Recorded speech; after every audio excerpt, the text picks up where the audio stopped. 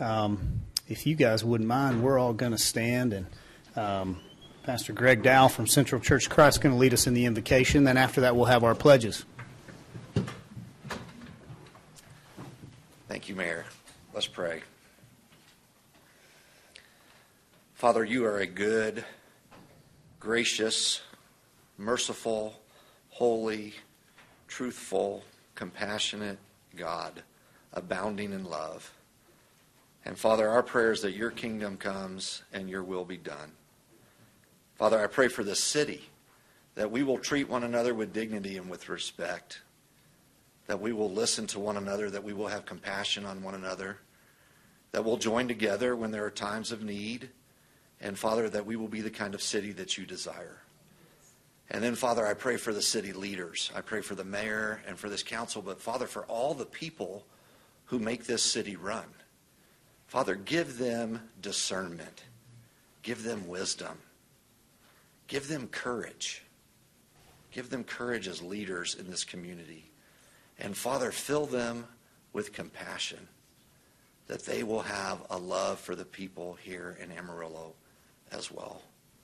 Father, again, our desire is to lean into your goodness, to lean into your graciousness, to lean into just your character, Father. And may your kingdom come and your will be done. In Christ's name, amen. Amen. Thank you, sir. If you'll join me in the pledge.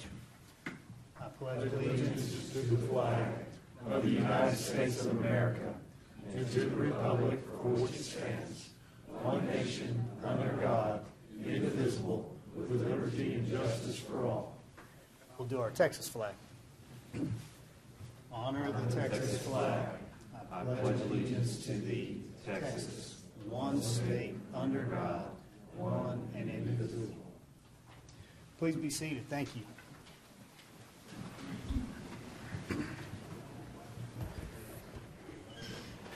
Well, good afternoon. Thank you for attending our meeting here, and thank you for being a part of our community. We have a very large, thick agenda because we've been working through several other items, and so this will prove out to be a longer meeting, but we're going to try to run it very efficiently and effectively. And at the same time, we still want to hear everybody speak that's come here to speak. So we will move into our public comment period, and Ms. City Secretary will go ahead and call up our speakers. Thank you, Mayor. Thank you for participating in today's City Council meeting. Your input and your opinions are important with us, and we are glad you're here to share them today. At each posted meeting, we invite our fellow community members to address City Council regarding posted agenda items or any topics related to city policy. Every speaker today will have 3 minutes to address the Council. At the end of 2.5 minutes, you'll have a warning beep alerting you that you have 30 seconds left to wrap up your thoughts. We do have multiple public hearings today. I believe we have 12. So if you're here to speak on a public hearing, we would ask that you either speak at the beginning during public comment or during that public hearing, one or the other, to help us keep accurate records for our minutes today. It's your decision at which time you would wish to speak. When you come to the microphone today, please state your name, whether or not you live in the city limits of Amarillo, and then share your comments with council. We have a total of 6 speakers for public comment today. First is LaVonda Mosley, and after Ms. Mosley, Cheryl Cooper will be on deck. Good afternoon. Thank you, Mayor and Councilmen, for allowing me the opportunity to speak. I know several of you have been involved and toured the Tascosa Acres and the Amarillo East Creek situation for several months now, and community members are very appreciative of the visibility that we've had the last couple of weeks, and especially yesterday and today. So we do see some movement out there. I'm speaking on agenda item 8P and 8Q. I do live in the city limits, and I live in Tascosa Acres. The consideration for resolution on text dot for the bridge work or repair at Yucca and the bridge work at Irwin. I am fully in favor of both of these projects. We all know that there's been billions of gallons of stormwater that's been released from the city playas. Most of that has come down the Amarillo East Creek. With the release of the stormwater, both of those bridges need major repair. And as you know, there's a sinkhole. Some of you've seen it, the sinkhole between both Irwin bridges, and that area is blocked off. The Yucca Bridge, none of you were on the council at the time, but that bridge has been deteriorating for over a year and a half, which city was made aware of that, without any mitigation to damage repair to that bridge. Since the storm waters in June, that bridge has cracked further. It continues to crack more, and the street is sinking. I know this is going to pain some of our citizens. It's going to inconvenience me as well, but I'm going to ask that there be consideration to close that bridge before we have a school bus or we have a city truck following that bridge or off that bridge. You have a city maintenance guys, the trash trucks, and then you have a school bus that goes over that bridge every morning and every afternoon. There are signs posted that say that there shouldn't be a gross vehicle weight of 26,000 pounds across that bridge, and it happens daily. So like I said, it's going to pain me, but I think for the citizens and the safety of human life, that should be done. And then also to save the city some damage control when that bridge happens to fail, because everybody knows that bridge is going to fail. While TxDOT is being asked to replace those two bridges, I'm going to ask that they also look at the barrier that's between the Melody and the Yucca easement. That barrier is gone. If somebody takes a wrong turn, especially a teenage driver at night, they are going to end up in the creek. You're also going to have a problem there. We've asked for that several times, and that has been ignored. My last statement to the council: if the bridges in the city infrastructure are sustaining this much damage due to stormwater release from the playas, you know what it's doing to our retaining walls. Our retaining walls are failing. We have many that are in need of repair. And every time that this is on agenda, I am going to stand up here and speak about the Amarillo East Creek, so that hopefully we get a permanent solution for the infrastructure for the East Creek and for the residents along that pathway. Again, I say thank you to Mayor Stanley and to Tom Sherlin for coming and touring. We really appreciate your presence in our community. Thank you. Mrs. Mosley, thank you for speaking. We're going to continue to work with you in every way we can, and then you'll get a response from my office this week on some of those items you're addressing. Thank you. Okay, Cheryl Cooper. And on deck after Ms. Cooper will be Jeremy Helm. And I have some handouts for the council. Should I give it? I might have extra, so I think that's okay. I am sorry, y'all. I can't see with or without glasses, so I have to just sort of do this. Okay, my name is Cheryl Cooper, and am I ready? You're good. I'm Cheryl Cooper. I live in Amarillo, and it's an honor to be here. Thank you for allowing me to speak. I want to briefly raise awareness regarding 5G and the electromagnetic field implications, EMF, and especially now that the electric company is really pushing this installation of smart meters. So I'm wanting to make us aware of what's going on. In 3 minutes, I can only touch on a few highlights and reinforce the fact that every municipality, that's including the city of Amarillo, is responsible for adopting its own set of laws governing the placement, design standards, safety features, and the wireless telecommunication equipment. And this includes smart meters. Okay, so what is 5G? It is the fifth generation. It's promising high speeds, all of that. But 5G was not pre-market safety tested. It's more dangerous than earlier cell tower generation because it exposes us to a wider variety of radio frequency radiation. So not only are we getting the 5G millimeter frequencies, we're also getting 2G, 3G, 4G as well. Now, why should we care about this? And we should care because our bodies are bioelectricity wired. And so those of us who are very sensitive to it are going to have health issues. There's a lot of information that I've given you that you can see that there's a lot of health issues with this. So this kind of brings us to smart meters. And the reason why I'm concerned is because this is a new utility consumption measurement device, and it has not, like I say, been safety tested. And so most of these smart meters, they are designed to admit all of these RFRs. And there's a concern because it absorbs in our bodies. And they have a lot of high pulses, et cetera. So because of these ill effects, what I'm wanting to hopefully propose is that we kind of put a moratorium and a halt on this until we can actually see it, what's going on. And with more community awareness, we can join the thousands of other communities that have successfully pushed back, because it just seems like there's a lot of encroachment. We've got to do this and all of this. So make no mistake, there's a threat to our health and to privacy and all of that, which is well documented. And so I do thank you for your time. I hope you get a chance to look through all of that, and I do appreciate being able to speak.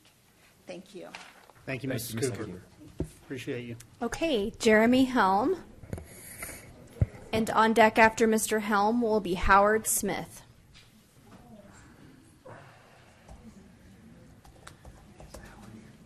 Thank you, Council, for letting me speak today. My name is Jeremy Helm, and my business is R&H Septic Systems. I do not live in the city limits. I live in the county, and I represent a lot of people in the city limits, including septic installers and septic pumpers. First thing I want to discuss is we were all notified on August 30th of our septic permit fees were going up from $460 to $800. That's an overnight increase. This is about a 30-day notice. Us as installers bid out 90 days or more. The result in a personal loss for me was about $5,000 in 2 months. Other contractors could be more. After doing some statewide research, Dallas, San Antonio, Houston, Austin, and some smaller towns, they only charge $450 or less for this permit. $800 to $900 is a 100% increase overnight. Who has to swallow that? We do. And why? I was told by the Department of Environmental Health and many other department budgets were cut, so now we have to increase our fees to make up these cuts. And why? Why is it our responsibility as contractors and homeowners to pay for y'all's lack of budgeting? The second thing we as pumpers are concerned with, and is a very serious issue, not only for us and residents in the area, but the environment. The Hollywood Road Wastewater Facility. This is our only option for a dump station. This facility shuts down to pumpers every 2 to 4 weeks and remains unusable for 2 to 15 days, sometimes more. The result is residents with backups, septic backups, and poo in their showers or sometimes even in their floors. That can't be healthy for anybody. Not only a health hazard, but a major inconvenience to residents of the area, but it's a huge financial hit to myself and many of the pumpers and people that they employ. The pumping industry pays the city of Amarillo approximately $300,000 plus a year in pumping fees. Yet every time it is shut down, the facility blames the pumpers. This pass of the buck is ridiculous. A little grease from one pump truck can't even come close to comparing to the grease and industrial waste that flows from the city of Amarillo. We're asking for a backup plan. When the Hollywood Road Wastewater Treatment Plant shuts down, give us an alternative. Let us go to the River Road Wastewater Treatment Plant and dump. Why hasn't this been an option in the past? These shutdowns are indicative of a catastrophic failure in the city of Amarillo's wastewater treatment facilities. This facility was built in the 1950s and is grossly out of date and completely unable to keep up with the growth and expansion of the Amarillo area. The amounts of industrial waste and grease from restaurants, the new cheese plant, the Cavaness beef affiliated foods, and many others is likely explains the shutdowns, not grease from a pump truck. If this critical improvements and updates are not done and catastrophic failure is imminent, the next time it may not be a small spill, it may be days of untreated sewage spilling out onto the ground and into Lake Tanglewood, contaminating wells as it did in the 80s, contaminating Lake Tanglewood's water once again to a very unsafe level of waste. If the city has funds to clean up a mess of this magnitude, surely they can fix a grossly outdated and inadequate wastewater system. We are asking why expansions and upgrades to this facility keep getting postponed and budgets cut for these projects, and why a 75-year-old plant has not been modernized and expanded to a city that's 4 times the size it was in the 1950s. Mr. Helm, thank you. I hope to be able to address a few of those concerns here later in the meeting. Thank you. Thank you for speaking. Mr. Smith, and after Mr. Smith, we'll have Michael Damron on deck. You're next, Mr. Damron. Thank you for allowing me to still speak here. Afternoon, Councilman. I'm Howard Smith. I live in the city. I've served on the local government corporation board for 6 years, since I was first elected in 2017. Mayor Stanley served the last 12 months or so.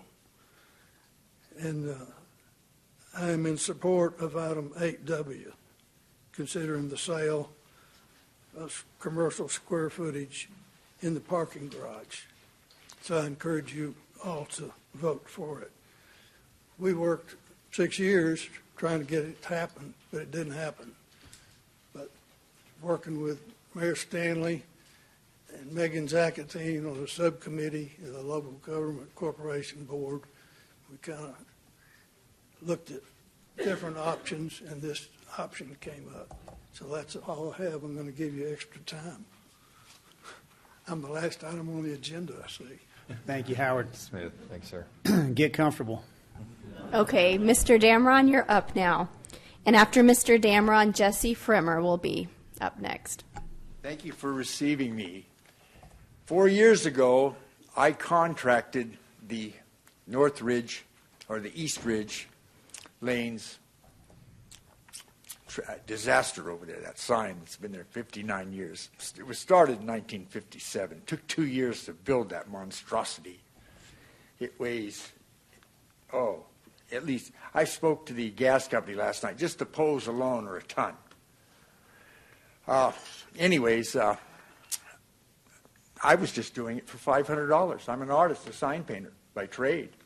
And I can prove this beyond a shadow of a doubt. I can get a reference from Caesar's Palace in Las Vegas, Nevada, and I'm sure they'll say, "Glad to help, Michael. Break a leg." You know, and I'm not blowing any smoke here to this committee. There was sentimental value in this sign. It needed to be. All you had to do was to begin it with white. I was going to leave the sore heads in it. You couldn't see that from a distance. It was going to advertise exquisite. And I was going to hang a heart around the bowling pin, my childhood sweetheart's face up in the cap of the bowling pin. And the only reason that I needed the white to begin with was the little fingers. There's an optical illusion there. In that 8x8 bowling ball, there's a little optical illusion. And my suggestion is that whether you just allow me to do this or not, I will assure you that you'll get your money's worth. If you're going to invest in that sign, you'll get the best deal possible. And it'll take me a year. I can't light it up until next spring. And I haven't had a chance. Nobody has given me any of what it looked like in 1959. I only know that it was began in 1957. It took 2 years to create that sign. And it was hauled out there. It's a monstrosity. It probably does weigh all of 7,000 pounds, and you're not going to pluck it out of the ground. I'd leave it at the, I decided last night the best thing to do is to leave it as the Amarillo Pisa sign of the bowling alley. I mean, somebody might come up with a different name for it, but I will assure you that if your sign needs repair, I'm the man to see. So and at my age today, I'm sure my health will hold out another year. But I'm more concerned with the drainage over there. I've tried to call the Army Corps of Engineers to see. I will, at my own expense, I want you to know, I will find out if there's a aqueduct going through there because of the drainage. That's why it leaned. It took that lean. But I said to myself, Christ, I've been there 50s, 60s, 70s. or 50, 65 years, why bother? Because that is going to be extremely expensive to try to straighten that sign up. And why pluck it out of the ground? It'll go another 67 years if anybody was to take and monitor it and see if it leans anymore. Or if that duct that gets that river of water that flows through East Ridge Bowl Alley, if it gets flooded, that that drainage gets plugged up, which, Christ, there is probably all kinds Well, sir, we appreciate you bringing this to our attention. This is not anything that I know about yet. I would probably weigh on the side. It's a private sign. I have a great deal of time invested in it. If you'd like to, our deputy city manager right here, Andrew Freeman, could try to direct you in the right direction. Thank you for being here, sir. Thanks, sir. Okay, Jesse Fremer is next, and on deck after Mr. Fremer will be Mike Fisher. Jesse Fremer, 5723 South Milam. I'm just here to compliment you guys on working through the budget, but I'm disappointed that we're still going to raise the revenue coming off of our property because I'm not concerned with my residence. My residence is locked in because I'm 83, so I don't have to worry about any increases on mine because of property value. But I do have concerns over businesses like yours, Cole, and Don. You guys have businesses. Your rates are going to go up with no exemptions. You're not exempted from these rate increases. And we are seeing a reduction in the actual cost per hundred for the basic property tax value. But we are seeing an increase based on the property values, which impacts all of our businesses here in town. And my concern is that since our businesses have to pay more taxes, then we, the citizens as customers, are going to have to pay the increased costs to the customer because the business have to put that back on their cost of doing business, which increases sales tax. So if it's going to increase your sales tax, then why do you want to keep raising the cost of living in Amarillo? Now, we keep doing this, and we have another thing that we're bringing up on our utility costs. We're going to be raising the cost of drainage by 5%, and that 5% is another little nickel and dime out of each property owner that has any water meter at their building or that they own property in town. They're going to have to pay that increase, and that little nickel or dime coming out each month starts adding up over the year, plus the costs in the property tax. And then we come up with the drainage fee, the solid waste fee. Solid waste fee is really frustrating me, because we have introduced curbside carts from the previous council. A dumpster is being argued that it has to be replaced in the next 10 years on some kind of increase because of the cost of replacing dumpsters. I've had 2 dumpsters at my location for 24 years. They have not replaced it. They've been old dumpsters that have been repaired. Now, the cost given on each of our dumpsters is, for me, I'm paying $21.20 a month. Sales tax on top of that is another $1.75. Now we're going to raise it at 5%. We're going to raise it to $22 each month and $1.84 for sales tax. If you add up the numbers, there's 4 customers on each dumpster. The cost for each dumpster is $289 a year, but for 4 people on that property, it's $1,156 that dumpster is revenue to that location. It takes about 5 minutes for a dump truck to pick up dump for 4 houses, but you put a curbside cart, it takes 5 minutes to do 2 houses because of the fact that they have to pick up 2 to 3 curbside carts. So your rates for dumpsters should not go up. Just because you think you can't afford it, I think you should reevaluate the increase for solid waste on dumpsters. Thank you. Thank you, Mr. Fremer. Sure. Okay, Mike Fisher, and on deck after him will be Claudette Smith.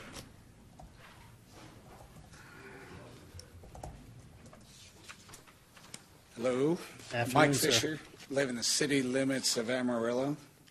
I'd like to say a little bit about the guy with the septic system. I'm not sure where he went, but I think that the what do they call it? The health department and the environmental health, I think those are weaponized departments that are attacking small businesses in the city. I had a search warrant served on my business. You guys might not know about this. I'm working on this for Cole. I had a search warrant by the environmental health to look at my septic system. Well, you're wondering why? Why were they even on my property outside the city limits? They run the Randall Potter environmental health and the health department. So they show up out of my property because the guy said it was a business change.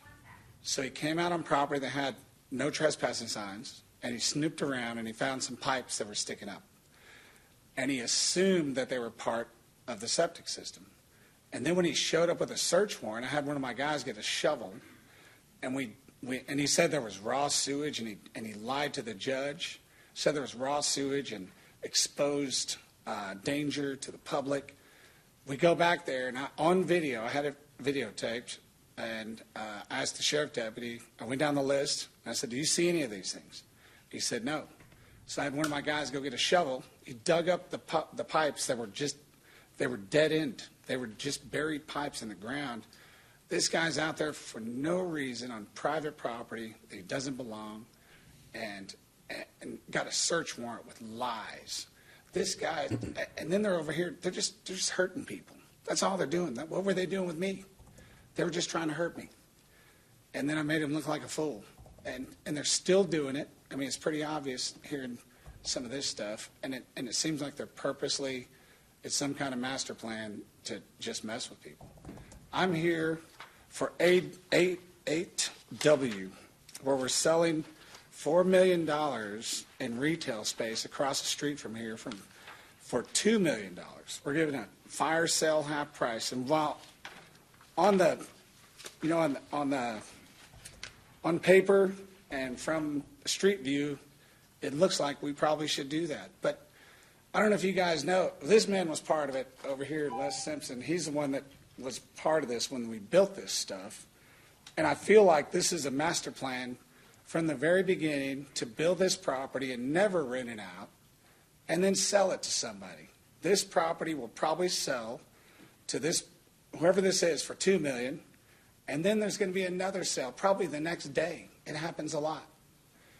And it's going to be to the wares of Amarillo National, or it's going to be somebody that's connected to them, or it's going to be Ginger Nelson and Kevin Nelson and their friends. But this is a front man transaction. Think about this.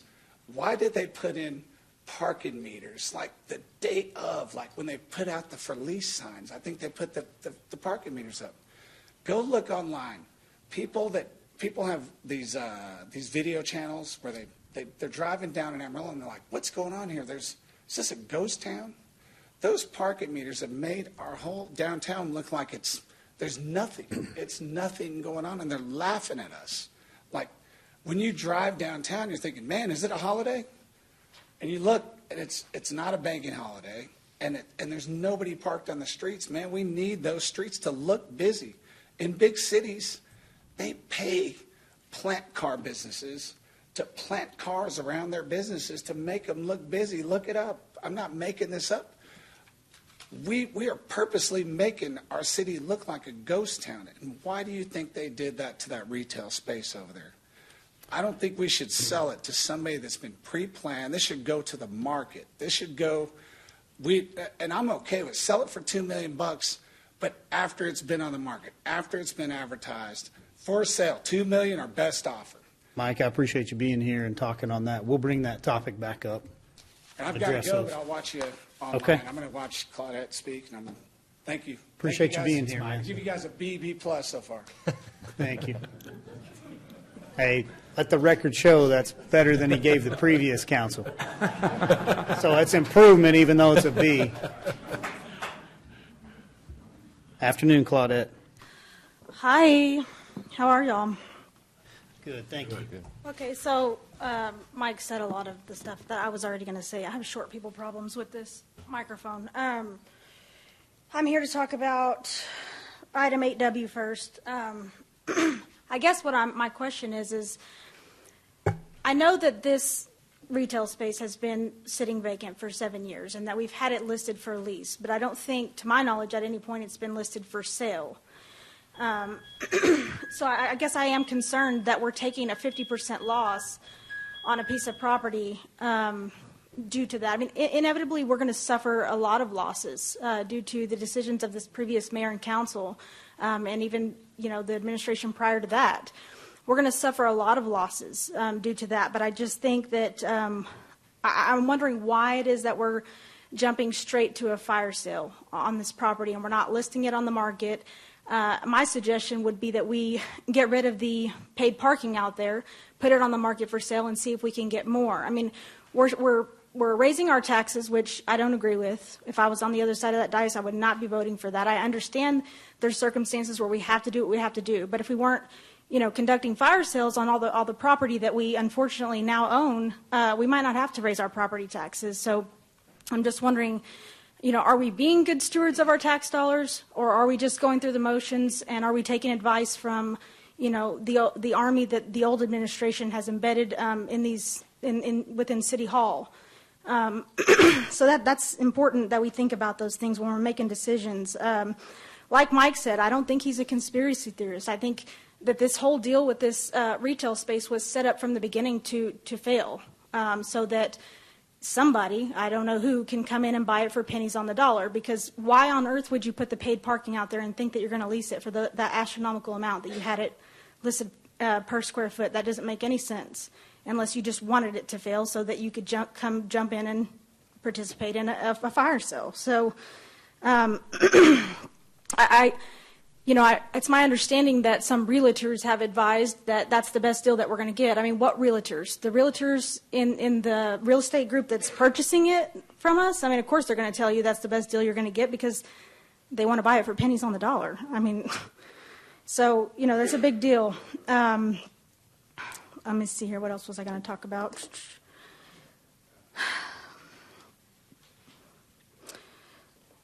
Yeah, so in what I would have suggested that we do if I was here, I would have probably got advice from a broker that was out of town, because a lot of the realtors in the real estate business here are all very embedded with each other. I mean, everyone's very connected here. So I would have gotten an outside opinion as to what that property is actually worth, would have done away with the paid parking and actually put it on the market and given it a chance. The only other thing I was going to mention was item 7Q.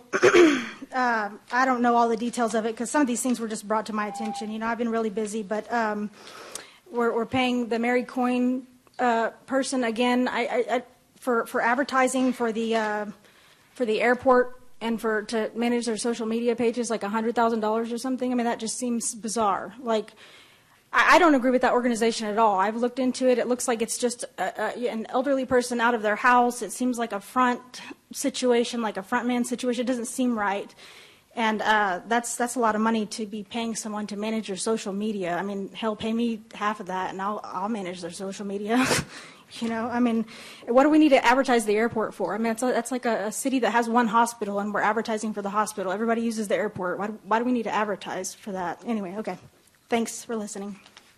Thank you, Claudette. We'll address some of those. That was our last. That's our last. That was our speaker. last registered public comment speaker. We have 4 that sent written comments, and so we've provided those to council, and we'll upload those into our agenda portal. Hey, we appreciate you guys for speaking and bringing some information and talking on important topics. Do we have anyone else here that would like to speak today before we move on with our meeting? Yes, sir. If you give us your name, please, when you get there. Either, as long as she can hear you. If you'll just share your name and if you live in the city limits. My name is Raul David Rosas. Everybody knows me as David. I am the Vice President of the Barrio Neighborhood Planning Committee, and this is Mrs. Gentry Powell. She's also with our organization. I will be leaving here soon because I've taken a lunch hour, and I think it's gone over. But I'm here to thank you and recognize item 7W, the consideration of purchase of 0.56 acres of land in the Mirror subdivision located at 918 South Houston Street. This is a location for a new pocket park in the area of Amarillo known as the Barrio, east of the railroad tracks and west of Ross Street. This is something I've been involved in since the beginning of the committee. I want to say about 2017. I would like to thank y'all personally for the consideration, and I'd also like to let you know that, as it's said many times, that is my old stomping ground. I grew up in that part of town, and I'm very interested in seeing it revitalized, cleaned up.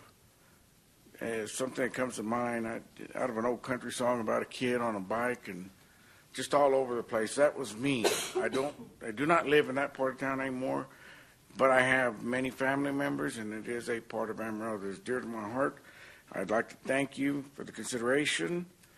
And one more thing that has bothered me for a long time. Being here now is an inconvenience for me, being past the normal lunch hour, and I would like for y'all to consider, for the whole citizenry of Amarillo, to move the meetings to about 7 o'clock, where the taxpayer can attend. And I will be leaving. You have a big agenda here, so thank you, Mayor and council members. Thank you. And I also recognize the chief of police. I've seen him back there. Thank you all for taking care of my city. Thank you, David. Appreciate all your work out there. Do we have anyone else here that would like to speak before we move on? How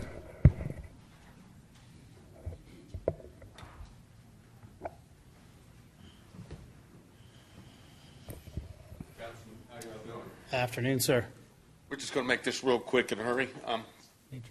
We had a pumper was speaking about septic tanks.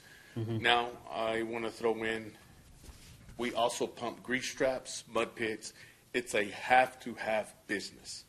Now we understand the environmental health people that always check out the restaurants about the grease traps being pumped. It's getting to the point where we leave a manifest saying that we did pump it. It's been pumped every 6 months, every 8 months, some are every month. But the city of Amarillo does not supply a place to dump this grease. We have to take it to Canyon, I believe, Republic. I don't know the things behind the scene, but I know revenue can be for Amarillo, Texas. We're getting to the point where we have to take it to Lubbock. We're finding other places to take local money out of Amarillo. So with these grease traps that need to be pumped due to health or environmental, they always go in there and check.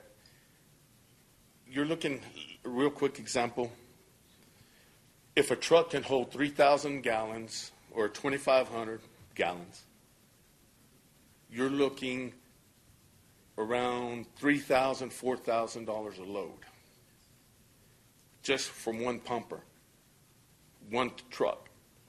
If he's there every other day, think of the revenue that you can have in a month, supplying a landfill for the city of Amarillo, for all the restaurants to dump their grease. And we know it's getting real bad where, like, you got to have it pumped within 2 days, 3 days, or they'll shut you down because you need it pumped. Where we pump at in Canyon, they can say, you can't pump today. We have to make an appointment. It's not like back in the old days, man, you get a full truck, you go dump, come back the following day, finish it up. We could have $5,000 that we made in our pocket or for the company, go back, come back, another $5,000. You know, it was just an all-day deal. Now it's, you go make $5,000, you can't come dump, you got to make an appointment, and guess what? You're shut down until you pump out Monday, you can't dump until Friday. It's getting ridiculous. And now with the environmental saying, hey, you need it pumped, if they got other pumpers that are full, their tanks are full, nobody can go pump out your local Amarillo restaurant. So now everybody's stuck. Then when you go dump, they can raise up the price from, let's say it was 50 cents yesterday, 60 cents, 70 cents the next day.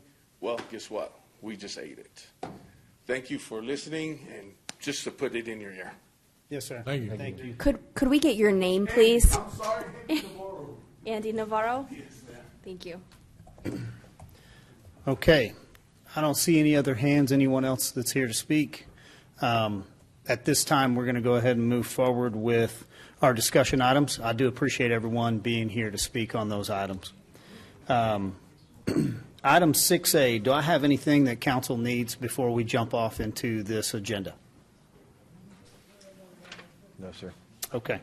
Item 6B, discuss American Rescue Plan Act, the ARPA funding allocations.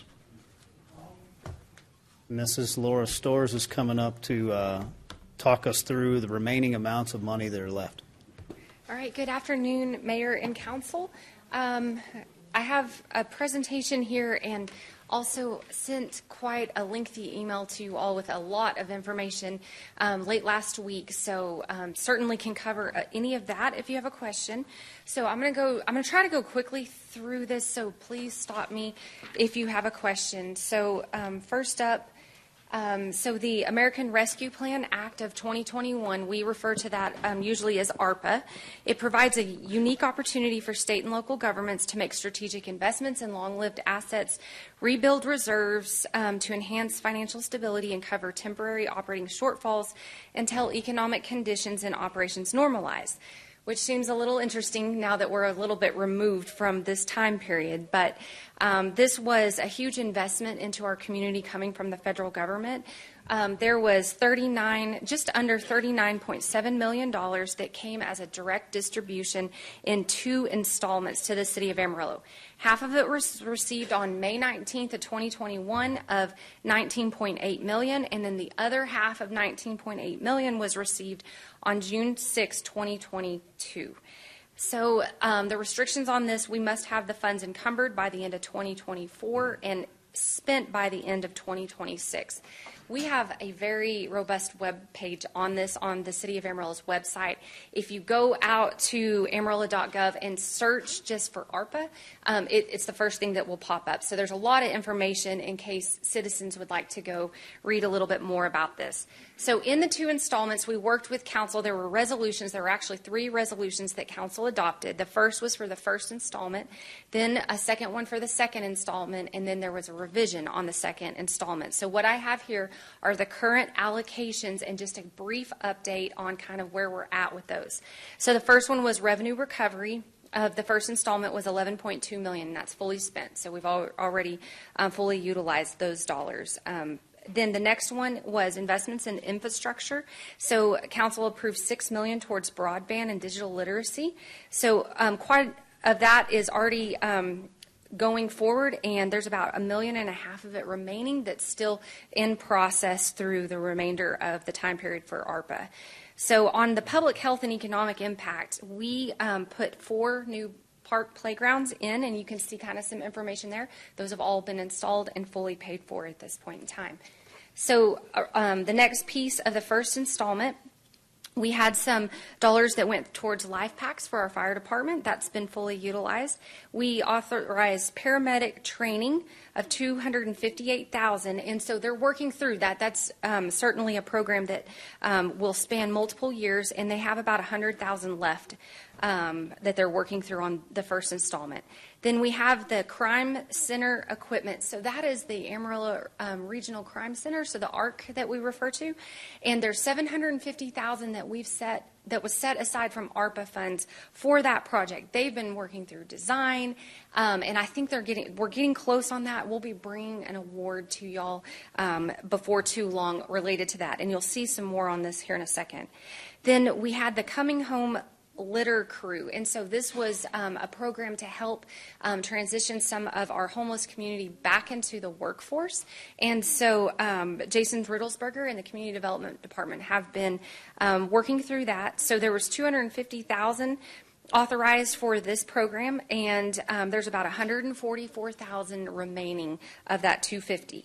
Then there was $100,000 for CBB tourism support, and that's been fully utilized.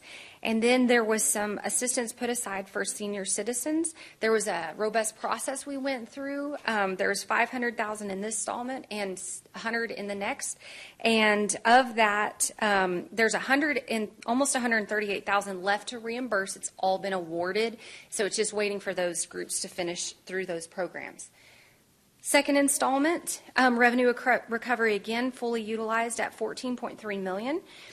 So the next one down is under public health and economic impacts. This is one that we talked about at a previous council meeting. There was $1 million that was set aside for parks lighting, and that's actually been brought back on the agenda today, but we have a potential option that could be kind of teamed up with this project if council would like. And again, none of this has been awarded or spent at this point, but there are, I think, 3 parks that we're looking to put some lighting in. That certainly goes towards public safety. This would be in low to moderate income area parks that certainly I spoke with the police chief at length about this, and this was a recommended project from his standpoint as well, because lighting does help with public safety in those areas as well. So we can talk more about that and on item 8T on the agenda here in a second. Then the fire department, you can see there were several items that were approved kind of to meet their needs, and almost all of that's been utilized except for about $4,000. And then another round of fire paramedic training of $522, and so all of that is still in process at this point. So then we kind of moved to the police department area. There's some improvements that we're looking to do over in their facilities related to some ventilation, some academy rooms. And so we are finishing design on that, and we'll be bringing that award forward soon as well. Again, some more police equipment, and most of that is already in the works. Some of it will be brought forward if it's over $50,000 for award to you all. Otherwise, it will move forward if it's below the $50,000. Unless we get different direction from you all. Again, some coming home litter crew, prep academy dollars of $250. That has not been spent yet.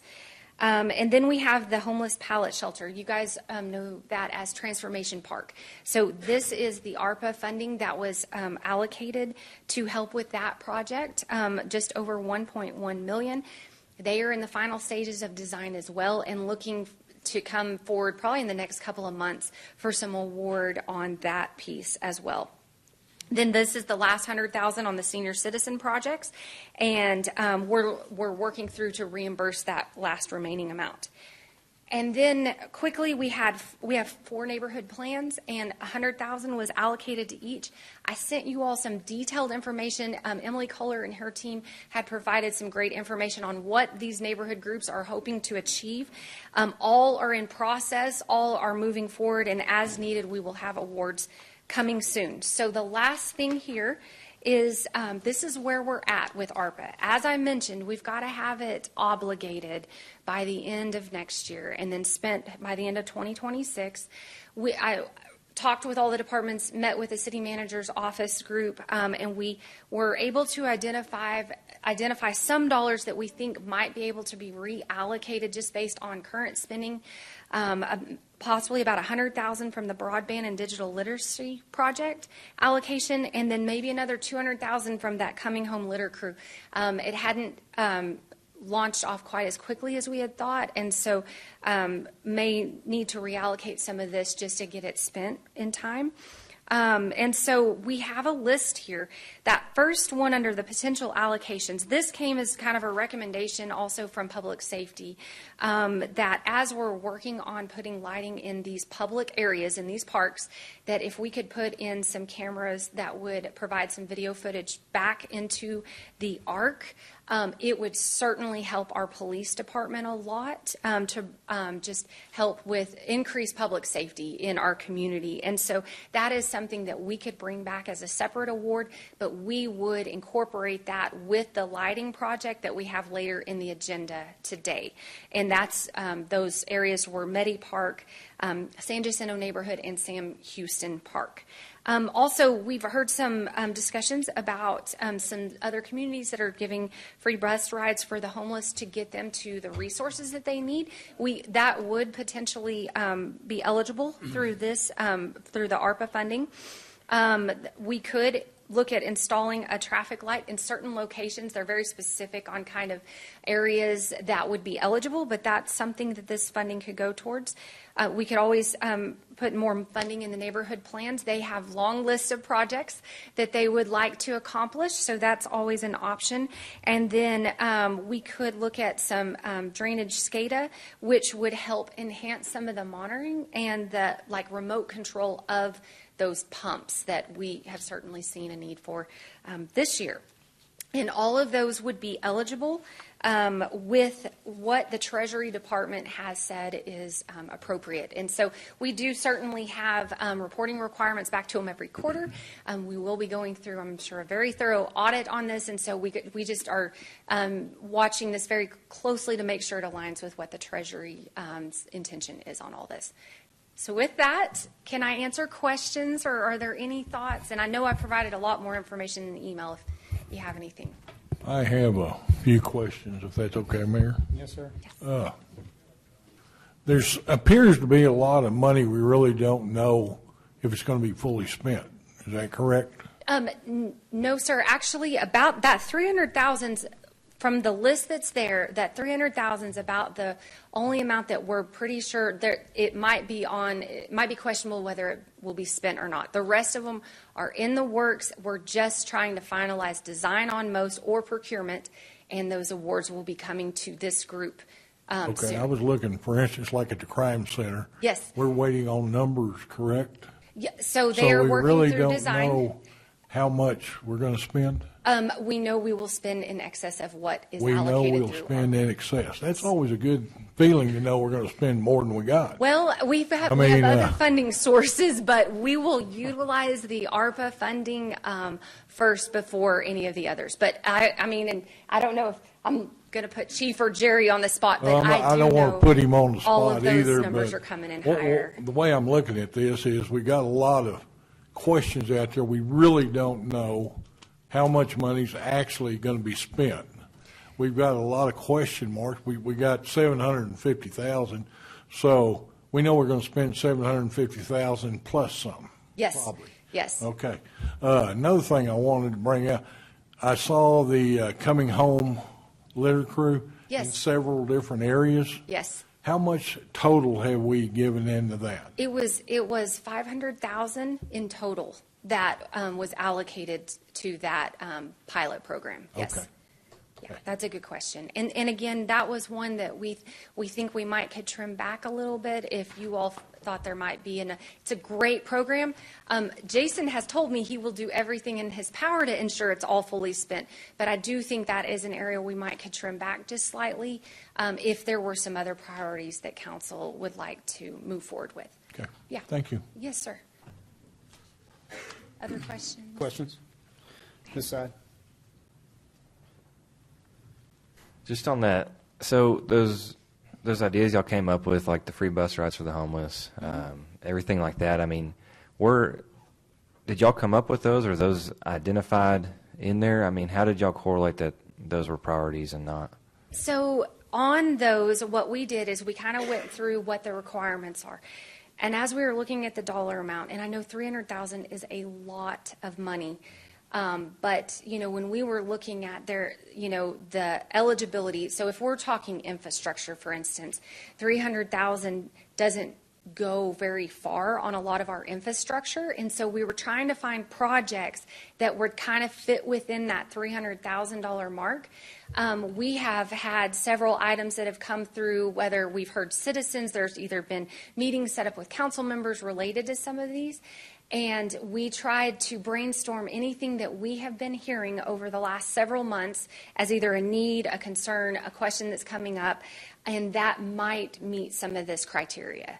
And so there is very limited criteria. For instance, we can't put it into positions or hire anyone, as you know, because this is, one-time funding. And so it kind of starts scaling back some of, it's not like we can expand services related to it. And so really it starts kind of trimming down. We can't, there's a lot of things we can't do with the ARPA funds. And so we were really trying to just brainstorm off of things that we knew were eligible and that we had kind of heard some information about recently. Okay, thank you. Yes.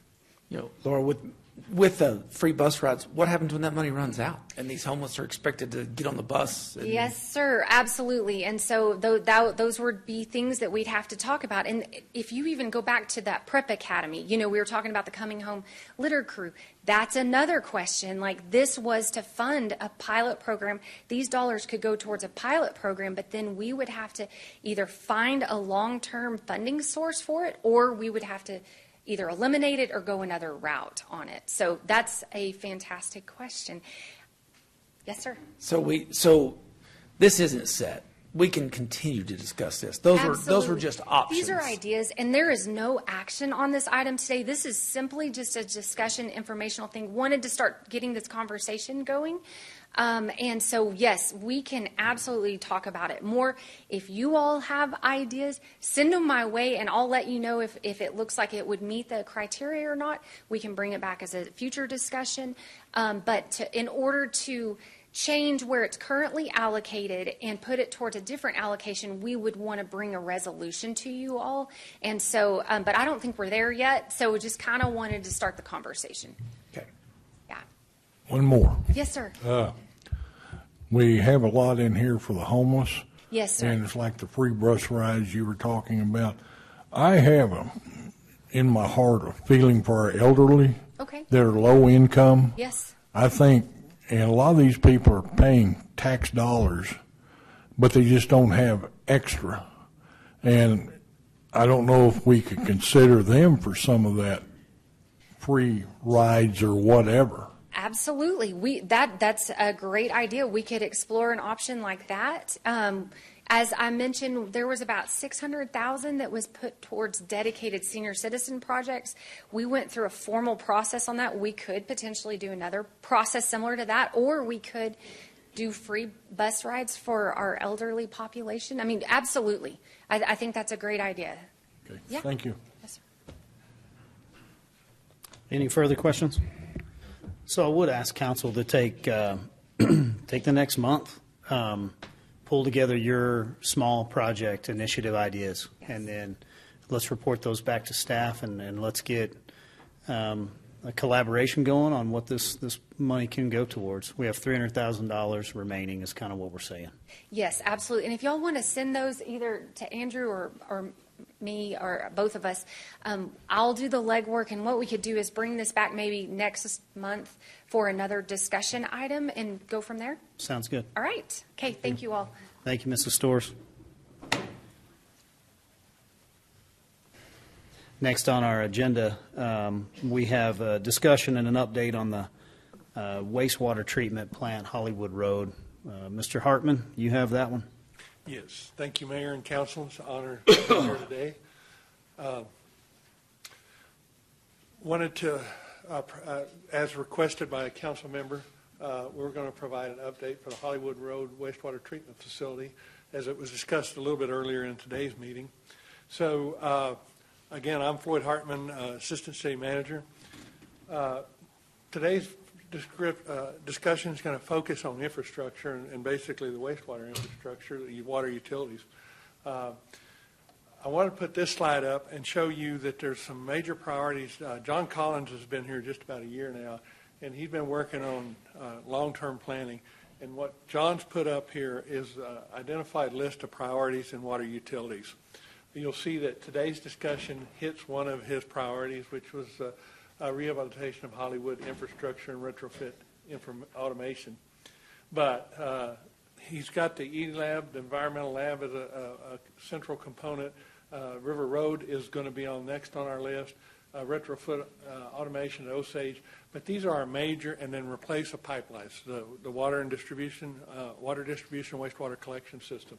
These are our top priorities identified in our infrastructure needs. So We'll also be including these in our update to our master plans. But as I get started today on Hollywood, I wanted to introduce John Collins. He's sitting right up here at the front. Michael Price, is he here, back here, Assistant Director? And then I wanted a couple of staff members. Jacob Smith, is he here? They couldn't make it. I'm sorry they couldn't make it. We invited them, but Jacob Smith's a plant manager out there, has been for less than a year. I got to brag on Jacob. He's taken a very difficult situation, doing the best he can with the team out there. And Jacob's just really impressive in what he's able to accomplish at that plant. As we go through this, you're going to understand what he faces on a day-to-day basis. But the entire team out there is working very hard to keep this thing operational. An example, a specific employee, Daniel Luna, going above and beyond on the bar screen operation. And that was critical in an earlier comment that you had in your meeting today with the waste haulers that haul the septic system waste to the plant. When this plant is not operational, we can't accept that waste because it'll just be a violation through the state immediately. So this action by Mr. Luna actually is what got that plant where they could accept that waste. So the plant is operating on a marginal condition ever since the operational issues were identified over a year ago, and now the storm has created a very critical scenario out at that plant. But we're working the best we can to keep that plant operational. I want a little clarification on the earlier discussion.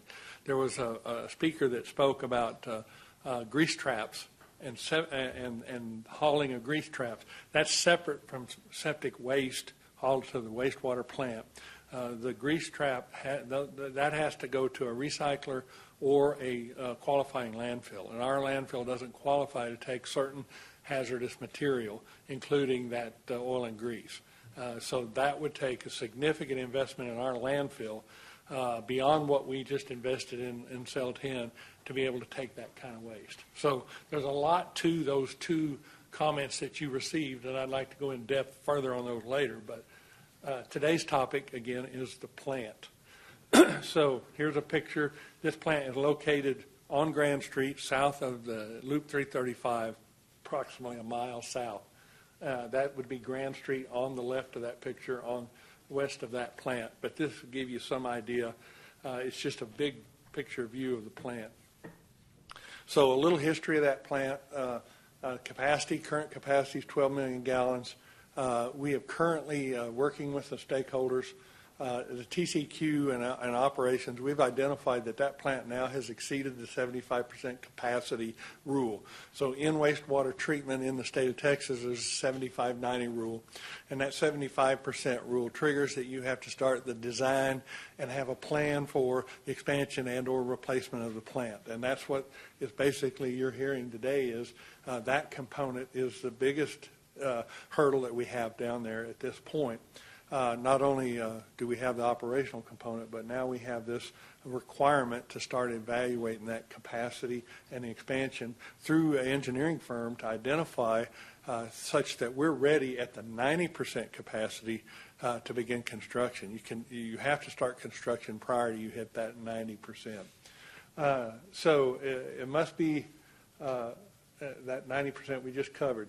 But the lack of this capacity now will be impacting our ability to grow. That was identified by one of the speakers, including any economic development projects that we might have related to that plant and or the other plant as we go through this. Please, if you have questions on any slide, please stop me because I'll just keep going and going. Yes. So. Real quick, Floyd.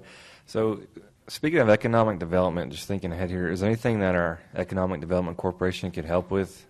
Anything like this? Across the state, there are many economic development corporations that do participate in the growth components of this type of infrastructure. So I would say, yes, there's opportunities there. We haven't researched those completely, but anytime that there's an opportunity for a business, an industry to come in, and the roadblock is water and sewer systems, then that can be a component of an economic development project, meeting certain criteria and parameters. Okay? Does that answer your question? Yeah. Okay. So with that, we would anticipate the seasonal flow changes about 2 million gallons. 1.9 MGD is million gallons per day, okay? So that's an industry term, so we put that up there. But over a 20-year projection at the current growth, we project that to double in capacity need, including that industry growth that we will see and expect. And this, we will be planning how to accommodate that growth, especially the housing component as we move forward. So in that, evaluating this optimum design, we will be looking at external engineering companies to do that, but we've put parameters of the max. So over a period of expansions, we would hope to hit the 32 to 30 million gallon range there. You see that we're looking at all options as we look out in the future and see what this is going to do. We don't anticipate the initial build out to be at the 30 million gallon range. We expect that to be planned out in incremental growth of this plant and the River Road plant. So it'll be a combination of planning as we go forward. That will be based off a cost-benefit analysis for the capacity, including what we anticipate in that growth, and that construction scheduling then can be placed into a plan, and then we can finalize recommendations to you and how to fund that. So it's quite the operation. Okay, I'll get into a little bit of cost here in a little bit.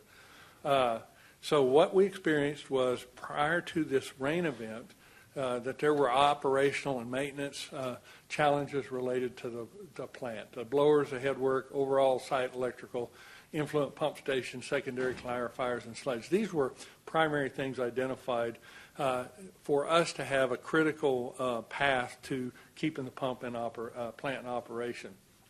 At any given time when we had problems with one of these, that's when you would see that we have to stop taking industrial waste from the haulers and additional things, especially at the headworks on those bar screens and that because that would result in violations and additional problems with us. Okay? Hey, Floyd. Okay, go ahead. Yeah, so now on these issues right here, so is this end of life issues or a lack of, or was it some other reason? It's both a lack of maintenance and end of life. What you would expect on the plant went into service in early to mid 1960s. So some of this, you take the secondary clarifiers, that really are a combination of end of life, but lack of maintenance on certain things. And I'll show you a picture here in a minute and point out a few things that are different between end of life and just maintenance. Right. Okay. Thank you. So after the rain, you can see the similar type list, only we added a few things. Down at the bottom, a belt filter press, polymer system, dissolved air flotation, but up at the top I put additional sludge. These were the primary things identified out of that critical rain event, including a significant amount of damage as we see it related to on-site. Just every aspect of the plant was impacted by the flood. So working with that, you can see that this has expanded the challenges related to that plant. So can you kind of, I'm sorry. Go ahead. So just tell me as a layman, how is it that the flood impacted the wastewater treatment So you can imagine that the pipe capacity, the full pipe capacity of a 72-inch was experienced during that flood. It backed up into the system. We had inflow and infiltration that exceeded the capacities of this plant, basically overflowing the plant in all aspects. You can imagine that under a normal flow that we have a lot of systems in place to handle the sludge, the removal of solids, and just the treatment of the plant itself. During the rain events, the extreme rain events, those were all overloaded, overflowing, and not only did you have the physical flooding of the plant, but you just had pieces of the plant just collapsing and breaking under the maximum load that they were being expected to operate under. And you take the belt press system, it's just overloaded because sludge was now coming in at a volume through the plant that was unforeseen and unexpected in a rain event of that size and magnitude, overloading this plant. So those are the primary things that occurred, that it just basically overloaded it, overflowed it, and every structure and feature out there was pushed to its limit, and some of them broke. Yeah. And so was it exacerbated by, I mean, would it have been the same even if, so what I'm hearing is we had problems with the plant beforehand, Yes. the flood. Were the problems caused by flooding, were they magnified because of the problems we already had, or whether that same thing occurred with the amount of flooding that we had, that we would have the same problems? From what I understand of the flooding, the plant would have been overloaded and damaged, irregardless of its repair and deterioration. It just, the loading of that plant was well above the design capacity of that plant and would have damaged it if it was in perfect maintenance. Okay, so it's a combination of those. It's not exactly 100% one way or the other. You take the sludge. We already had a sludge problem in the plant. This was just such that it overloaded it. But that rain event would have overloaded that plant in normal operating conditions if everything had been good prior to. Does that answer your question? Yeah. And so again, and it becomes overloaded because our playa lakes were not able to take on the capacity, so the water had to go elsewhere, and it wound up in our... It's in our system, that's inflow and infiltration. When those lakes come out of that, there's ways and methods for water to get into the sanitary sewer system. That's why we have the codes to prevent open sewers in backyards. Those 4-inch pipes have to have a cap on them. That's why those codes exist, because when you get those areas inundated in a flood, then you have those 4-inch streams of water going straight into the plant. And there were other things. We did find manholes that were open in playa lakes. There were things occurring that did magnify the flow to that plant. It was much more than any flooding event we'd seen in the past. And why did, but not the same thing didn't happen at River Road? It had inflows, but the plant was able to handle those inflows. I will tell you one of the differences is there was about a 20-year window of inflow and infiltration efforts up the River Road basin through East Amarillo Creek, up all the way up to here close to City Hall where the drainage starts, of sealing that, looking for those, and a focused effort for about 20 years to prevent inflow and infiltration of the River Road plant, for a number of reasons, but that was the oldest part of our system. We did rehab on the outflow lines of River Road for about 5 miles, which was we relined those old lines. This plant is just getting to that life expectancy where those kind of things would be occurring. So it's just really timing with related to age, which is that component of this. Thank you. Well, real quick while we're on this, so the River Road plant, how old is it? It was constructed somewhere around 1927. When the city purchased the water and sewer system from the electric company in 1927, one of the first things they did was move the wastewater plant from the Wild Horse Lake area to the River Road plant. So the first line going out to River Road and the River Road plant was constructed in 1927. There's been numerous upgrades since. So yeah, obviously. So it's in better shape than what the Hollywood plant is. It is in better shape as of today. There are still needs out there. And again, when we hit the 75% rule over here, we're close out there. So these things are really going to be close in timing related to this. So it's going to take a lot of ingenuity on my part and John's part to identify a funding mechanism to get both of these in a decade and a half. Okay. So we're focusing on the Hollywood Road project because it's just failing. It hit the trigger, and it's had these challenges. But we don't have long for the River Road, is what you're saying either. No, I would say within the decade, we're going to be in the same scenario at the River Road plant. Now, remember, as you build a system this size, the Northeast Interceptor was a critical component of expanding the capacity of the collection system. So once you overcome one roadblock, then you've got the next roadblock. And as soon as you fix that plant, then you're going to back up into the neighborhoods and know that those age lines have to be replaced. So there's ongoing maintenance and needs that have been ignored for decades and decades, and we're trying to catch up in every area. Now, we're good in water supply. That's the good news.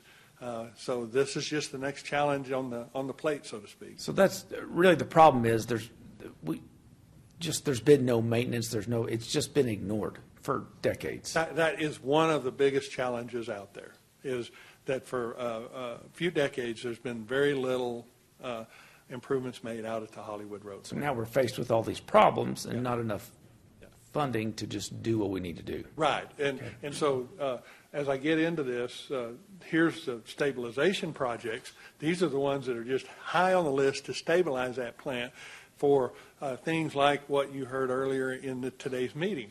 You see up there replace the damaged bar screens. That's one of the number one reasons. When somebody dumps as close to that plant as those people, it's right there from you to me in proximity to those bar screens. That's a shock load onto that bar screen. And if it's marginal to start with, then it just overflows and it's a violation.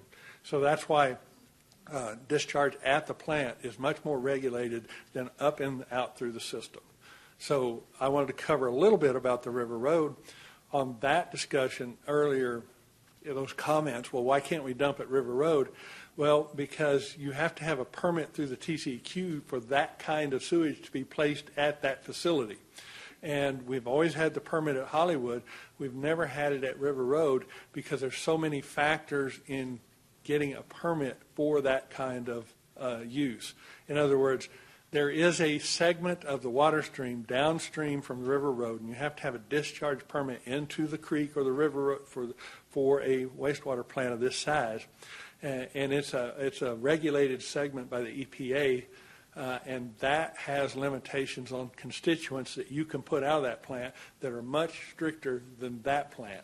Now, this plant has the capacity, discharges into a lake, Tanglewood, and that, so the water has to be very safe for that use. But this is a different constituent that we're looking at down there. And what we've struggled with over the years and decades of that the waste haulers, it's not the good ones. It's always that one or two that want to dump illegal dumping into the wastewater plant. But what we have found is under this operation, we have to have monitoring of it. We have to have an appointment. We have to see what's going in the plant so we know what to do immediately, because one load of a product that we're not aware of, including just a shock load of solids, could shut that plant down. So that's why we're under the scenario we are. Hopefully when we expand the plant, get things working, we can go back to a little more relaxed on and trust these waste haulers. We trust them now. It's just a matter that we're in this critical operation and we have to have control of this. So that's why they're forced to go elsewhere right now. It's just simply our plant can't handle it. The gentleman stated it correctly. There is no other place in Potter Randall County to dump. So we're doing everything we can to get that open for periods of time to give them the service that we can possibly give. Okay. But here's the critical path: electrical, the bar screens, grit removal, and the top is just a general thing about equalization basins, the XL basin, and the remediation in the Playa Lake. These are things that get us back in that. But here is a more detailed list, and this is just walking. I know it's hard to read, but that's just walking through the plant, step by step, of those critical things at that plant that has to be put back into service, evaluated, installed, repaired, or replaced, such that we can get that plant back to normal operations where we can take that. This is that list. And it's just, right now, we don't have enough knowledge to give you an exact cost of this. This is tens of millions of dollars, is what this is. Just this repair is tens of millions of dollars. Now, we also have to fund the expansion and the replacement. I'm not going to go through that list. If you have questions specifically, we can talk about those. But I wanted to see the magnitude of how each piece and component of that plant needs some attention to get us back to normal operation. Okay? So what have we been doing? We've been doing a lot with a lot of people. So the flood involved the FEMA, Federal Emergency Management Agency, and others. They came out in July with their inspections on the south basins, north basins, clarifier, sludge, the HVAC, and the blowers were marginally functional. These are the main things that were identified out of that inspection. But we've also had our insurance adjuster out there, and this was the primary inspection areas of that. And so out of all this damage and claims, it's a combination of insurance and we're working with Texas Department of Emergency Management to submit, hopefully, to FEMA.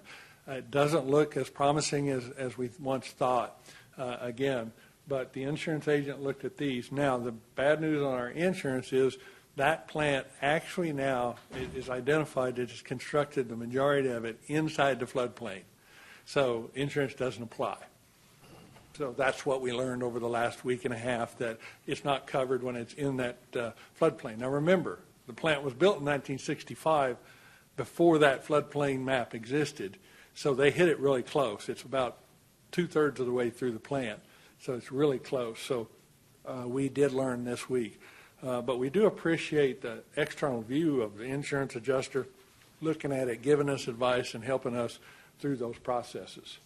Okay, but before I leave there, I do want to express my appreciation for Texas Department of Emergency Management, FEMA, and the Army Corps of Engineers, who have all been out helping us evaluate.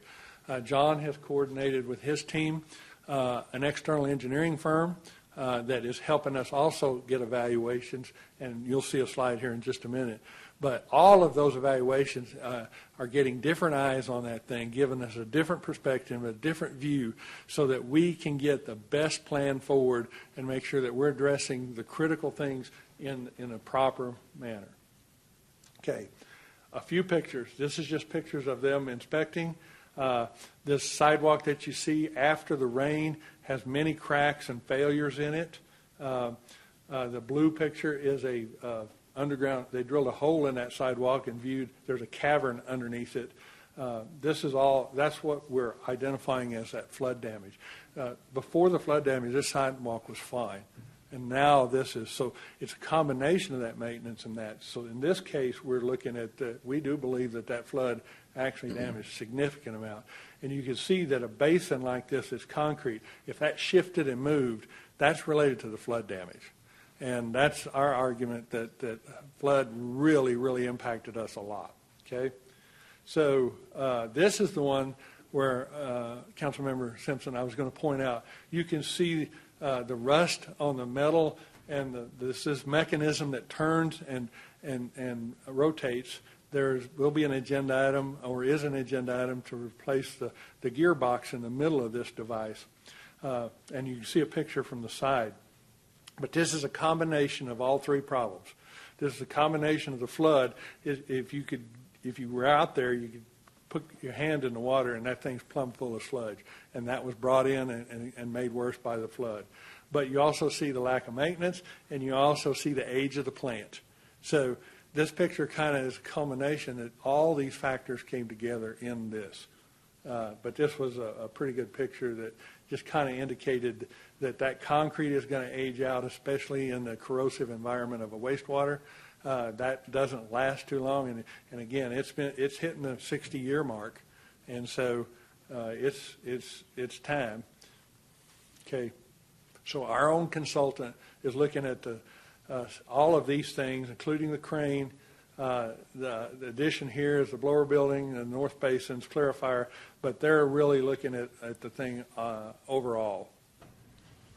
Okay. To give you an example, if you look down the picture of that crane, that was straight before the flood, and that end is out. You can see in that picture on the right that the end is twisted over to the side.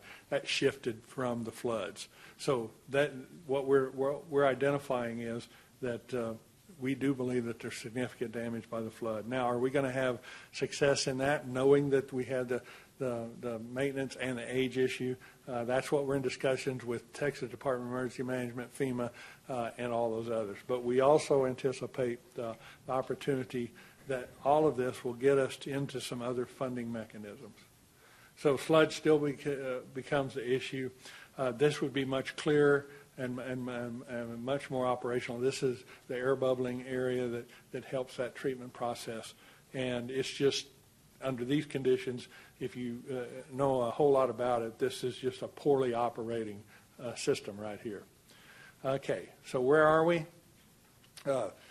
Here in September, insurance, structural, and geotech inspections and reports are all being assessed.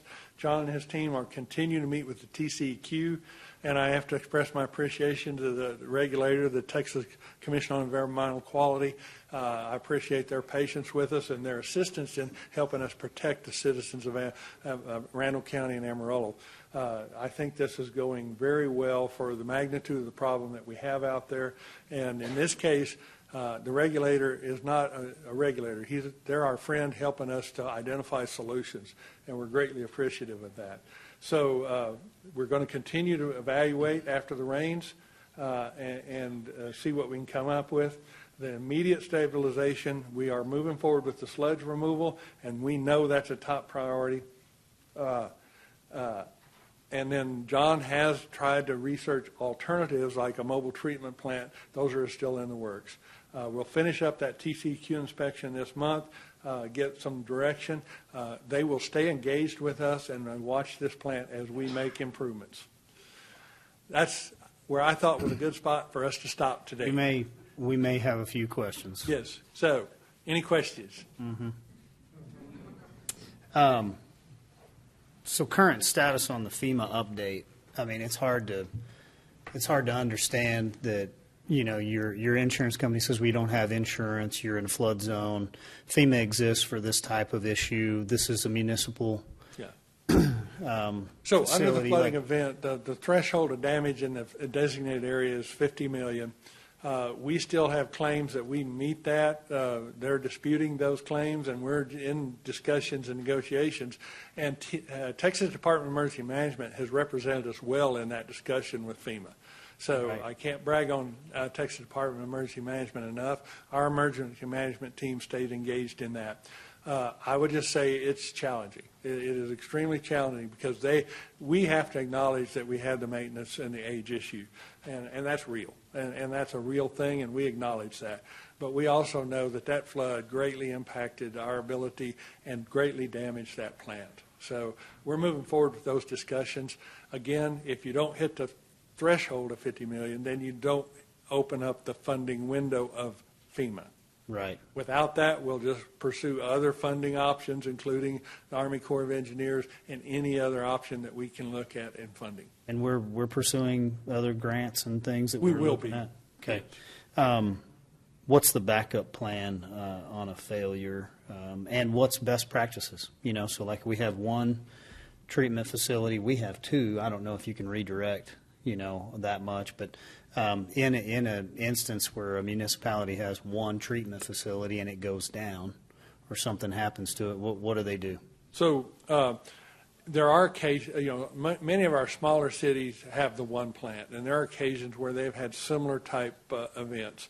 That's where you take those alternative methods. That mobile plant is an option, but you typically there are ways and methods to get it into operation. And that's what John and his team is doing. They're keeping that plant in operation for that 8 to 9 million that we average every day. So they're able to handle it, just marginally able to handle it, such that one disruption of somebody dumping something in there stops that plant. So you just go to the extreme of those plant operators and those plant personnel keeping that thing going. And so really we are at the mercy of being able to keep that existing plant. That's a large outflow. The gravity goes from that plant. The gravity starts at I-40 or right west of Sam's, and the gravity flows all the way to that plant. And you don't have the opportunity to shut that off. Right. You have to deal with it. We also have a partner in this, which is XL Energy. We've been able to maintain their water supply in different sources, but including from this plant. When the plant's working on a normal day right now, we're able to provide water to XL through this plant. So I will tell you the plant and the people out there are doing everything they can, and that's the backup plan right now. We can marginally move it. The Northeast Interceptor will move about $2 million off of that plant to that plant, but remember that construction's a couple of years out. So those kinds of efforts are long-term planning, not short-term. Am I correct in, you know, estimating this is a $150, $180 million plant? In the hundreds of millions. So we would anticipate that ultimate build-out to be in the hundreds of millions. And then time frame on building something like that, 2 years? you will start that construction. We'll start the design within the next year. We'll get that report, the initial report. Out of that report, we will start design, and we will have that consulting engineer. It's in that budget that you're about to consider. There's $17 million in that budget for this plant, and that starts us down this path of getting this design and going and working with the TCEQ and all the stakeholders to make sure we're doing the right thing in the right order at the right time. But the first piece is this private engineer study and report that we anticipate soon that was on one of these slides. Okay? And so you can't really simplify this like you could if it was your home and your septic system that was kind of on our last leg. But you know, if you were on a really small scale, you would ask the question, well, what can we do to kind of nurse this along in a big community of 200,000 people? Is there anything we can do to help? Well, I think just be cognizant of inflow and infiltration. The number one thing that our community can help us with is keep the caps on your sewer lines in your backyards. When it does rain, if you have that cap open and water goes in that, it's impacting that plant. Now, that goes beyond just the homeowners. That goes into commercial businesses. So anything that shouldn't be flowing into the sanitary sewer, we need help in getting that taken care of. And I think that's the biggest positive impact that our public could have to help us, is inflow and infiltration. Keep the sewer caps on. Make sure that any fixtures or open pipes, you heard someone here complain about the enforcement of that. And I'm not saying whether that was right or wrong, but enforcement of that is a component of preventing unwanted water in a wastewater plant or a septic system. And inside the city, our biggest issue is that rain event and inflow. So inflow and infiltration is the component that we need help with. Questions, council? I want to follow up because either I missed it or so the mayor's question was, okay, this plant shuts down for whatever reason. I mean, we're trying to avoid that. I'm just trying to kind of get an idea, A, what that impact would be to residents in our community, and B, just to make sure I know what I heard no, we're trying to prevent that from happening, but just what would we do? Well, we can't stop the flow to the plant. So if let's just say the worst case scenario, all our generators fail and electric fail, the plant just overflows and it goes to the playa. And then we have remediation. And that's in some aspects of what happened. You're not going to shut this plant down. We will get electric generation. We will take those steps to get it back in operation. So a complete and total abandonment and shutdown of the plant, I do not see that as a possibility. Correct me if I'm wrong. The Veolia temporary stuff could be called. Yeah. So then you would have to go with the Army Corps of Engineers and the temporary. That's where a small city would go to a temporary package plant that's on trucks, wheels. Okay. We would probably have them lined up for half a mile. Okay. There would be some kind of contingency plan related to not only our emergency response, but the state's emergency response. We would be an emergency response then with our stakeholders up the state and federal levels. So shutting the plant down is really not an option. There's not a valve or anything that can shut the flow off to a plant. And there's not a magical way to move all of the flow from that plant to that plant. So I just don't, that's why I probably am not answering that clear, is because it's just not an option. Yeah. Okay? Well, then what I think I hear also is, for the next decade, this is going to be, we're going to have to make major investments, not only in the Hollywood Road, but River Road as well. That is a true statement, and quickly on Hollywood, and in the latter half of the decade in River Road. And it's a priority, and we're looking at those funding sources and getting a funding plan. And there'll be more updates as we come through this. So, Floyd, we appreciate the update. Thank you. Anybody else? Thanks, Floyd. Thank you, sir. It's 4:40. Do we want to take a quick break, or we want to do one more? Next one is transparency on agendas. Take a quick break? Yeah. I think we're going to take a Everybody quick else break. is. 10-minute adjournment. Thank you.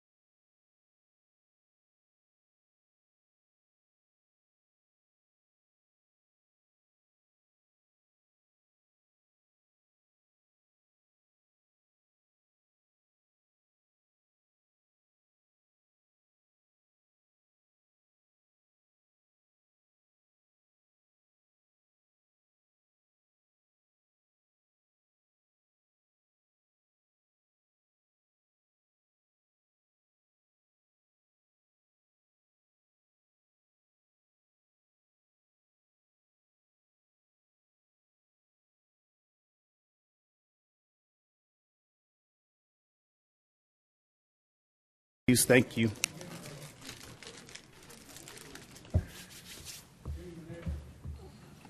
Look at that, 4:54, and we're doing better. I know we've got a huge agenda left to get through, so we're going to push as hard as we can. We'll have to take another break here before too long, I'm sure. Invite everyone to stay as long as you can, but we understand if you can't stay. So thank you, Mr. Hartman, for the education and the update on that item.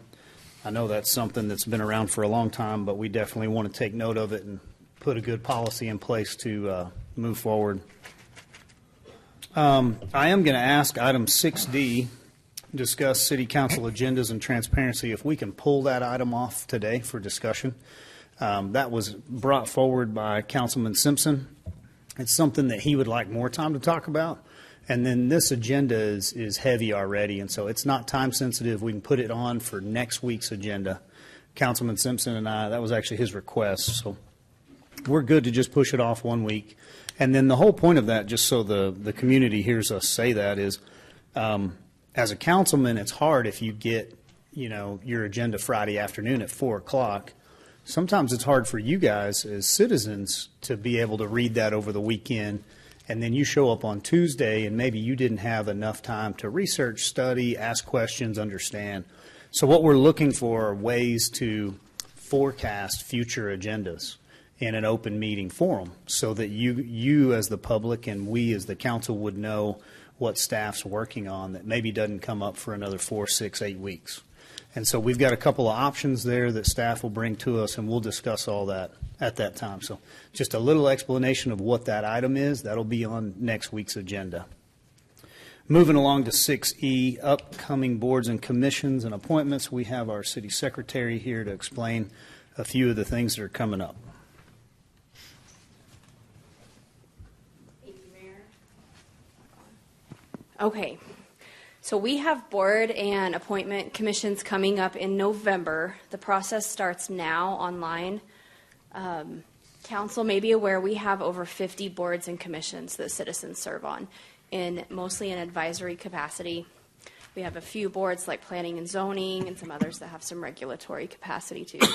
So annually, council appoints citizens to these boards. And we are starting that process in September by kicking off applications.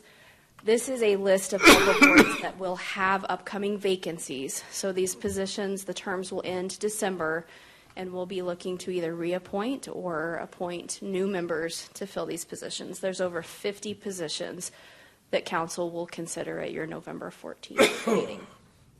So just a little bit on the timeline, and the reason we wanted to get in front of you today is to give you an idea what to expect as a council member on this process, and to let the public know it's time, if they're interested, to go apply, and we would love to see interest in serving on these boards. So applications are open now on our website, and I'll show you how to get there on the next slide. We will hold those open through October 15th, so we'll have a little over a month there for citizens to go in and apply. And then on November 14th, at that meeting, you will make appointments to all the open positions.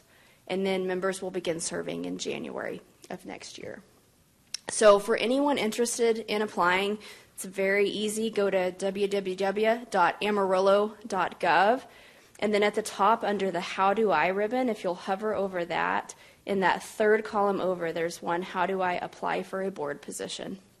And you can click on that. It will take you to our online application where you'll put in some information. You can attach a resume if you'd like to, and then you can select up to 3 boards that you are interested in serving in. So we will close those applications on October 15th, work with the various board liaisons, and work to get a packet of information ready for council to have usually about a week, week and a half before that board meeting where you consider them. So you'll have some time to go through. And with that, I would entertain any questions you have about this process. Questions, council? All right, thank you. Thank you, ma'am. Thanks, Stephanie.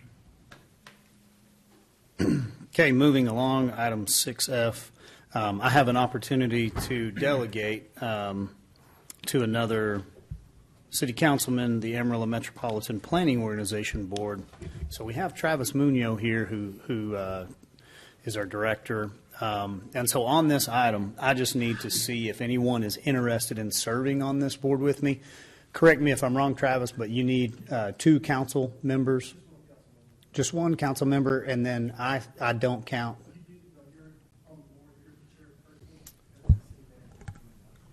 So I'll say it in the mic. So it's city manager, mayor, and a council member. So we do need 2 from council on the board. Okay. Sorry to say that wrong, but I do need 1 additional council member on this. Okay. So I would just tell you the Metropolitan Planning Organization works hand in hand with TxDOT, and everything in that vicinity all the way around. Are we 4 counties, Travis? It's just 2 counties, Potter and Randall County, but it's broad in what its impacts are. And so I'm learning a great deal. I've only got to be at 1 meeting so far, but I hope to be able to make more of them. And so anybody that has an interest in that, it really has to do with the growth of Amarillo. And so do I have any councilmen that are willing to serve or have the time to serve on that board? I'd be willing to. Okay. Councilman Sherlin has nominated himself, so we appreciate that. So if, Ms. City Secretary, if you'll put him down as that nomination, I would nominate Councilman Sherlin or delegate that over to him to be my second. Okay, thank you, Mayor. You don't need anything on that from the council, right? This is just direction? This is just direction. We might need a letter from you, and I'll be happy to work with Travis on what we need to make that delegation. Real good. Okay, item 6G is discussion on a drive-through component of the new City Hall construction project. Deputy Andrew Freeman. Yes, sir. So we wanted to bring back this conversation. It was discussed throughout budget process as far as our walk-in traffic and the potential use of a future drive-through at City Hall. Wanted to give you the costs involved. We're in the phase of construction that we could pivot if there's a different direction the council would like to go. We do have a portion of the steel package already ordered, but doesn't have to be installed, and there is cost savings if we wanted to delay and maybe wait and see how much usage we would get. So this is just a rendering of what the drive-through component would look like there on the north side of the building. This canopy where you see the sign and the pillars is actually standalone, so it's not attached to the building. It shows 4 drop-down vacuum systems or vacuums in place, tubes for the drive-through. We were actually only planning on 3 overall. The 4th was going to be a free flow lane to drive through. So just to give you a visual of what that looks like. And then this is another aerial shot of it, so you can see how it's not attached to the building. And some of the options we wanted to share with you based on in y'all's discussion. Is this a need right now? Is this something that we could wait and evaluate later? All those things are on the table. We could still stub out the utilities. We could make sure the building has the spots in it for a future vacuum system. None of that has to happen today if there's direction to maybe hold off and evaluate. So the options we could discuss, we could keep it as is, go ahead and move forward on the project as planned, have 3 drive-throughs available with the full system in place. Another option is build the canopy, only drop down 1 tube, which would save about $40,000, and we'd have 1 drive-through lane. And then the future, we could add on a couple more drive-throughs. Or the other third option would be don't install the canopy or vacuum system at this time, have it prepared to add in the future. And that would save approximately $342,000. And if that was the option, I did want to share what we could do as an alternative to still offer drive-through, because we do have the mobile unit available that we park in different locations depending on the needs, but it doesn't really have a permanent home per se at this point. We could relocate it after City Hall is built and put it exactly where the drive-through was proposed. And then we'd have the drive-through functionality with someone operating out of that mobile unit. And that would give us time to have it there located at the new City Hall, track all the usage numbers. If we happen to take it off-site somewhere to work in a neighborhood, we could have a sign out that said the drive-thru's closed, please come see us inside. And we just track all that data over time to see if there's really strong demand for a drive-thru at City Hall. So that is really the presentation. Really want to hear y'all's feedback or potential direction before we get to the next step in the construction process. I think, Ms. Mayor, is okay. I would like to see us drop the 342,000 completely off the project at this time, and we can use the trailer if we need it. We're not even using the trailer now, are we? We are. It is still staged and used. Yes, okay. sir. But as far as the 342,000, I think we'd use that money elsewhere. That's just my opinion. Got anything there? Well, I just go back, and I guess this came up just it takes us an immense amount of staffing and resources to be able to intake people paying their utility bills. And of course, we want them to pay their bills. But when you look at other utilities, no other utilities are generally offering, you have to pay the way they want you to pay if you want to keep, the services. So, it just seems to me that there could be the potential for savings in this and reallocation if we look at that issue, the cost, because if you look at the cost of, putting the drive-throughs in, Barn, you can go and pay your utility bills, I guess, at other places like Toot and Totem, Amarillo National Bank. I mean, there's other places to pay, and I'm sure people have gotten in the habit of doing that. But for me, it's a potential cost savings to reallocate not only on the construction of this, but reallocating operationally, because we're spending. We have a lot of. I know on the side of the vital statistics, you're going to have people. You can't do that by mail, that people have to come in. But, anything that we can do, I think, to encourage it, just allow us to reallocate this. So, I think, and our own design standards say downtown is not a place for drive-throughs. We would generally not allow other businesses to build drive-throughs in the urban areas like this. So, I would, for that, I'd be in favor of discontinuing. Any questions on this side, Council? And I'll remind you the funding. It's a third general fund, a third tax note, and a third utility revenues. So if we did reallocate, it could be general fund. So it could go toward the project, could maybe go toward different projects. One-time expenditures, pretty easy there. Okay. Yes. Questions on this side? I mean, I don't have any questions. I mean, if you're looking for direction, I mean, my opinion would be is, I really don't see the need for a drive-through. Okay. Anything, Councilman Tibbs? No, I agree. Okay. I don't see the need for it. I think there's other options that we can do. Well, I would think that this is a pretty good example of how Deputy Freeman is working and engaging with all of council to look at all options on the table. And so, it was brought up, hey, do we need 4 drive-through lanes? So I think the conversation started with, well, are we going to have 3 additional employees looking out those windows while no one's in that lane? Or, what's the demand for traffic flow? Could we pull up behind the car in front of us and wait, 3-4 minutes and then pull through? Would that be still accomplishing our goal of customer service? And then, Deputy Freeman brought to us the option of, it's not really an option to make the thing smaller right now. I mean, the steel package and everything's already ready to go. We have designs like this. So it doesn't make any sense to have a 40-foot long single drive-through awning. So it really comes down to more of like, where is your money best spent as our taxpayers and citizens? And for us to be able to net gain $350,000 and still have the drive-up mobile unit. So, I mean, if you are the individual that, you get your kids in the car and you don't want to get all 3 of them out to go inside to pay that bill, you still have the drive-up opportunity where you don't have to leave your vehicle. I feel like that accomplishes our customer service, and then that goes towards some good stewardship.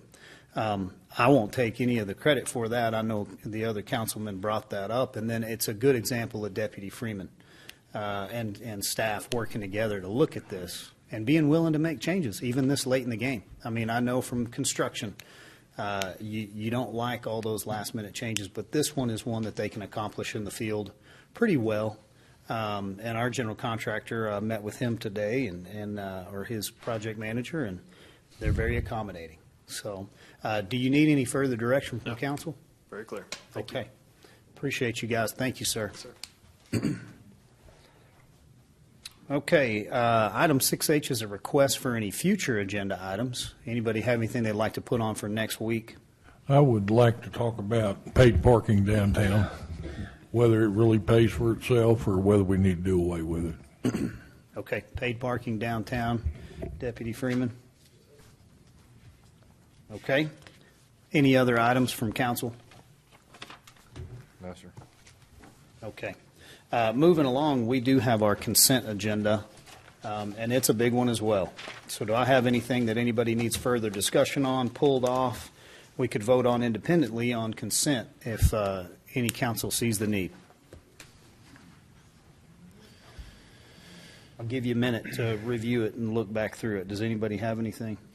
So can I ask a question, or do I have to take it off of consent to ask a question No, about it? I think you can ask a question. We can try to get you an answer before we pull it. Well, no, so, and I know this came up once before, but the advertising for the Amarillo Globe News and the contract not to, I think it's a not to exceed, is that for legal advertising, or is there, or employment advertising, or is it just legal? Yes, legal notices and Okay, required notices. So it's things that we're required by law, and then we estimate that that's what it's going to be. Okay, that's what I thought it was, but just wanted to double check. Anything else? I would entertain a motion on consent, please. I'll make a motion, we accept the consent agenda as stated. I second. Okay, I have a motion and a second on consent agenda. Do I have any further discussion? All in favor, please say aye. Aye. Aye. Any opposed? That motion passes with a 5-0 vote. We're going to flip 18 pages. Just kidding. We are now moving on to our non-consent portion of our agenda. Item 8A is a public hearing. So at this moment, we will open a public hearing. Mayor and Council, if I could give a brief presentation. This will go towards this item, which is a public hearing on the budget, and then also towards the next item, which is the first reading on the budget. We are also going to conduct one more public hearing on the budget next week on Tuesday, and along with a public hearing on the tax rate. So lots of opportunities for citizens if they want to speak on this. So I have a very short presentation, I promise, and I know you don't believe me after the presentations we went over during budget review, but this one is going to be very, very condensed. So I wanted to start off with just saying thank you to the 5 of you. We took a deep dive into budget this year. I think we spent somewhere around 7 or 8 full days digging through a document that, as it's filed right now, is over 800 pages long. So it's quite an undertaking, and so really do appreciate the questions, the time, the input that you all brought to the table as we worked through it, especially since all of you are new to your roles. So I think we're going to hit the highlights here. If there's other things that you all want to bring up that I didn't highlight on this, absolutely feel free to. So also wanted to mention to our citizens that the budget review meetings were live streamed. It's recorded. If you want to watch all those long days, that would be fantastic, or if you have questions. And also just offer up that I am available anytime if a citizen has additional questions. Certainly willing to go over the budget in more detail with them. So again, very high level look at some things that were achieved this year through our budget that is proposed and filed online right now. There is funding in there for 3 new fire district chiefs and for an aircraft rescue training facility. As a reminder, that aircraft training facility, it is around $4 million, and the city's looking to only put 10% of that towards it. The rest is all grant funding, so that's a huge win in this budget. The next item is there's funding in the budget for 4 additional police officers. Those are also partially grant funded, along with the vehicles and equipment associated with those officers, and then 4 additional police civilian personnel that are really helping to support those police officers, make sure we have the officers where they need to be, and the civilians working through some of those additional duties. We do also have over $28 million in street projects in this filed budget. Two of the big ones to highlight are the Northeast 24th Railroad Overpass project. That project is in total about $11.4 million. The bulk of that comes from grant funding as well. But we had a significant match to put towards it, and you all in the budget that you have put together allows us to move forward with that project. The other large-scale one is the Barrios Southeast 10th Streetscape project, and that is a total of $5.5 million. Same thing, significant amount of grant funding, but we did have to put a match in, and you all were willing to put the funds together towards that. The next item to highlight is that we do have increased funding in our solid waste area, and that is for a dedicated dumpster replacement program. That's to try to put these on a 13-year replacement cycle, which is a huge improvement from what we currently have with the funds that have been in place previously. The next two big items to highlight are there's $33 million in water and sewer projects. There's a lot of funding available to start really designing and looking at some of the items that Floyd spoke about in detail earlier in that $33 million. Also, there's $46 million in drainage projects. Also, as discussed, we're looking at tens of millions of dollars in damages just from the flood that occurred earlier this year. And so this is to address some of that and to help put our community in a better situation if we were to incur those kinds of floods in the future. So just lots of wins in those projects. Another item is there's a $4.5 million amount that's been allocated as sort of a working budget. So it's earmarked for kind of council priorities that start coming up through the year. As I mentioned, very complex budget, large budget. You all did a great job digging through it, but I heard over and over, y'all want to keep looking through the budget, keep working on this budget. So this sets aside some funding.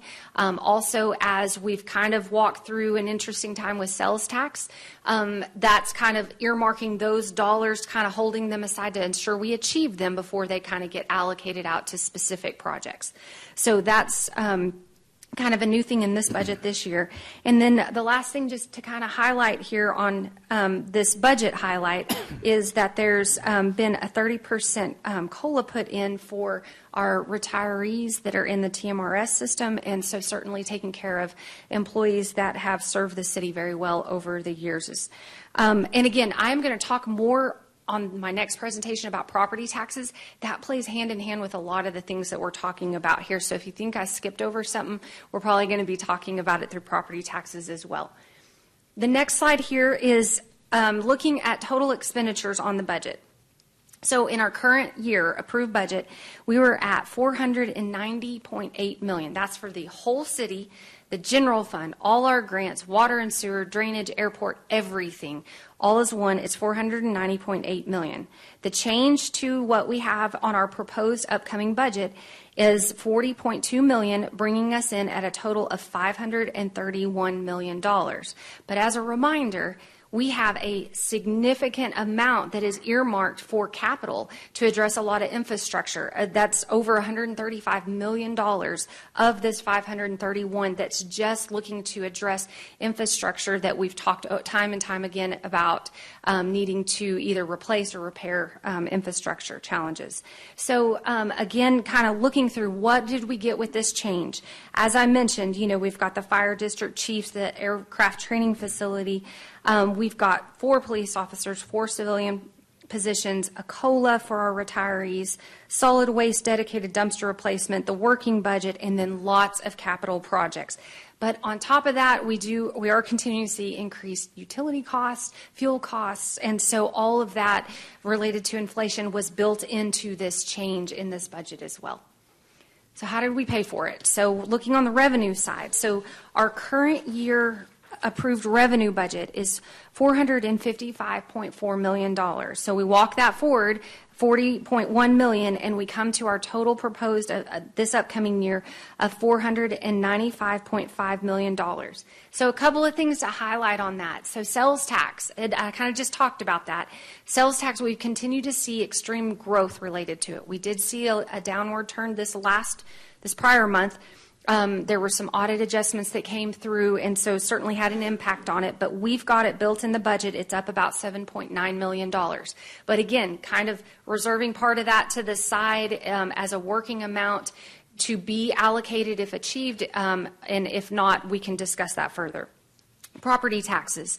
So what's built into the budget will achieve about $4 million more for operations, but that is still about $1 million less than what council could have gone forward with according to state law. And so what we discussed on our last day of budget review was pulling down that max tax rate, taking $1 million, setting it aside, and working on issuing some debt to support a significant amount of street projects. So over $13 million in street projects. And so that is built into this budget as well. And again, we'll talk more about property taxes here in a minute. Environmental health, there was a lot of restructuring of fees to simplify and then align with full cost recovery to those that are using the programs. Now, there is something that's been coming up recently that we've heard a little bit about the in-home daycare centers. We did not talk in depth at all about that during budget. There was a lot of discussion about environmental health fees and restructuring and kind of bouncing some ideas around. And so I think what we would like to do is kind of pull that off for now, not move forward with that on the in-home side at this point in time, bring it back through the next budget cycle and discuss it further with council at that point and kind of get some weigh in on it. So just wanted to put that out there. Solid waste rates. So on what we're looking at on a single family residence, so typical single family residence would see about $1.70 per month increase. That's to help fund that dedicated dumpster replacement program. We would also see an increase on the commercial side of about 20%, and the landfill tipping fees go up about 9%. On your water and sewer rates. So we talked through some options on that. We had actually proposed something different, and you all came back and said, no, we want to try to not affect the residential typical meters. And so the common meters that our residents have across the community are not going to see any kind of an increase on their base rate, and for use up to 3,000 gallons. But then if there's use beyond that, that goes up into our tiered usage system, there's going to be a 6% increase on those tiers. And then also on the commercial side, and then all the larger meters would also see that 6% increase. And then our drainage rates.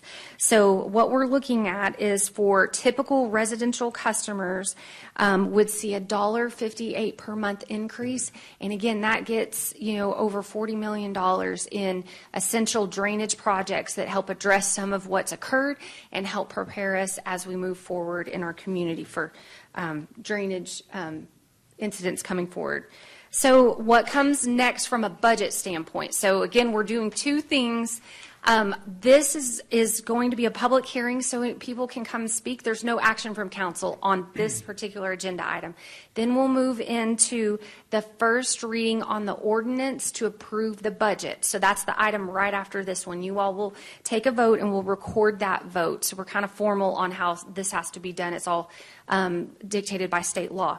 Then next Tuesday on September 19th, we'll come back here at 3 p.m. We'll do another budget public hearing, and then we'll do the second and final reading and record the vote on the ordinance approving the budget. So we have lots of information online at amarillo.gov. There are budgets posted out there. We've posted notices in the newspaper about public hearings, and I'll touch a little bit more on this here in just a minute, but I wanted to clarify something for council. We talked about how state law allows you to go up to the voter approval tax rate. On August 15th, you all took a vote to say that's the highest we would go up to, but you can still adopt something lower. After that, we met again for budget review, and you all talked about pulling that down some and reserving $1 million, not utilizing it in the tax rate, and then looking at doing a future debt issuance to support streets. So everything that's posted in our agenda online and in the newspapers was all on that voter approval tax rate, the highest rate. And the reason for that is that's the only one y'all have taken a formal vote on up to this point. So the notices that are out there are actually higher than what we're looking at in this budget now, because we took direction from y'all that you were looking to pull that back. But you still have the option to go up to the voter approval tax rate, but we've put information in your packets when we get to the tax item that allows you, if you would like to look at approving that lower rate per the direction we got the last day of budget review. So with that, that's a very high level look at a very large budget, but are there questions I can answer or things that council would like to point out that maybe I didn't cover? Questions? Nothing on this side? Can we go back to, Yes. go a couple of slides back, just looking at Revenue. one more? Yeah. Yes. So when you look at this, okay, what we spent last year and what we spend this year, I mean, part of that, like, for example, the aircraft training facility, that's in this $531 million figure. That is correct. So, but it's not taxpayer, it's not local taxpayers' money. So there's a lot of money, when you see this going up that much, it's not like we're just taking all of our local taxing resources and raising the taxes that amount. I mean, it is because there's incorporated in this budget, or like you mentioned, some of the matches and those types of things. So, because when I said, well, I thought we did a lot of work, and when I say, well, we go from 490 to 431, you know, but that includes a lot of other different things that are just part of our budget, revenue sources outside of the traditional ones. That is correct. And, you know, this expense budget, as I mentioned, it's everything. So it's all the grant spending that you'll do. So to your point, Councilmember Simpson, you know, with you all putting up a 10% match, which we're estimating is about $380,000, you all are going to be able to achieve a $4 million project. So the $4 million's in there on the expense side, but the bulk of that is coming from grant funding. And so again, we don't get the grant money if we can't put up the appropriate match. And so it's definitely taking those tax dollars and stretching them very far, because you're putting up a very small match to achieve a much larger scale project. So yes, to your point, this has everything, and all the grant dollars that are spent from all of our various grant programs make this up, but that doesn't necessarily mean it's coming from local property tax or even sales tax dollars or even ratepayer dollars. In a lot of cases, these dollars, some of these dollars are coming from federal grant funding and from state grant funding. Thank you. Yes. Anything further over there? So I definitely don't want to try to sell it, but I do want to make sure we're explaining it well. One way to break this down is, and I think is the right way to do this, is if we look at that single mom with 3 kids and she's living in that house and she's working 2 jobs, what did we increase for her? And so I know that if you look at the budget as a whole, it is truly a balancing act. You know, do we push our water rate up a little bit on commercial users and hold it on residential? Well, that's what we chose to do, and I think that was a good move. But there are some offsetting, you know, revenues that help overall. But just to break this down, on your typical household that you know is going to have a tax increase, meaning you're not frozen. So your water and sewer rate's gonna hold the same.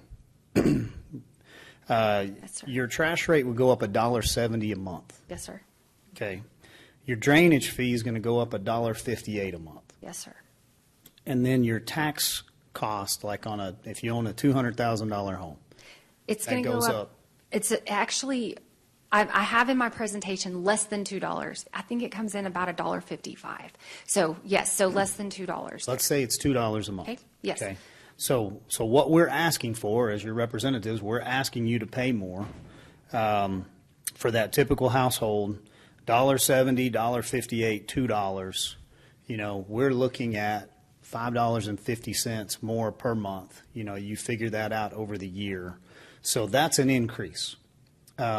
Now, I know that it's much more complicated than that when we look at the overall city and different structures and commercial properties, and believe me, it hits our budget. But I've heard, and, hey, our budget used to be $330 million. Now our budget's $530 million. And we're getting the same services. My trash still gets emptied twice a week. I still get the same type of water. I still get this. We still have the same number of police officers, et cetera. That's not really true. The community has grown quite a bit. So from 150,000 people to 200,000+ people, we have a greater cost in providing these services. You should get what you're paying for, though. So in the way of the largest increase that we're proposing, which is your drainage tax, we're taking that from what we would consider to be a small fee per month, $3.36 a month.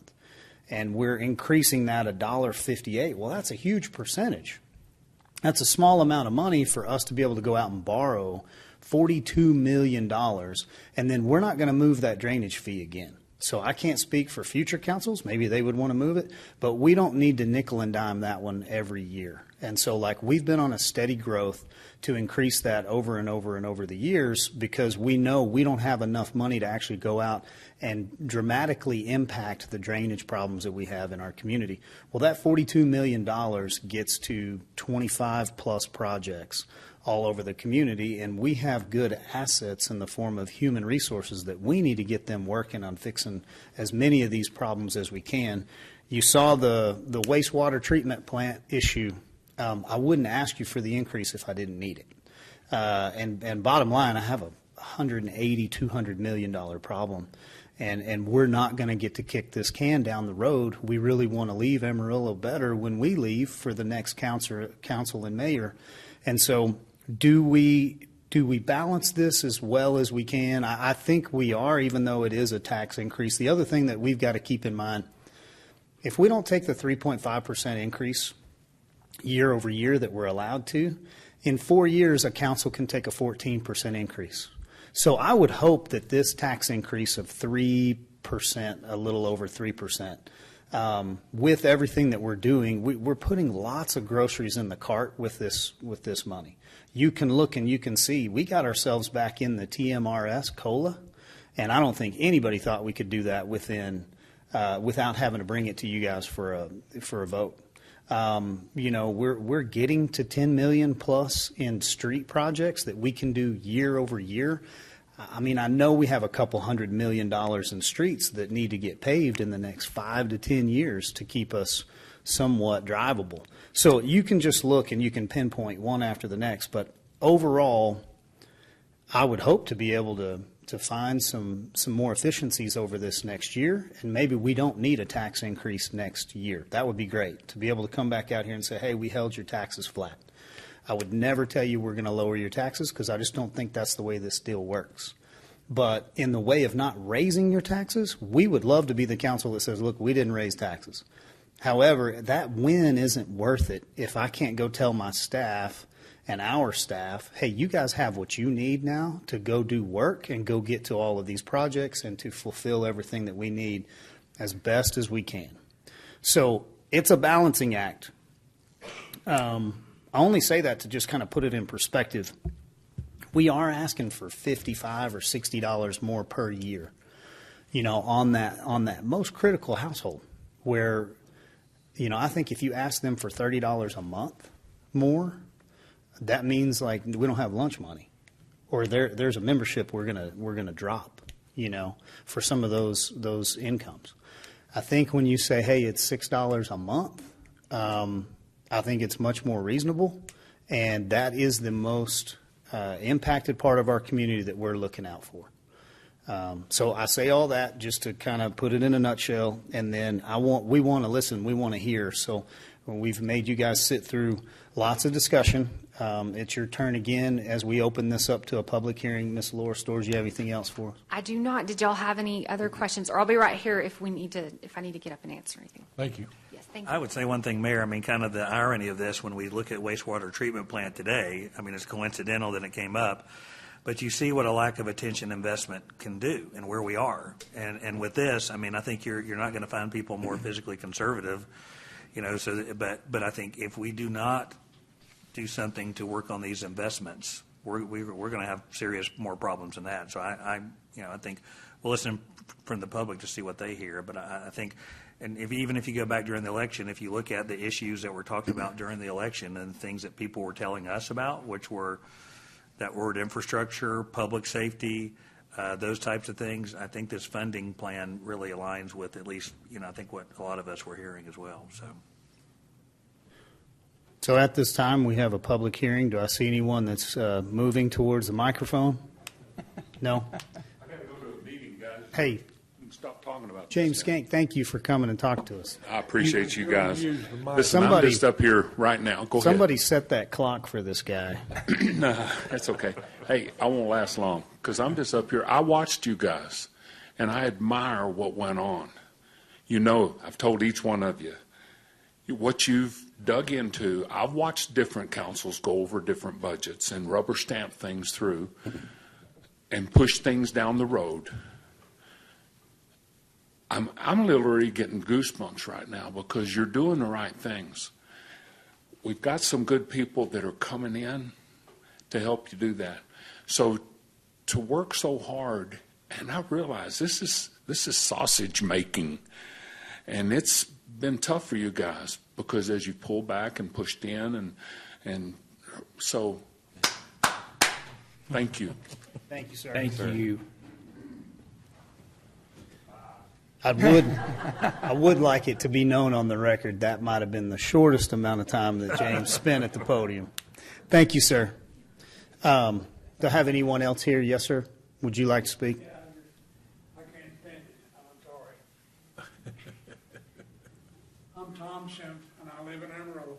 Yes, sir. And on her bus tickets for free, people give them a ticket to go to California. Number one, your drainage fee. Yes, sir. I understand you call it a fee because it's actually a tax. You called it a fee so you could tax everybody. And when you say we're only increasing it a certain amount, you're not telling me the truth. The schools have to pay that fee. The churches have to pay that fee. All those fees have to be added. And so isn't that when you're taxing the school and then the school raises the taxes on me, isn't that double dipping? And you raising the value of the houses. The city of Amarillo and tax evaluations and tax property increases increased my property taxes $658,000 estimate for this year. And you tell me you're going to have another one? I can hardly wait. But I can't get too carried away because you got too many police officers here. And they're wearing armored vests. And I didn't know this place was that tough. But I just want you to know I don't understand how we can keep on. And I know we have a problem. And 20 years ago, I got a picture on my desk of my son floating on an inner tube in Whifflin Lake. And I was told by the city council then, we're going to take care of that. We're going to fix this. And 20 years again, here it comes. And I understand the drainage problem, and you need to fix that. But I don't understand how you can keep on and on and on. Somebody has to say, whoa. And I've been thrown off of a horse, and it hurts. But y'all are killing us. And in a short period of time, y'all have increased our budget by building overpasses, going to improve Polk Street, and I can't understand that. City doesn't ever solve a problem, they just create another one. And sometimes I wish somebody would say, I'm going to listen to the people. Goodbye. Thank you, sir. We're happy to explain. Tom, was your last name Sims? Your last name? Schimpf. Schimpf. How do you spell that? SCHIMPF. Thank you. So I totally understand where you're coming from. I definitely know I call it a drainage tax. I know it's a drainage fee. We're not able to get out of the drainage business, sir, in the way of like our flood plan and the authority over that, requires the municipality to mitigate as much of that as possible. And that system's 60 years old. And I know if you and I were designing it, we'd design it totally different. I don't think it's a great system, but it is the system that we have to work within. And so I don't feel good about charging you a small amount of money to not get to the problem. I think if you're going to pay for a service, you should see something out of that. And so like right now, you're paying $3.30, let's say on average, and I know that's not what it is for larger properties, but as that rate increases, if, you know, what we got to was Martin Road. And so if you look at Martin Road neighborhood, it didn't flood. You know, we have 3 neighborhoods over there that are I'd say majority uninsured for any kind of flood damage. And we didn't see any flooding over there. So it did work. But the amount of money that we've revenued on that didn't get to enough of the properties. And so I'm not saying that we can prevent, you know, a flood from happening in the future, because it can rain more than what our capacities are. But the capacities at which we operated at during this last flooding event were not satisfactory. And so it's my responsibility to put together a budget to give them the tools that they need to go out there to function correctly and bring that customer service to you. But it's also our responsibility to try to balance that in what is the cost of living and how do we appropriate those monies and steward them as best we can. Bottom line, Tom, I hear what you're saying, but being a businessman, I don't have a way to do a good job and not charge you any money. And so being on the government side, I don't have a way of representing you as your elected representative and to not charge you the money that I need to take care of those services. Now, whether I deliver on those services or not, that's the accountability. But I think if you're paying a service or you're paying for something, you ought to get what you're paying for. And so we believe this budget accurately represents our best abilities to deliver on those services. The overall cost of what it costs to live today, I believe is something that I don't know economically is sustainable. And I have the same concerns that you have. But just like if you own a business and your electric bill goes up to run your equipment and you pass that along to your customer, we're stuck in the same situation. It cost us an electric bill of $7 million to run a plant. And so we've got to charge what we need to make sure that you're getting water and sewer.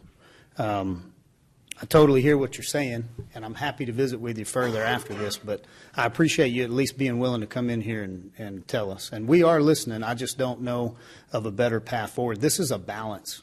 And if I could go, you know, all the way right, I would. But we have to balance the teeter-totter here. Do I have anyone else that would like to speak here today?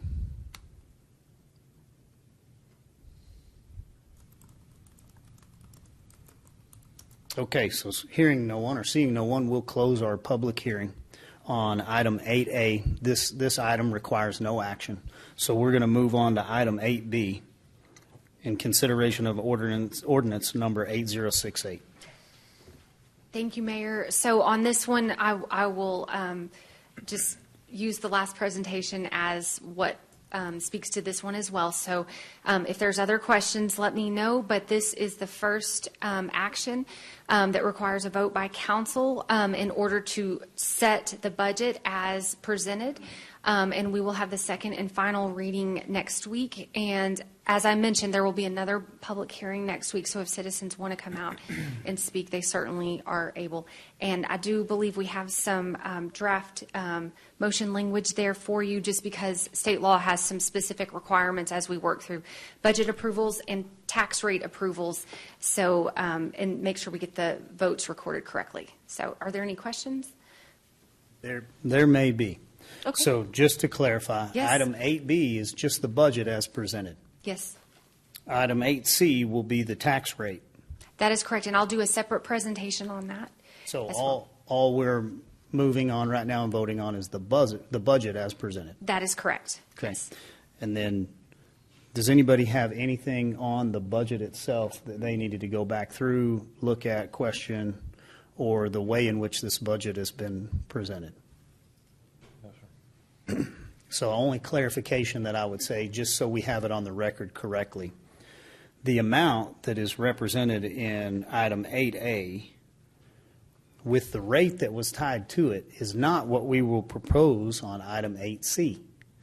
That is correct. So that means that item 8B, you've changed the budget in order to reflect the amount which is lower on the tax rate to coincide with item 8C. That is correct. Okay. Yes, and we gave you on item 8C, we'll talk about that more in a second, but we gave you options. It's all posted. The legal language posted on the agenda is at that higher rate. But as you just mentioned, we went ahead and built the budget at the lower rate because that was kind of the direction we were hearing during budget review. And then we'll allow you guys to take action on the lower one if you'd like. Okay. Do we have any further discussion on item 8B? No, Mayor. At this time, we need a motion on item 8B. Well, I move that we adopt the proposed budget, which reflects an increase in revenue derived from the property tax revenues over last year's budget.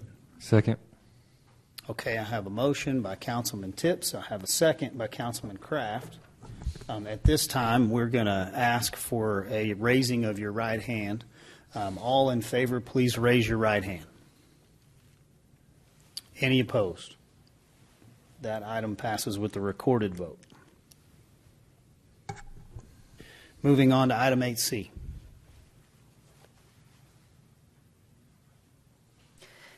Okay, item 8C is the first reading of the ordinance to approve the property tax rate. So state law outlines you have to take action on a budget first, and then after that you have to take action on a property tax rate. So we've already gone over some of this. I promise I kept this one short and sweet as well. So again, as a reminder, state law allows for approximately a 3.5% increase in operating revenues generated from the property tax year over year. That's the voter approval tax rate. And again, what is all in the posted agendas and on the public hearings that were posted in the newspaper and online. If you go above that, it would have caused you to go to an election. And again, state law outlines all of this because it's important that property owners know about their taxes. They have a right to that. So we'll talk briefly about property tax rates. So on that blue arrow, you'll see our current 2022 property tax rate is 40.628 cents. So the formal action y'all have taken so far related to the property tax rate was to vote on a top end. The state top end is the voter approval tax rate, and that is the 39.867 cents. And again, that's the one that you can go up to without an election. Now that third one, we're calling that the 2023 tax rate option. That is the one that it was calculated based on the direction you all gave us on the last day of our budget review. So the idea came up, instead of going all the way up to the top limit of the tax rate, which is 39.867 cents, what if we pulled back and we didn't take $1 million in revenues off that on that property tax rate, and we set it aside knowing that instead we want to look at doing a debt issuance that would generate over $13 million for street projects. So that is the calculated 39.195 cent rate. And again, that'll get you current service levels, some new fire district chiefs, new police officers, new civilian support staff, the $13 million we've been talking about in street projects. Now, that's in addition to, you're also going to get some grant funding. So you're going to get over $28 million in street projects. But of that, the $13 million is going to come from this change in the property tax rate. We're also looking to do the COLA for our retirees and much, much more. And again, all of this is out on our website. What I wanted to talk about in that top part, those black lines, blocks that are going across the top. So we always kind of quote this two different ways. So first off, we want to say, okay, what does this do to a $100,000 home? So what this tax rate change does on a $100,000 home, because our appraised values have gone up, we legally have to bring the tax rate down. So by doing that, we're going from 40 plus cents to 39 cents. That would actually decrease it if somehow a property stayed from $100,000 to $100,000. It would decrease it by $1 per month. Now, I know that's not necessarily a relevant thing given that appraised values have gone up so much, but we also like to explain it that way because that 100,000 is sometimes easier to do math on. Like if you know your house is worth 150 or say 200,000, you can kind of calculate it off that $100,000. So, but let's talk about probably the more relevant one. So most people saw a growth in those appraised values. And again, those appraisals are done by the Potter Randall Appraisal District. It's a third party, unrelated party to the city of Amarillo. So those are done separate and apart from what we do here at the city.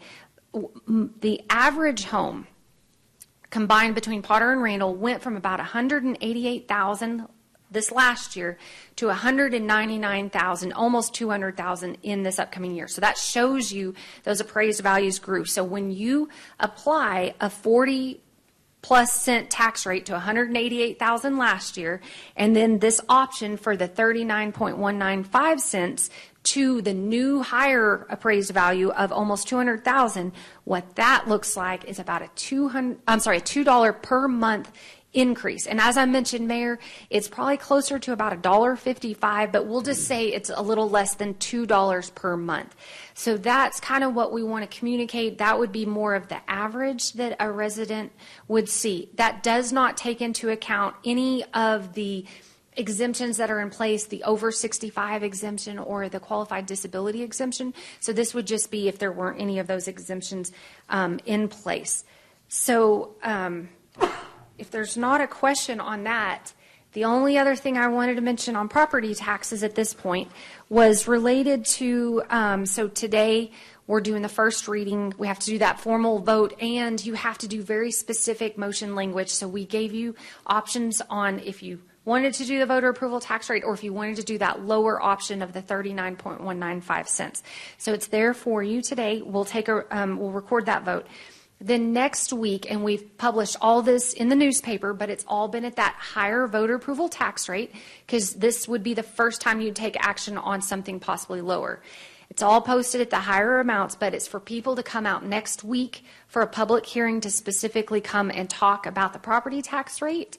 And then we will take the second and final, we'll do the reading and vote on the property tax ordinance, and then we will ratify the tax rate as well. So questions on property taxes that I can answer?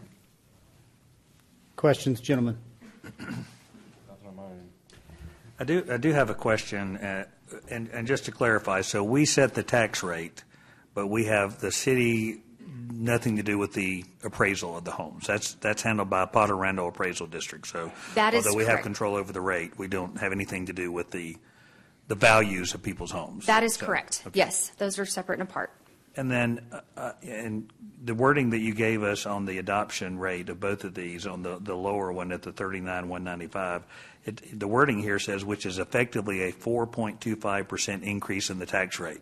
Yes. Okay, so I'm just looking at it. It looks like our tax rate went down from 40 cents to 39%, but the wording in here says it's an increase. So help me understand this thing I'm great about to vote on. question. Thank you for that. So the reason for that is there is another rate that by state law we have to calculate each year.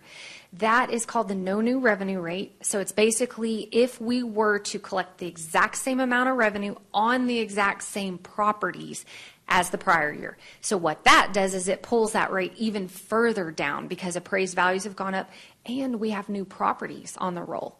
And so, yes, when you start looking at that much lower no new revenue rate, you have to, by state law for your notices, compare the no new revenue rate to then whatever you all decide to vote on. So that is a fantastic question. And Brian and I go round and round looking at that every single year because it doesn't make sense because you think you're going from a 40-cent tax rate to a 39, but it's the way state law requires you to word it is based on comparison to that no new revenue rate. So if we held the no new revenue, then we would have the rate and we'd say it's a 0% increase. That is because correct, we're taking yes. a slightly higher rate than it's okay.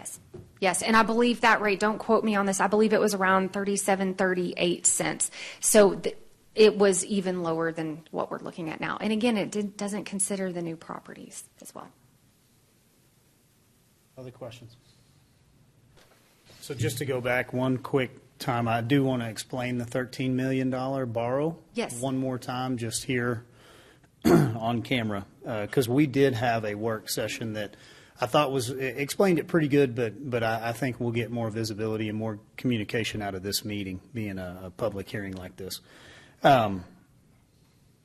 So we were looking at what staff was recommending. Staff is saying, hey, please take the 3.5% increase, not going to your voters asking for the voter approval for anything greater than that, but we need the 3.5%. And then on top of that, we would like a debt issuance so that the next year the rate would increase again, and we'd be able to borrow the money to do our other projects. We as council asked, well, what if we work below the 3.5 million or the 3.5% increase, which roughly is $3.5 million? So the 3.5% increase on the operations side comes in, it's actually closer to about 4.9 million. 4.9 million. Ish, yes, Okay. yeah. So we have $4.9 million worth of additional revenues based on that 3.5% rate increase. Yes. So if we back $1 million out of that, we asked, what can we borrow with that money? And they said, well, you can borrow $13.3 million. And so we said, okay, well, we need a match of $3 million. Yes, on one of those grant projects. One of our grant projects, which is a street project. So the grant's $11.4 million. We need to match it with $3 million. So we could take all of the funds, all of the cash-funded capital that we have right there, and we could put it against that one grant, and that could be the project we do. Or we could be smart business people, and we could take down that rate in this year, have a lower tax rate, take $1 million off of that, put it on the INS side, which just means that's your debt, use that to go and borrow $13.3 million, and then have a funding mechanism to get to $10 million more street projects that we need around town. And I know this isn't the right number. Like, we have more than $200 million worth of street projects that we need to get to, but that's over so many years. So if you just say you have a $200 million problem, we're not going to save ourselves out of that problem, meaning I can't save enough money on my budget. I can't save $20 million a year and get to 10 years worth of work and be back to net zero. I'm going to have to borrow my way out of that problem. And so what we're trying to do is we're trying to put $1 million in there as a revenue that we can utilize to borrow the 13.3. We can use that year after year, and as that pays itself off, then it becomes another funding mechanism that will continue to get to those street projects. So just in perspective, because I know the criticism that you know is easy to apply here.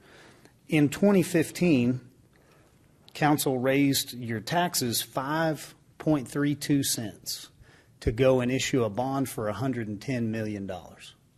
And so that's a large increase on your tax rate on your house. It went from, I mean, let's say it was 32 cents to 38 cents or whatever it was. And that was staggered over a couple of years, but yes, it was over 5 cents to do the 110 million in projects. Yep. This budget reflects $135 million worth of projects. Now, some of those are funded through fee increases, but $25 million worth of roads and street projects and infrastructure that we need to get to, and we lowered the rate from what the 3.5% was. So there's a lot of stuff that we're buying with this. So really good stewardship of the money. I'm not going to back down on that at all. We're stewarding your money well. We're being smart. This is good debt. We're borrowing against the revenue. We're living within our means. We cut everywhere we could. We whipped that budget for 8 different work sessions to find, like, I don't know, maybe less than $1 million. But I mean, we worked hard to find $1 million worth of savings on a $400 million budget. And so in this, we're going to keep working over the next 10 months to try to steward that money well. This is a very good budget in the way in which it's proposed and for what we're getting. It's still a tax increase. I get it. So, like, you're still having to pay taxes. And bottom line, some of us in the room don't even think that that's fair. Like, taxes, you know, property taxes in and of themselves may not even be constitutional. Like, we could sit here and argue that. But in the system that we're in, we all like the community that we live in. We love Amarillo, and we've got to get to some of these things. And so we're not willing to kick the can down the road. I wanted to clarify the $13 million and maybe try to drive the point home.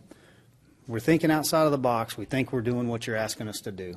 It's a small increase, but I believe over the next year you'll see the outcomes. and that you guys will be satisfied with them. Any further questions? I don't have any question, but I would add that, I mean, when we were going through the budget, and the $1 million, I think, was actually something that the mayor came up with, which is, and I don't want to further complicate it, but we're coming down $1 million on the M&O side, the maintenance and operation side, that we can only go up so much. But on the other side, when you issue debt, there's no limit to that per se. I mean, you can go up on that. So we came up with this plan to issue $1 million worth of debt, which we could have raised the property tax rate to 3.5%, the maximum allowed without voters, and issued the debt. I mean, and we would not have had to go to the voters to do that. I mean, we could have done, but I think what we did was we recognized that, and we backed the property tax down that $1 million so that we could fund the streets projects, and trying to be reticent and kind of thinking, we understand, the tax part of it and want to keep that as low as possible. And to help do that, we found that savings working with staff to be able to do that. So we're able to fund those things in the maintenance and operation general fund budget and issued the debt on that. So I think we've tried to be very cognizant of keeping that at a minimum. If we don't have anything further, I would ask for a motion. I move that the property tax rate be increased by the adoption of a tax rate of 0.39195, which is effectively a 4.25% increase in the tax rate. Second. Okay, I have a motion from Councilman Kraft, a second from Councilman Simpson. Any further discussion on item 8C? Okay, all in favor, please raise your right hand. Any opposed? That item passes with a recorded vote. Thank you, Mrs. Storrs. Thank you, ma'am. Okay, next on our item and our agenda, item 8D, another public hearing. We have Brady Kendrick coming up here, I believe, right, Brady? Is this your first of several? First of two. Okay.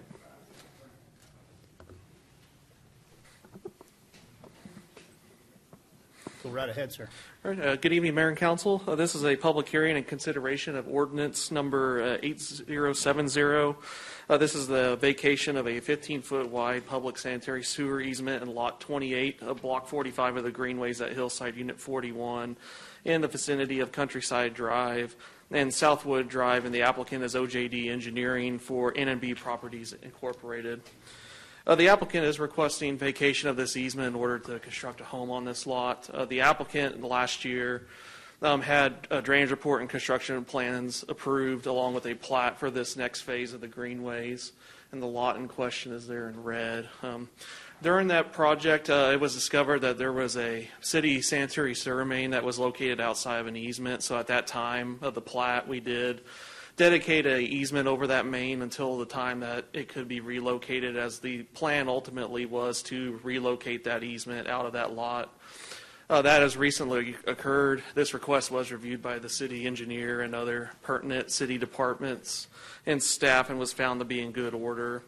The cost of relocation was approximately $16,000, and the value of that area to be vacated was approximately $1,800, so a fair market value payment to the city is not required in this instance.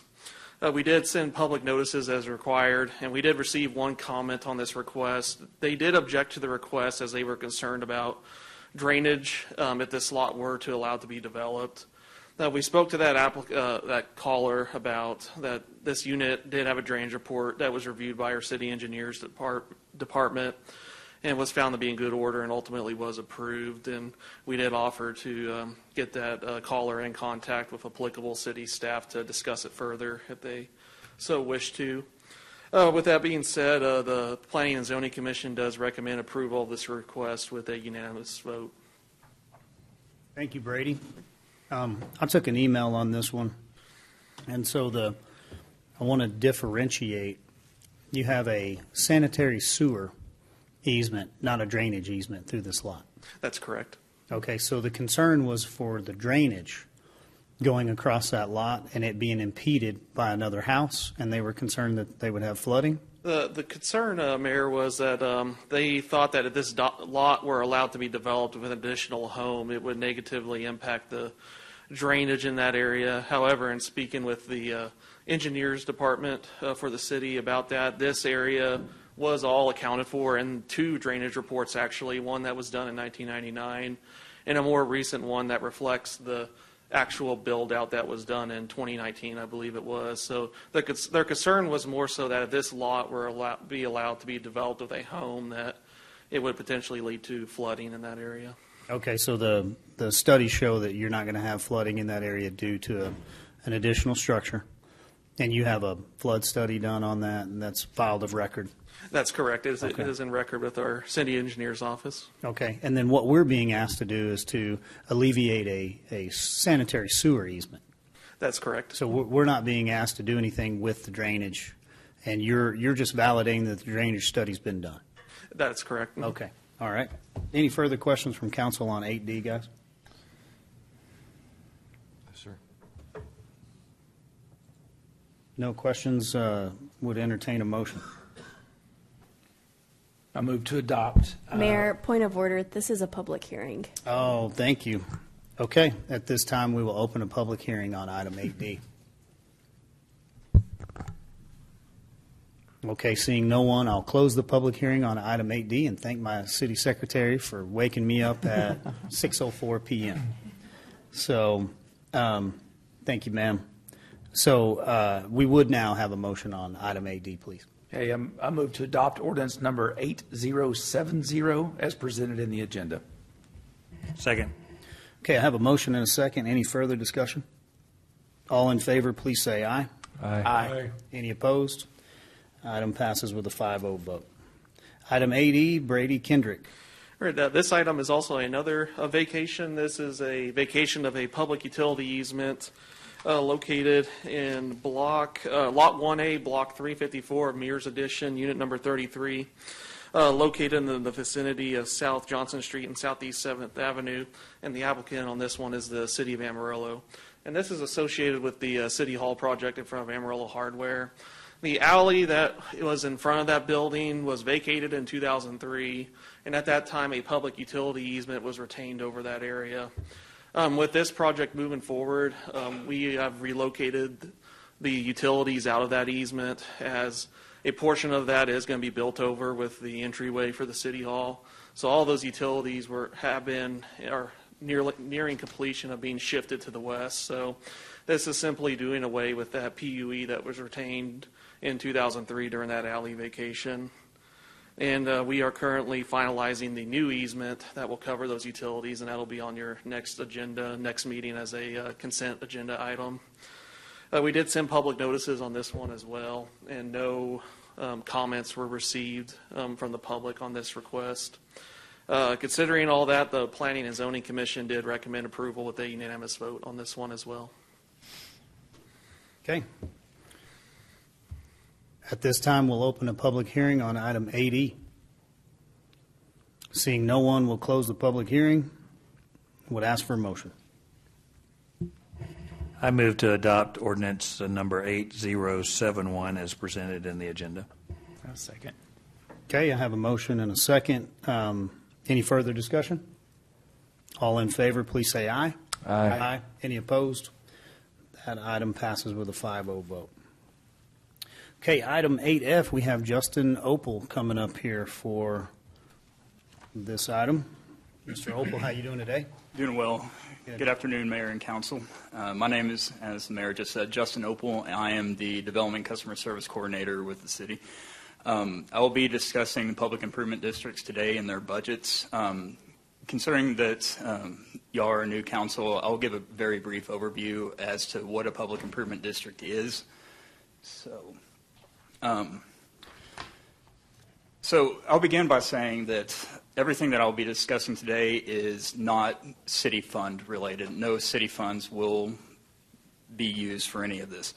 So a public improvement district is essentially a development tool. It's rooted in Texas Local Government Code, Chapter 372, and it is a special assessment district created by a city to fund and manage various public infrastructure and improvement projects within a specific area. The PIDs are typically established to enhance the quality of life, promote economic development, and attract investment within a designated district. Property owners within the PID are subject to additional assessments which are used to finance these improvements. The specific projects and the services funded by a PID can vary, but often include things like landscaping, specialty lighting, sidewalk, and streets, as well as pedestrian amenities. So how is a PID created? And it's created through a petition. And what will happen is a developer, it's typically a developer or a group of owners, will submit a petition to the city, which requires more than 50% of the owners of the taxable real property to buy into this public improvement district. This petition outlines the general nature of the improvements, the estimated costs, the boundaries that the PID will include, as well as establishing an advisory board and the method of assessment that the neighborhood will be under. And essentially, the petition is the governing document for the PID. So I mentioned the advisory board. Each PID has an advisory board, which is comprised of 3 to 5 members, mainly neighborhood property owners and development representatives. And the advisory board has 2 main functions. One is to review and decide and recommend approval for a budget and a 5-year service plan, which the 5-year service plan is a projection for the next 5 years, which is a requirement of this budget. Also, the advisory board determines the yearly assessment rate. So it is not the city or me or any city employee that decides this assessment rate. It is strictly the advisory board for that PID. So as I said earlier, no city funds are used for any of these projects, and the assessments fund 100% of the improvements, operation, and maintenance of the PID. So the advisory board, we have meetings a couple times a year to discuss and review the budget. And we adhere to the posting and notice requirements of the Open Meetings Act for each meeting that we do have. And during these meetings, the budget in particular, which is why we're here now, the advisory board will vote to recommend approval of the budget and the service plan to the city council. Later in the year, I'll also be up here bringing contracts to award management, maintenance, and improvement projects to vendors that we've gone through the procurement process with. So, and the advisory board takes a hand in that and also recommends approval on those types of contracts as well. The city council's role is to appoint advisory board members, which Stephanie alluded to earlier in the meeting today. So that'll be coming up here in the next few weeks. But also, the city council's function is to, after the advisory board has met and voted to make recommendations, is why we're here today for the public hearings, for y'all to vote on the ordinance that levies the assessment on the properties within the PID, and also, as I mentioned, to award management and maintenance contracts such as that. After these public hearings, if the budgets are approved by the council, I'll send what is called the assessment rolls, which includes a list of every property within the PIDs to the county, each Potter and Randall, and they add the assessments onto the tax roll and collect the payments for us and then funnel it back to the city. Currently in Amarillo, there are 9 public improvement districts, and here's a map of them now. And you'll see that there are only 8 blue boxes, but the colonies and the Tutbury are very close together, so that's why there's only 8 up there instead of 9. So the first public hearing will be for the Greenways Public Improvement District. And each one of these slides, as we go through, they're going to look very similar because it's the same information, just slightly different data. So I'll begin with the Greenways, and on June 6th, their advisory board met and voted to unanimously approve the assessments to increase in the following ways. And each public improvement district is assessed in different ways. Some are done by square footage, others are flat rates. Greenways has different classifications of lots, and each classification comes with a different assessment fee. So you'll see that Lot A increased to $950, Lot B $792, Lot D to $1,188, commercial properties $2,376 per acre, which brings the total assessments to $905,195. The expenses for the Greenways PID is $904,337. And as I mentioned, the board unanimously approved this budget and concluded that the current assessment revenue is adequate to cover the maintenance and operations and debt service payments at this time. So, any questions? Yes. Yes, sir. I've heard from emails and phone calls, and I'll bring this up for all your PIDs here, because I've heard from people from all of them. They don't feel like they're getting a value for their dollars. And for instance, I heard from people in the colonies, the flower beds are still empty. It keeps saying beauty to come, so on and so forth.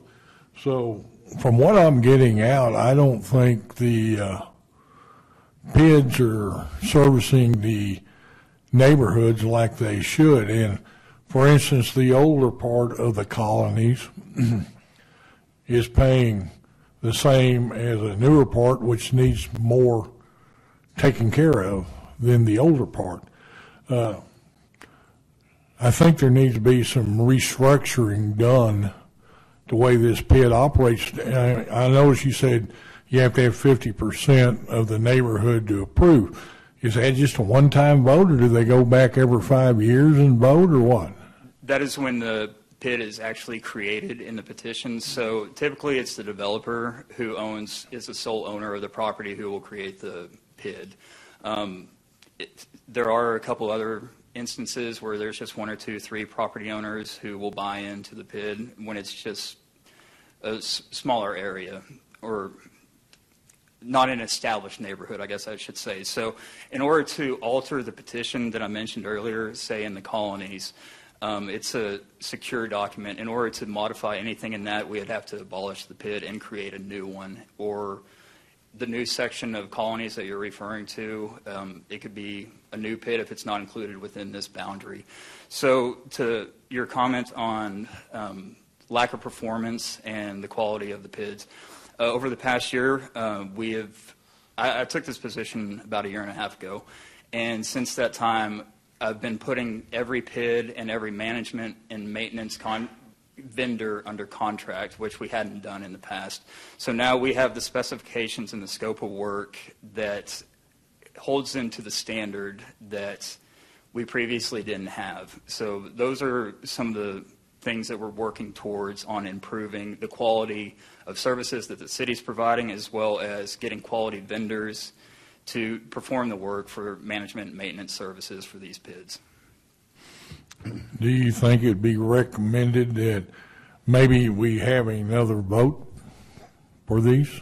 There's probably a lot of people that moved into the colonies that didn't originally live there. Mm-hmm. And they're having to pay something they had no say in. Yes, sir. They're aware of it when they move. So, Councilmember Sherlin, I want to provide a little clarity on that topic. Most of the PIDs, not all of them, but the colonies, the big ones, the greenways, vineyards, were created when it was open space land by the owner, the developer at the time, before the lots and individual owners existed. So they met the petition requirements because they owned all of it. They drew the boundary around it and identified that they wanted the PID to have this service for open space and other amenities that they serve. Now that it's developed, and there's hundreds of owners in those larger PIDs, the only option to amend that would be to abolish the PID, and the likelihood of 50% of the owners now creating a new PID would be very unlikely. So then you would have to go back to the maintenance of that through the HOA is how the petitions were written. So it would fall back on the homeowners association. That's how the petitions on the large ones are written. So you would see a challenge related to the funding for the maintenance. HOAs are voluntary pay. This assessment method is what the developer chose, so that those amenities, typically open space, walking parks, different types of amenities, are created. So having a vote would be first vote would have to be to eliminate the current PID and then create, through a petition, a new PID with new parameters. So it would greatly have a negatively impact on the ability to maintain the property that they're maintaining right now. Does that help you understand? Yes. For instance, in the colonies, they have an HOH fee. Yes. They have this PID fee. Yeah. At what point, I mean, when do the citizens actually get to see their own fate in this? Yeah. I mean, you say a board, maybe of 3 people, correct? Right. And these 3 people say, well, I want to raise it. I read one email, I think it was 37%, another one. And at some point in time, these citizens should be able to say, yay or nay, I don't want this. Okay. Outside of a vote to eliminate the PID, the assessment is on their bill. So the citizens have the input to y'all and to the public meetings for the PIDs.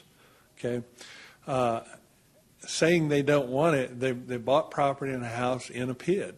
And so 50% of those owners have to get together and eliminate the PID, which would put that cost directly, squarely on the HOA. And then that would have a challenge related to service delivery. Now, back up a step. Justin provided you that twice up here, he provided to you that these are not using city funds. Prior to these budgets, they were. They were subsidized by the general fund.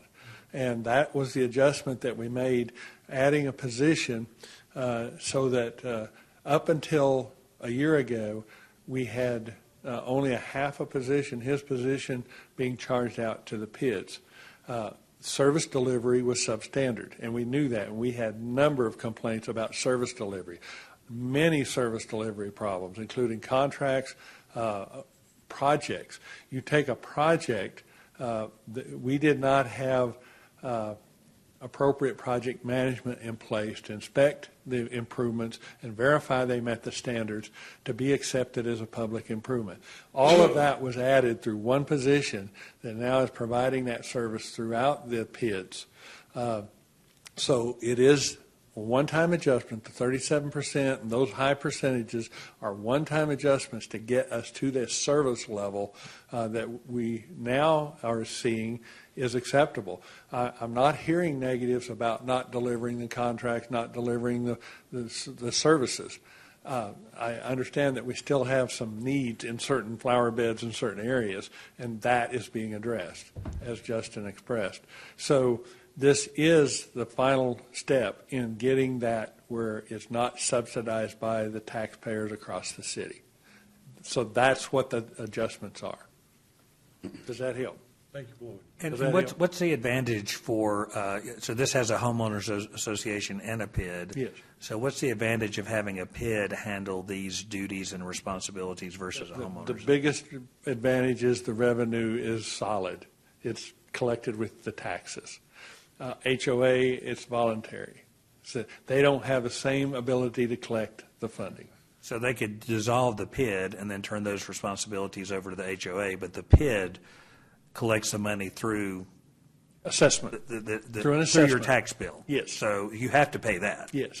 But on homeowners association, the problem is if people decide they don't want to pay it, yes, then you have lower funding to be able to get it. And then our part of it is that we provide oversight and execution of the services and instead of a homeowner having to do that. And over the history, we had not kept up with those cost increases being charged to the PID, and these final adjustments are doing that. So, yes, that's the biggest difference I see. There could be other views from other people about it, but that's what I see. It's the funding mechanism that maintains these open spaces and these amenities. And this assessment method is the one that guarantees. We actually have 2 developers wanting to do PIDs in their new development in advance of that development. It's open space so that those amenities are in those neighborhoods. It's a selling point to their neighborhood from the get-go. My question would be, Floyd, is, I mean, this may be a question for Brian, but I mean, like, what policy can we affect, to try to mitigate some of these issues on the city side You know, what do we have in place as far as policy that? The PID policy is in the policy development manual. It's being reviewed under some of this. Some of the challenges we've faced have that. But then it goes back to Brian's office and drafting the PID petition with the developer. So a lot of things, it goes from one to the other. The PID policy, it drives how we do it. Mm-hmm. But the outcome is driven by the PID petition. In other words, one recent complaint that I heard was, well, my street's not adjacent to the amenity, so why am I paying the same amount? It's because the developer drew that boundary when he created it, and he set these fee criteria when he created, before the homes even existed. This was all created. And then the developer laid out his development, and sometimes there are houses closer to the amenities. So to answer your question, we have a PID policy to create it, but it goes into the PID petition of how it's managed. So backing up, you'd have to change the PID petition. You can't change the PID petition without that process we talked about earlier. Yeah. Eliminating this one and creating a new one, and the likelihood of creating a new one, 50% vote to create an assessment is going to be low when it's developed out. All right, I got you. 'Cause that's what I was just curious about, because, you know, you talk about when the rest of the cities are having to subsidize these funds. Yes, and that was historically what was happening, is the general taxpayer in the rest of the city was subsidizing the maintenance and improvements in these subdivisions. Yeah, and now this adjustment gets you, this is actual cost. Now, we've committed with Laura and her team, this is a high interaction with their team on the budgeting process, but we have committed to look at, are there better equitable ways to do that, including we're going to track actual costs and be able to better identify the actual costs moving forward in the next fiscal year to the individual PIDs. So there could be adjustments that we recommend in next year's budget based off those actual costs and how we look at it. We can't commit to that until we have the data to know what it looks like. We're using the data we have now and the ability to make these recommendations for these PIDs. And there are, there are some that the percentages are challenging, but this is where we're at, is not subsidizing them with general fund. So Floyd, so these are the revenues collected, right? Yes. And then are these contracts bid out for each neighborhood? So they're bid out, and like I said, we're collecting whatever. So if a resident has a problem with, it's not the city that they have a problem with, it's the contractor that won the bid. Is that correct? That is typically the case. However, prior to these budgets, the resource that we added is for us to have staff to monitor that, because there were some cases where that wasn't being monitored, the performance of the contractor. So where does a resident of one of these, to Tom's point, that they're not happy with what's going on, do they come to city? You know, Justin. What's your number, Justin? I'm just kidding. So they don't go to the contractor. Yeah, they come to the city. Yeah, and so that position, actually by job duty, now oversees that and is responsible. Now, there was also a lack of coordination between those contracts. And Justin and Carrie, who is his team member who helps us, Carrie Roberts, coordination between those contracts. When we got this and we got to looking at this, there were some performance gaps and accountability between the contracts. We have solved those, and that is in place now. But the component that we didn't have a year and a half ago was anybody to check that to make sure it was occurring, and that's the position that we added, was not only in the construction and management of that, but in the maintenance agreements, that there's somebody looking at that from the city side to make sure that we have the accountability component covered. Are we getting revenue to manage this from that PID? That's what this is. The additional revenue is paying for that exact. He's paying for like Justin's salary and half of Justin's salary and all of Carrie's salary. Okay. So back 2 years ago, when it was only Justin's salary, we were subsidizing that with general fund money. Now it's all into the PIDs. Okay. So the accountability component is being enhanced, and that was an area where we knew there was challenges. Okay. Got you. Thank you. Sorry I stepped in. And is there a requirement on when homeowners are notified of the new potential rate? Yes, we posted in the newspaper according to state law, I believe it was 10 days ago, or 10 days prior to the meeting, as well as send out notices to each resident within each PID, and those notices were sent out at the beginning of last week. Okay. But outside of that, I guess the advisory board, I mean, that's kind of the first they're hearing about it is when they get the notification? No, sir. Oh, I'm sorry. Go ahead. No. But make sure you cover the required notification when somebody purchases. Yes. I'm sorry, Councilmember Simpson. What was the question? Well, it was the notification. I mean, so the budget was approved back in June. That's right. That's right. How do they not? Is there not communication to the advisory board or other ways outside of the legal requirements? No, sir. It's just the legal requirements according to the Open Meetings Act that we post those both online, then in the, outside of City Hall. But also, as Floyd mentioned, when you buy a property within a PID, the realtor is required to disclose that you are moving into a PID, and there will be additional assessments associated with that. So really, we haven't, or no one has communicated to the residents what we just found out. In other words, here's the reason why we're going up on the fee. No. Essentially, yes. That is correct. Yeah. Yeah, we need to communicate Yeah. that. Sure. This is going to be a team effort here. So to answer all the questions, just as a reminder, these advisory boards are required to post notice about their meetings. So it's similar to a city council meeting. And I understand not every person in the neighborhood probably looks at that on a consistent basis, but it is posted online. There's notice. There's the same open meetings requirement. And so citizens can come in and listen to those open meetings as well. So it's kind of similar to a city council meeting, and they're doing budget. Actually, I think a lot of these boards possibly covered budget in multiple meetings this year, especially the larger PIDs as well. And again, I know y'all just said that, but as a reminder, when someone is looking to potentially move into these neighborhoods, the realtors are required to let them know about these PIDs and explain to them about it so they understand there's a different requirement. An HOA is one thing, but then a PID is another one as well. Yeah. Well, I could see the frustration level, and I'm not saying it's anybody's. It's probably nobody's responsibility, and everybody's. Just that if the first time I see that I'm getting a 37% increase is when I get something in the mail last week, I'm like, oh my gosh, what is this for? So I don't know the answer to that, but I could see why people would be upset if they don't know why. Yeah. You know.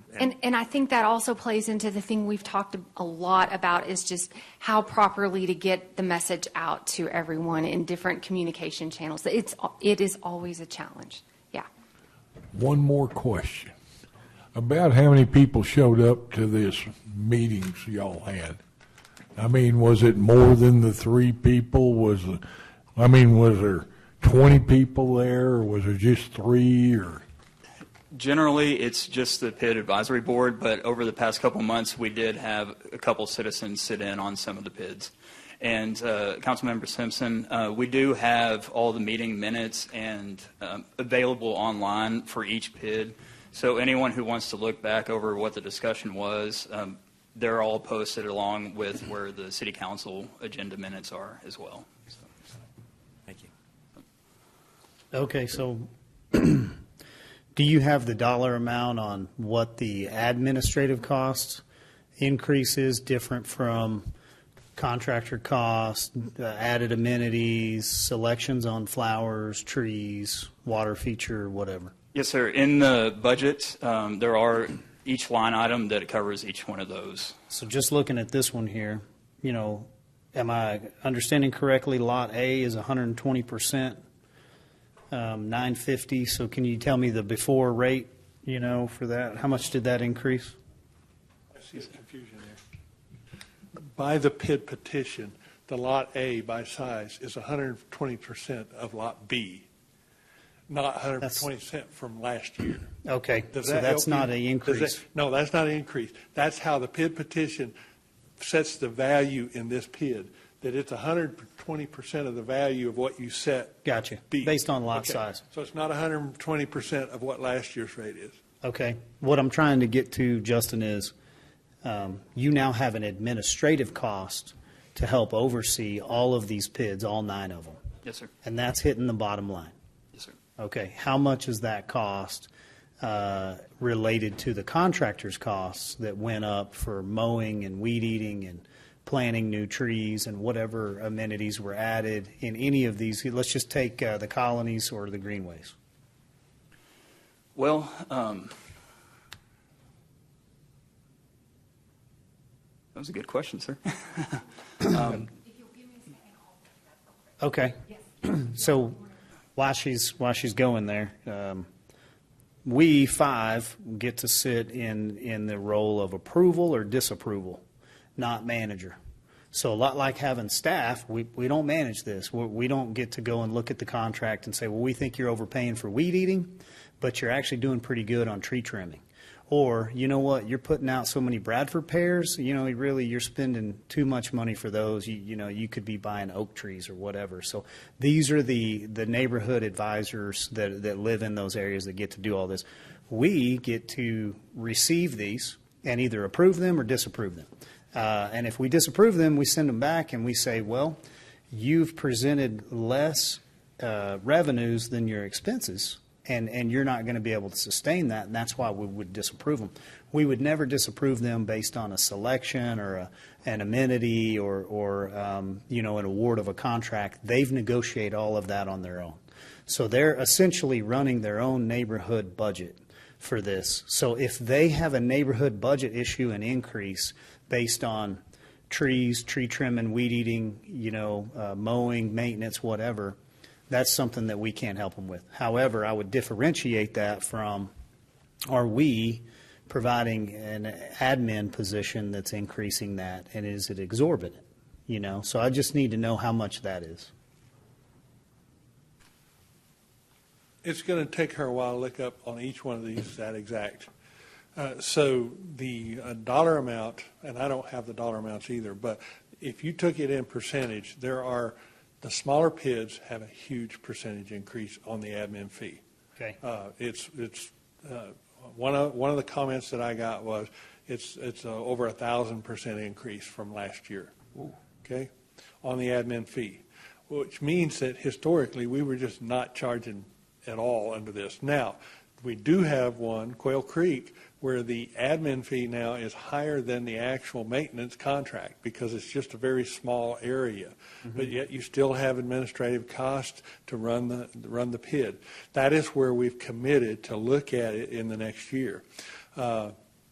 So if you want it in percentage numbers, you're going to see the 37% is probably the lowest one you're going to see.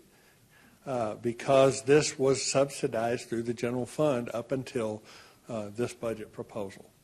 Okay. So to get every historical contract and increase, it would take us some time, and we can do that very timely for you, but I'm not sure we can do that here at the podium and get you that. Okay.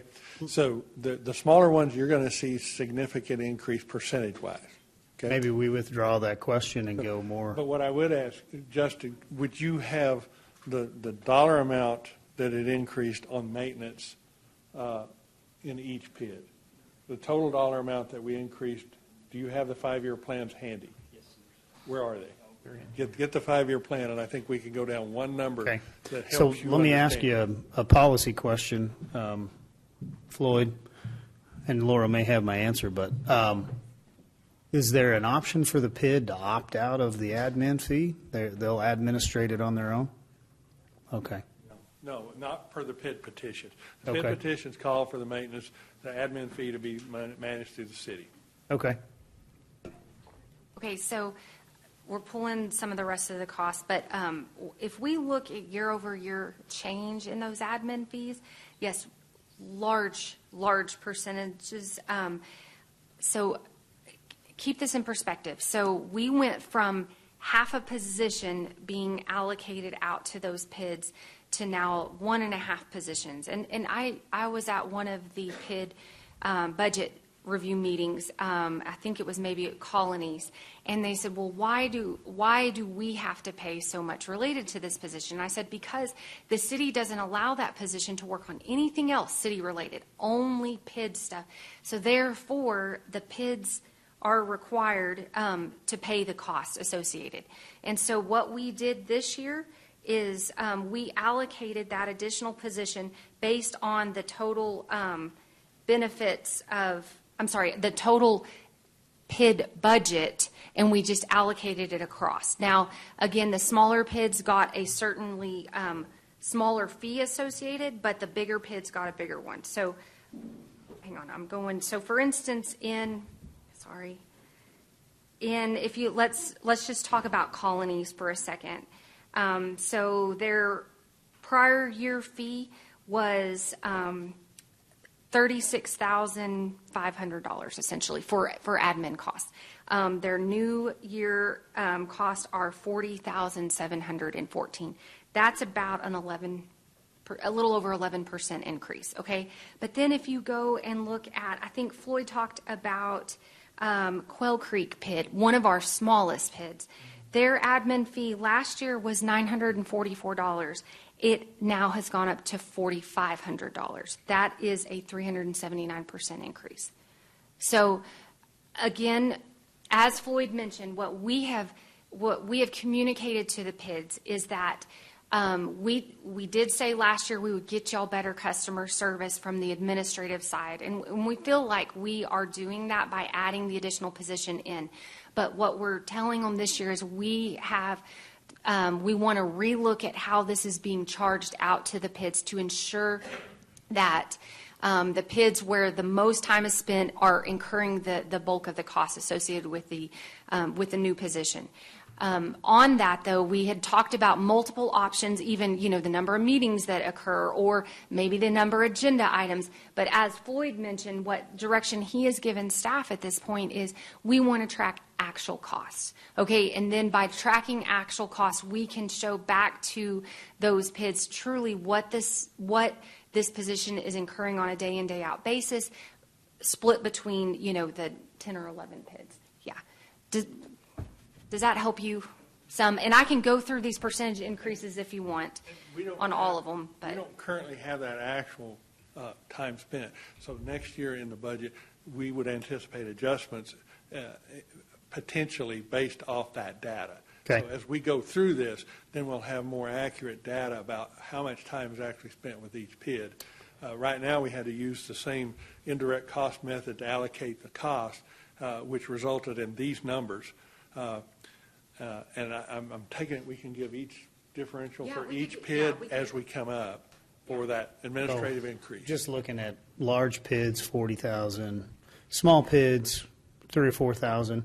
Yes. Are we offsetting? Do we have $120,000 total admin cost for all 9?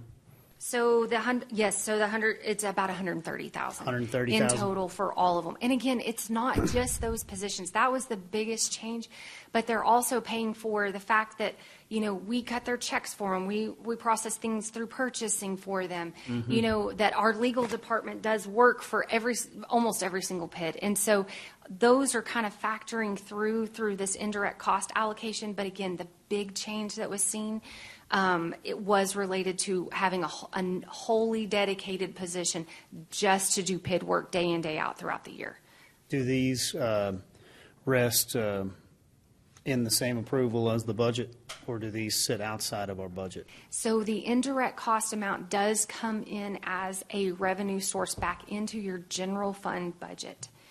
So it's recouping those costs that we're incurring inside the general fund to facilitate, because Justin's position and the other full-time position are inside, they're actually in the city manager's department, but then your accounting function, your purchasing function, your legal function are all inside your general fund. Just looking at the need to approve these today. Yes. I think that was the question. Oh, These sorry. have to be approved with our budget. Oh, I'm sorry. That's okay. Yes, we're on the same time frame. We have to do 2 readings, and they have to be approved before September 30th. Otherwise, they default back to current year assessments current year approved budget. So if they have additional costs, they will exceed budget, and there's no guarantee their assessments will support it. So yes, thank you, Floyd. Okay. Other questions, council? So basically, we've just instituted, what's our phrase we like, cost recovery? We've just applied that to the PIDs. Yes. Okay. This is a 5-year plan, correct? They have a 5-year plan. This total like 905,000, and the cost is 904,000. That's just for 1 year? Yes, sir. Okay. Yes, sir. And they do have reserves built in, so you will see on some of the budgets that the expenses exceed the revenue coming in, but they do have a large surplus. So That's probably because we've subsidized it for so many years.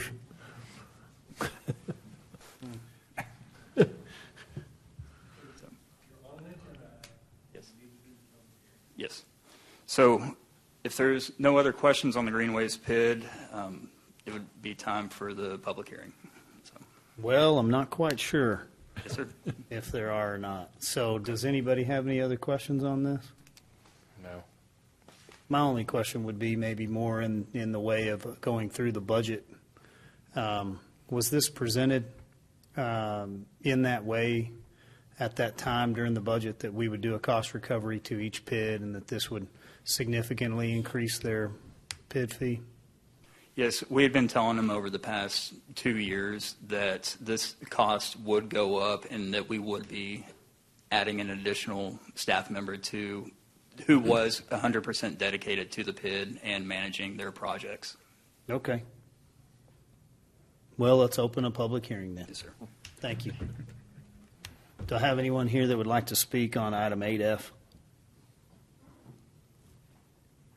Seeing no one, I'll close the public hearing. I don't know that we have much to discuss, but we did discuss it. I would like to affect it in a better way than I can. I just don't know.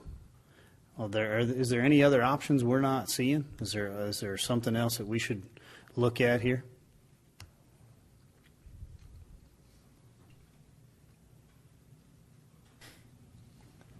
I'm not 100% sure of your question, but I just wanted to come up here. We've worked through this, and it's not been an uncontested process with the PID board members themselves. I wanted to make sure that the PID board members themselves, many of them have expressed the same concerns, and we've gone through the same discussions with them, and we've gotten to this point where this is the best budget we can propose at this time, and that's out of their meetings, not this meeting. I'm not putting you in the box that says you have no choice. We brought forward out of that same discussion with the PID board members this same thing, that this is where we're at, it's cost recovery, and we committed to looking at it for them in the upcoming budget over the next year. Okay. So I would just have to offer to you at this point, Mayor, that this is the best budget we could bring forward with that same discussion with those PID board members. Does that help answer your concern that you asked? Yes, sir, it does. And those PID boards are all recommending these budgets. And we don't have an option to refer anything back down to the PID board because you need time. And there may not be a solution. The only option that we would have would be go back to subsidizing them, which affects your general fund budget that you've proposed. Right. That's the only option I know at this point. I don't know of another option other than to say we would subsidize them. Okay. Okay?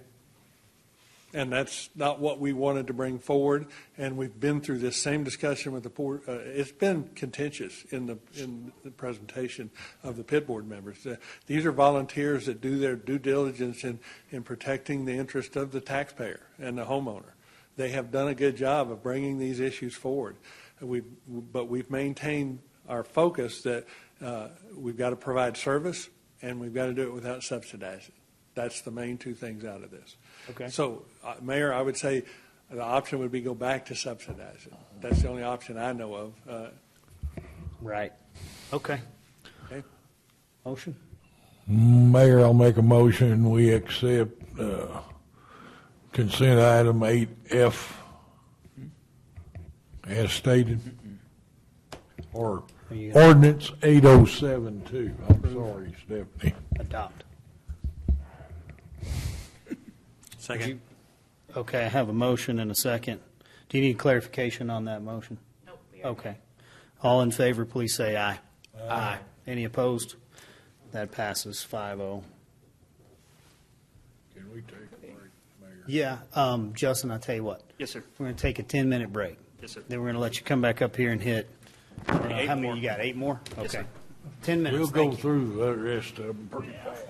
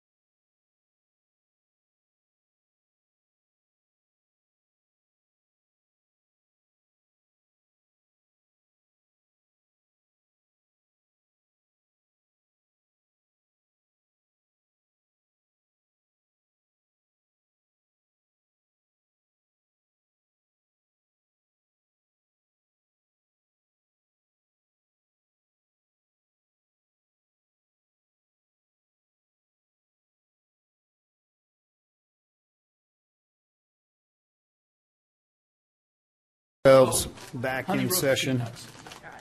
If you'll head back to your seat, please. Sincerely appreciate everyone's patience as we work through this long agenda. So, Mr. Opal, it's you again. He wasn't expecting that first go around. I'm ready for it another 8 times. Okay. So next up, we have the Heritage Hills PID.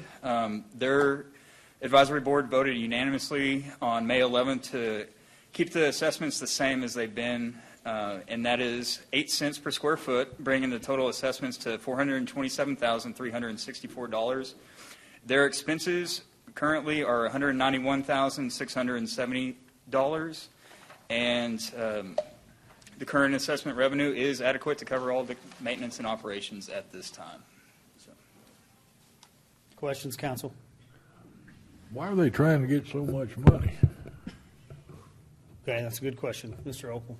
Heritage Hills, they're still developing the neighborhood. They're on to phase 3 right now of the improvements. So it's still a work in progress. So okay. Not fully established yet. So. Okay. Yes, sir. So maybe fewer features to maintain, less to mow and weed eat, take care of for now? For now, but it's coming online Versus, as we speak right now. Okay. We're at the end of phase 2. Phase 3 is coming on right now. Anything further, council?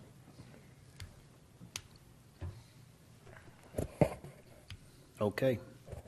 Public hearing. We are going to open a public hearing. Do I have anyone here that would like to speak on item 8G? Seeing no one, I will close the public hearing and ask for a motion. I move to adopt ordinance 8073 as presented in the agenda. Second. Okay, I have a motion and a second. All in favor, please say aye. Aye. Any opposed? That passes with a 5-0 vote. Item 8H. Okay. Item 8H is ordinance number 8074. This is for the Pinnacle PID. They are located a little south of Randall High School, and they are a new PID, or they've been around for a couple years, but it is still in the development phase right now. So their board voted on June 29th to unanimously approve a no change in the assessment rate, which is 10 cents per square foot, bringing the total assessment to $122,594. Their expenses currently are $76,090. And given the time of the improvements, the assessments are adequate to cover everything that they're doing right now and into the future. Thank you, sir. Any questions for Justin? At this time, we'll open a public hearing. Anyone that would like to speak on item 8H? Seeing no one, I'll close the public hearing and ask for a motion. I move to approve and adopt ordinance number 8074 as presented in the agenda. I'll second. Motion and a second. All in favor? Aye. Any opposed? That passes with a 5-0 vote. Okay, Mr. Opal, item 8I. Okay. Point West Public Improvement District, ordinance number 8075. Point West is one of our unique PIDs. There are no residents or homes in this PID. It is purely a business park. It's located west of the Texas Tech Hospital District, and where that Joe Taco is off to the west there, where Blue Cross Blue Shield and those entities are. So their assessments are a little different. So the total amount that they bring in is $52,000, but the total costs are divided between the property owners according to the percentage that they own. So it varies between each property based on their size. So the expenses right now are $74,441. They do have a large surplus, which is why you see that difference in the gap. And their board was unanimously approved this budget. So okay, that's all I have. At this time, we'll open a public hearing on item 8I. Anyone who'd like to speak on that? At this time, we will close that public hearing and ask for a motion. I'll make a motion on ordinance 8075 that we take it as stated. Second. Motion and a second. All in favor, please say aye. Aye. Any opposed? 8I passes with a 5-0 vote. Mr. Opel, item 8J, please. Okay, the Quail Creek PID, ordinance number 8076. The advisory board voted unanimously on May 25th to increase the assessments by $50 to $400 per lot, which brings the total assessment to $15,720. The expenses total $11,600, and the assessment revenue is adequate to cover all the costs of maintenance at this time. Okay, thank you, sir. At this time, we'll open a public hearing on item 8J. Seeing no one, we will close the hearing and ask for a motion. I move to adopt ordinance number 8076 as presented. Second. I have a motion and a second. All in favor? Aye. Any opposed? 8J passes with a 5-0 vote. Mr. Opel, item 8K, please. Okay, Town Square PID, ordinance number 8077. The advisory board voted unanimously on April 27th to not change the assessment rate, so it is .1111 cents per square foot, bringing the total assessment to $166,050. The expenses total $392,050, which includes a $200,000 developer reimbursement. The advisory board recommends approval, and the current assessment revenue is more than adequate to cover the cost of maintenance and operations at this time. Any questions on that one, gentlemen? At this time, we'll open a public hearing on item 8K. Seeing no one, I will close the public hearing and ask for a motion.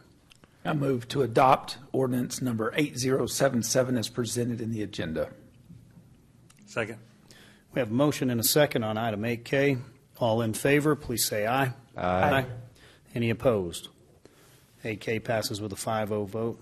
Mr. Opel, item 8L, please. The Tutbury PID, ordinance number 8078, and Tutbury is located kind of tucked into the Colonies neighborhood. Their advisory board voted unanimously on April 21st to increase the assessments by $100 to $779 per lot, bringing the total assessment to $18,696. Their expenses total $27,444, and the current assessment revenue is adequate to cover the cost of maintenance at this time. And they do have a surplus as well. Any questions on that one? At this time, we'll open a public hearing on item 8L. Seeing no one, we will close the public hearing and ask for a motion. I move to adopt ordinance number 8078 as presented in the agenda. I'll second. Motion and a second. All in favor, please say aye. Aye. Any opposed? 8L passes with a 5-0 vote. Mr. Opel, item 8M, please. Sir. The Vineyards PID, ordinance number 8079, their advisory board voted on June 26th to unanimously increase the assessment by $25 to $75 per lot.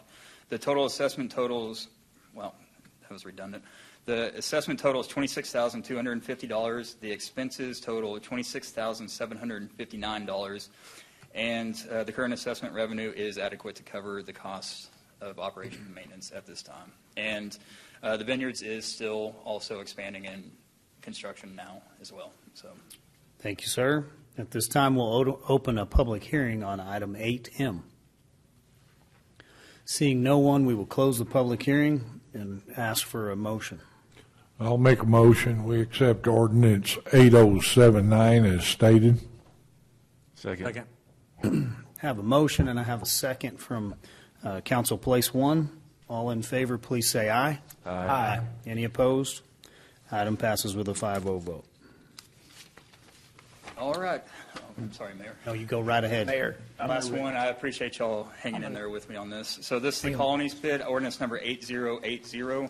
The advisory board voted unanimously on July 20th to increase the assessment by 1 cent to 14 cents per square foot, bringing the total assessment to $1,406,638. The expenses total $1,591,978, and the current assessment revenue is adequate to cover all operations and maintenance. Thank you, sir. Yes, sir. Mayor, I'm going to recuse myself from any discussion or the vote on this. You're a resident in this neighborhood? Correct. Okay. At this time, we'll open a public hearing on item 8N. Seeing no one, we'll close the public hearing and ask for a motion. I move to adopt ordinance number 8080 as presented in the agenda. Second. I have a motion and a second. All those in favor, please say aye. Aye. Any opposed? That item passes with a 4-0 vote. Thank you. Hey, thank you. Thank you. Appreciate you, sir. Moving on to item 8O, we have Miss Cashin Smith coming up for this one. Is that right? She's been with us all day, too. Mm-hmm.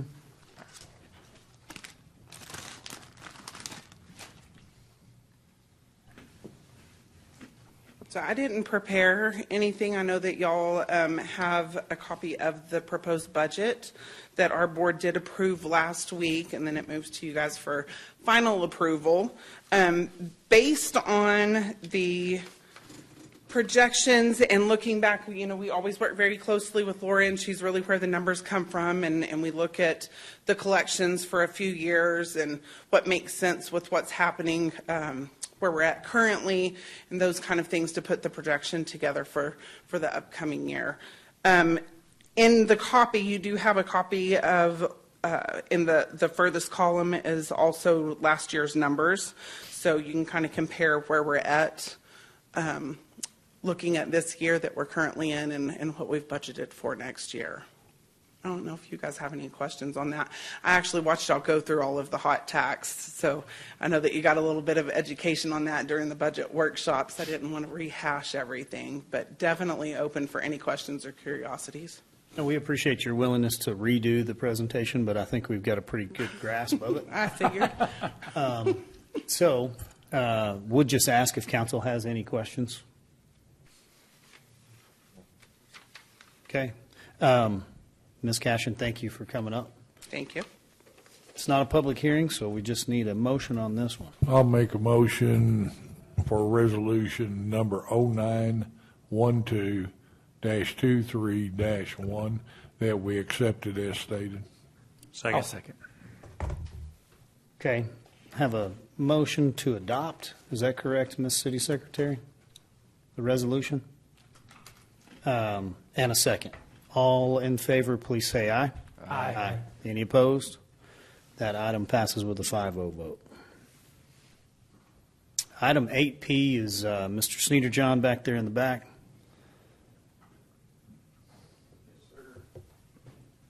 You got a few here in a row. 3 for 1, Mayor. So yeah, if you want to hit them all, that's great. Yes, sir. That was my plan. I appreciate that opportunity. Thank you guys for having me. Kyle Sneeder-John, Director of Capital Projects. And so we are here to talk about a couple of 3 resolutions that authorize 3 or give the city manager the ability to execute 3 advance funding agreements with TxDOT.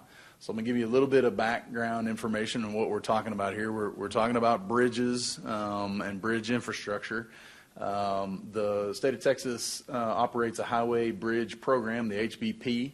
It is a federal program administered by TxDOT, but it includes the repair and replacement of on-system or state-owned bridges and off-system bridges owned by the local government.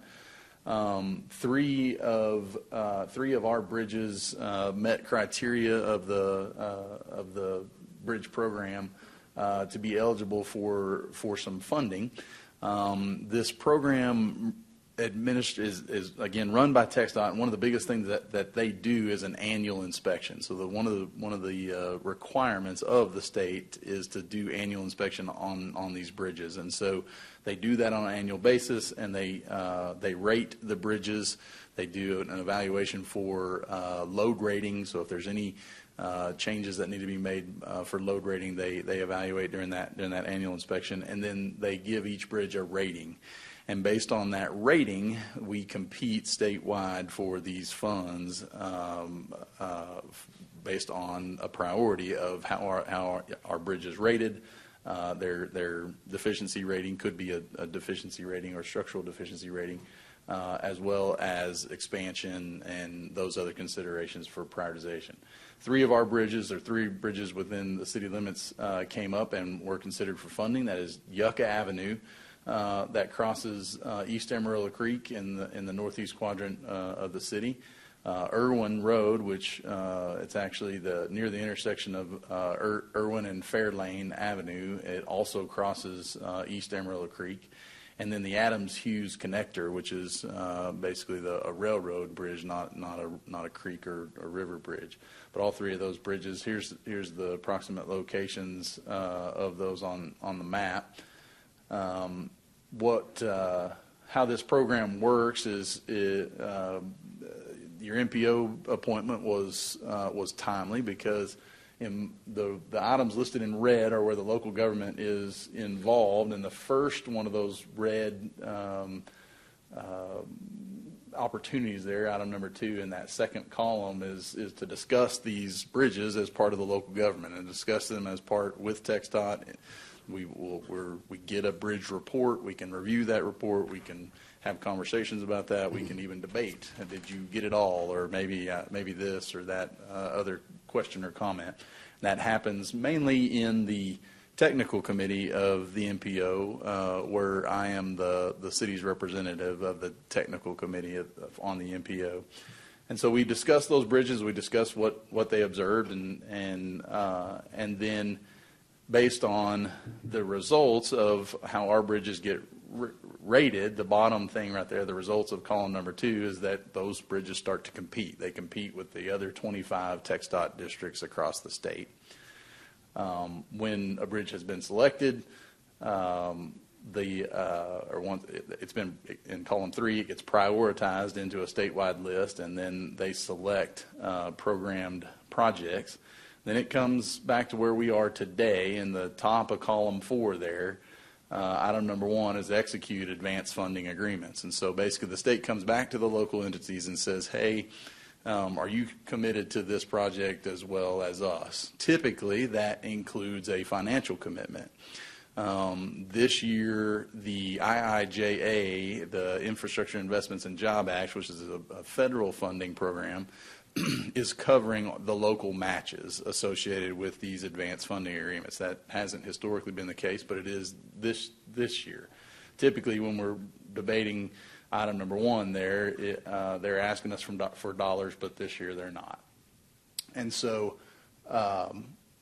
then once the city executes and says to the state, yep, we're committed to doing this project as well, then the state begins the project development phase. So they'll actually hire an engineer to take basically the results that they observed during their annual inspection and turn that into a scope of work for an actual project.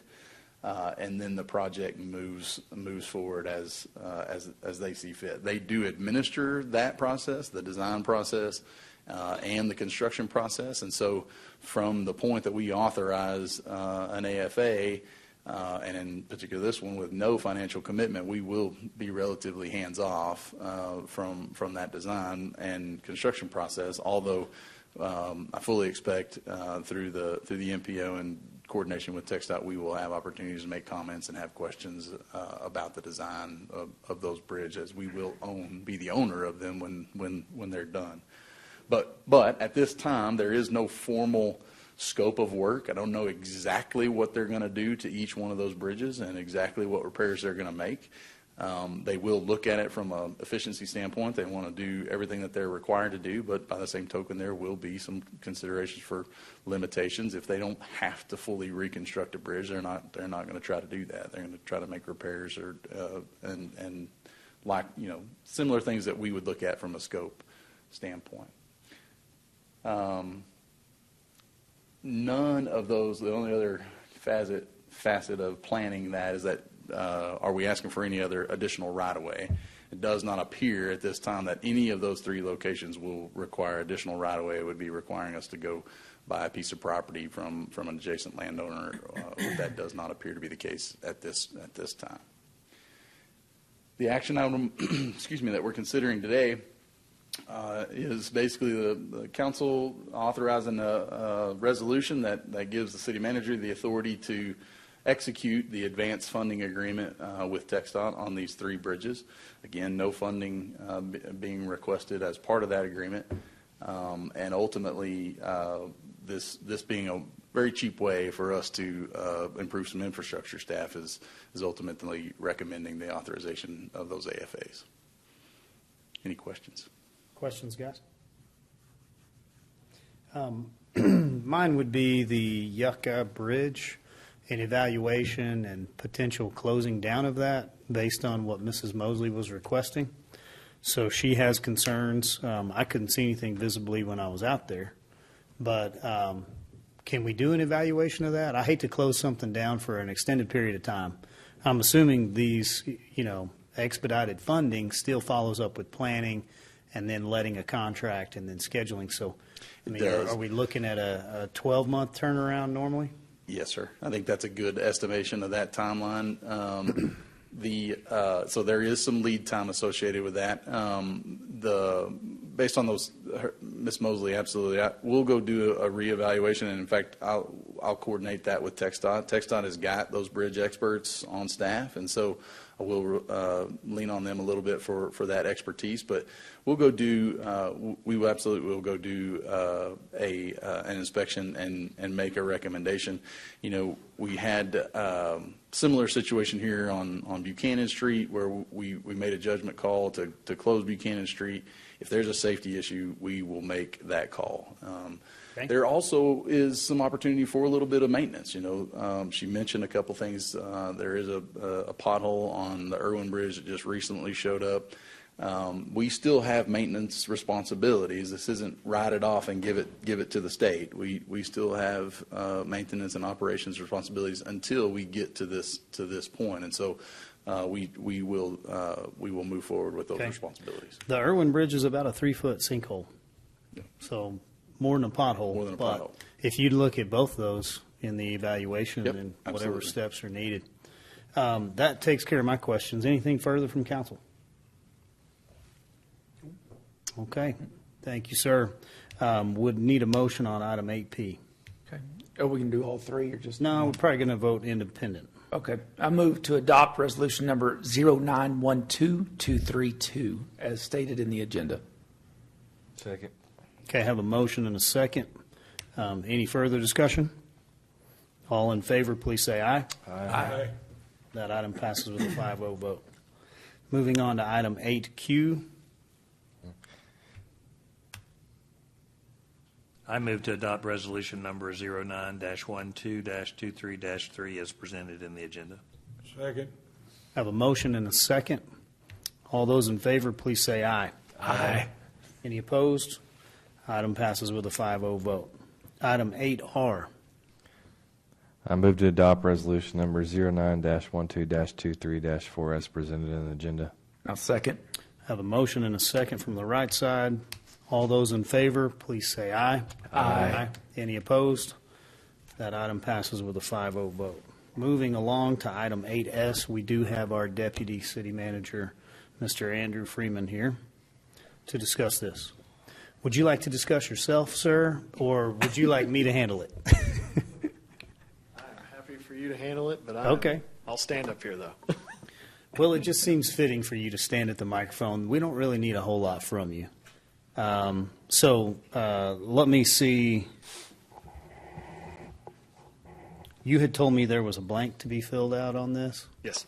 Do we have, would you like to walk us through anything from your side that you would need taken care of or a matter before we, put this out No, there? just discussion and a motion with the blank filled in is all that's required. But as far as discussion, y'all can. Open discussion? Okay. Yeah, I'll just take the lead on the open discussion here. Item 8S is a discussion and a motion where we'll take action on transitioning Andrew Freeman from our interim, which he is our deputy city manager right now, but he's acting as the city manager, and transitioning him into our official interim city manager. And so that would move you out of your deputy role. That's going to leave that position open.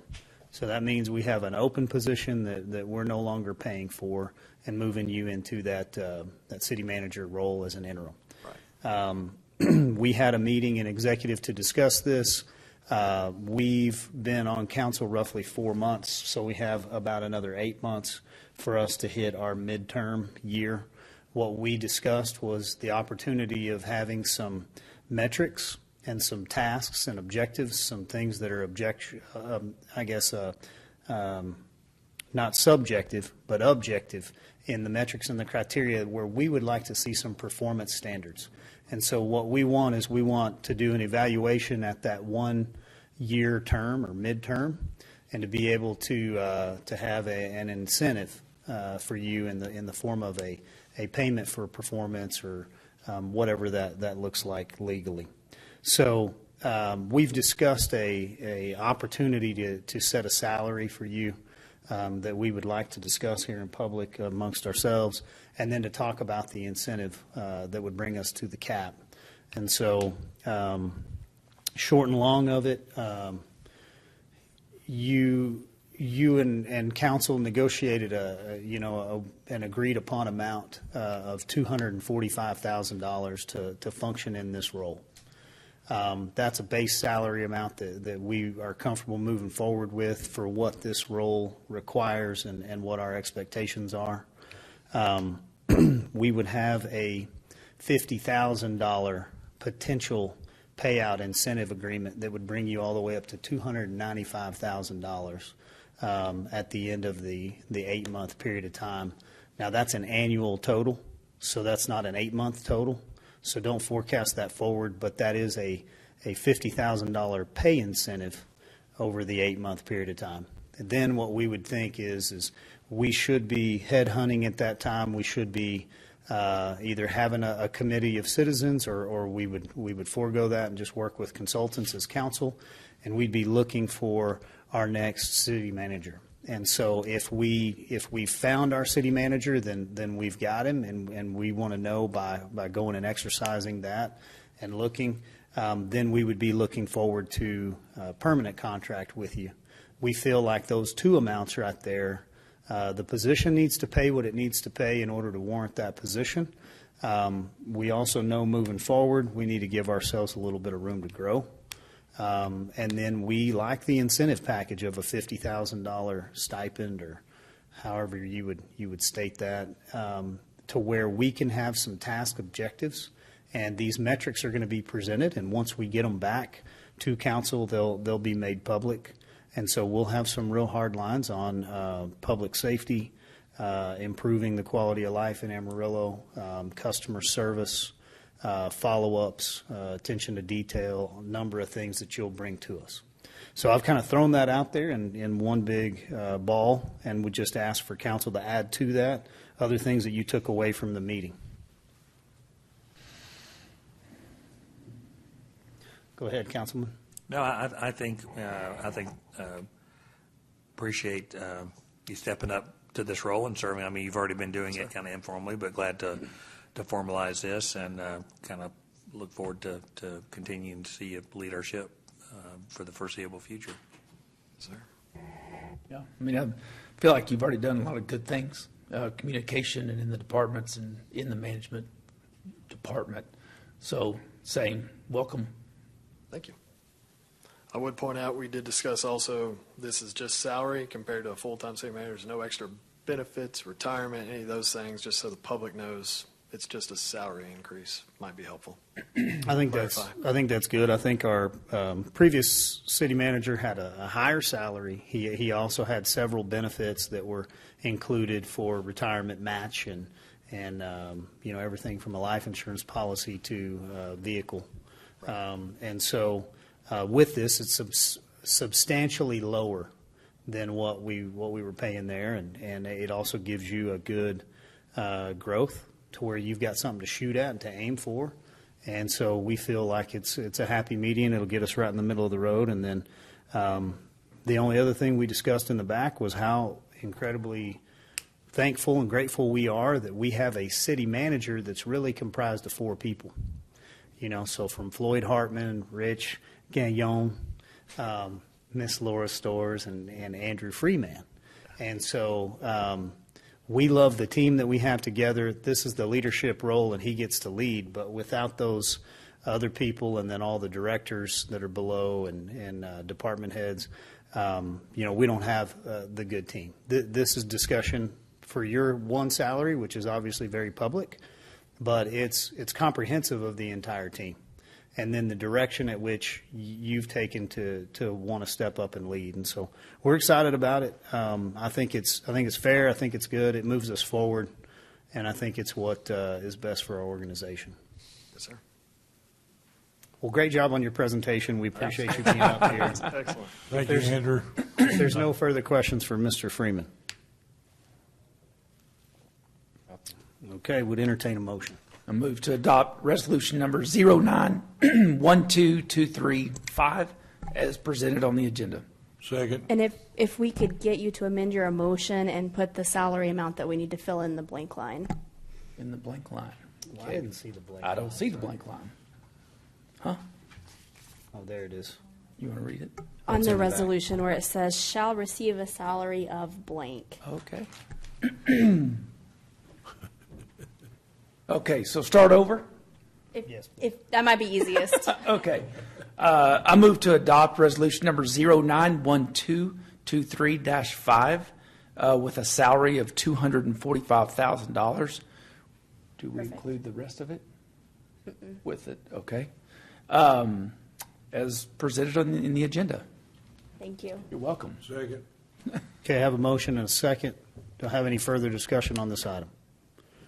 Yes, sir. All in favor, please say aye. Aye. Any opposed?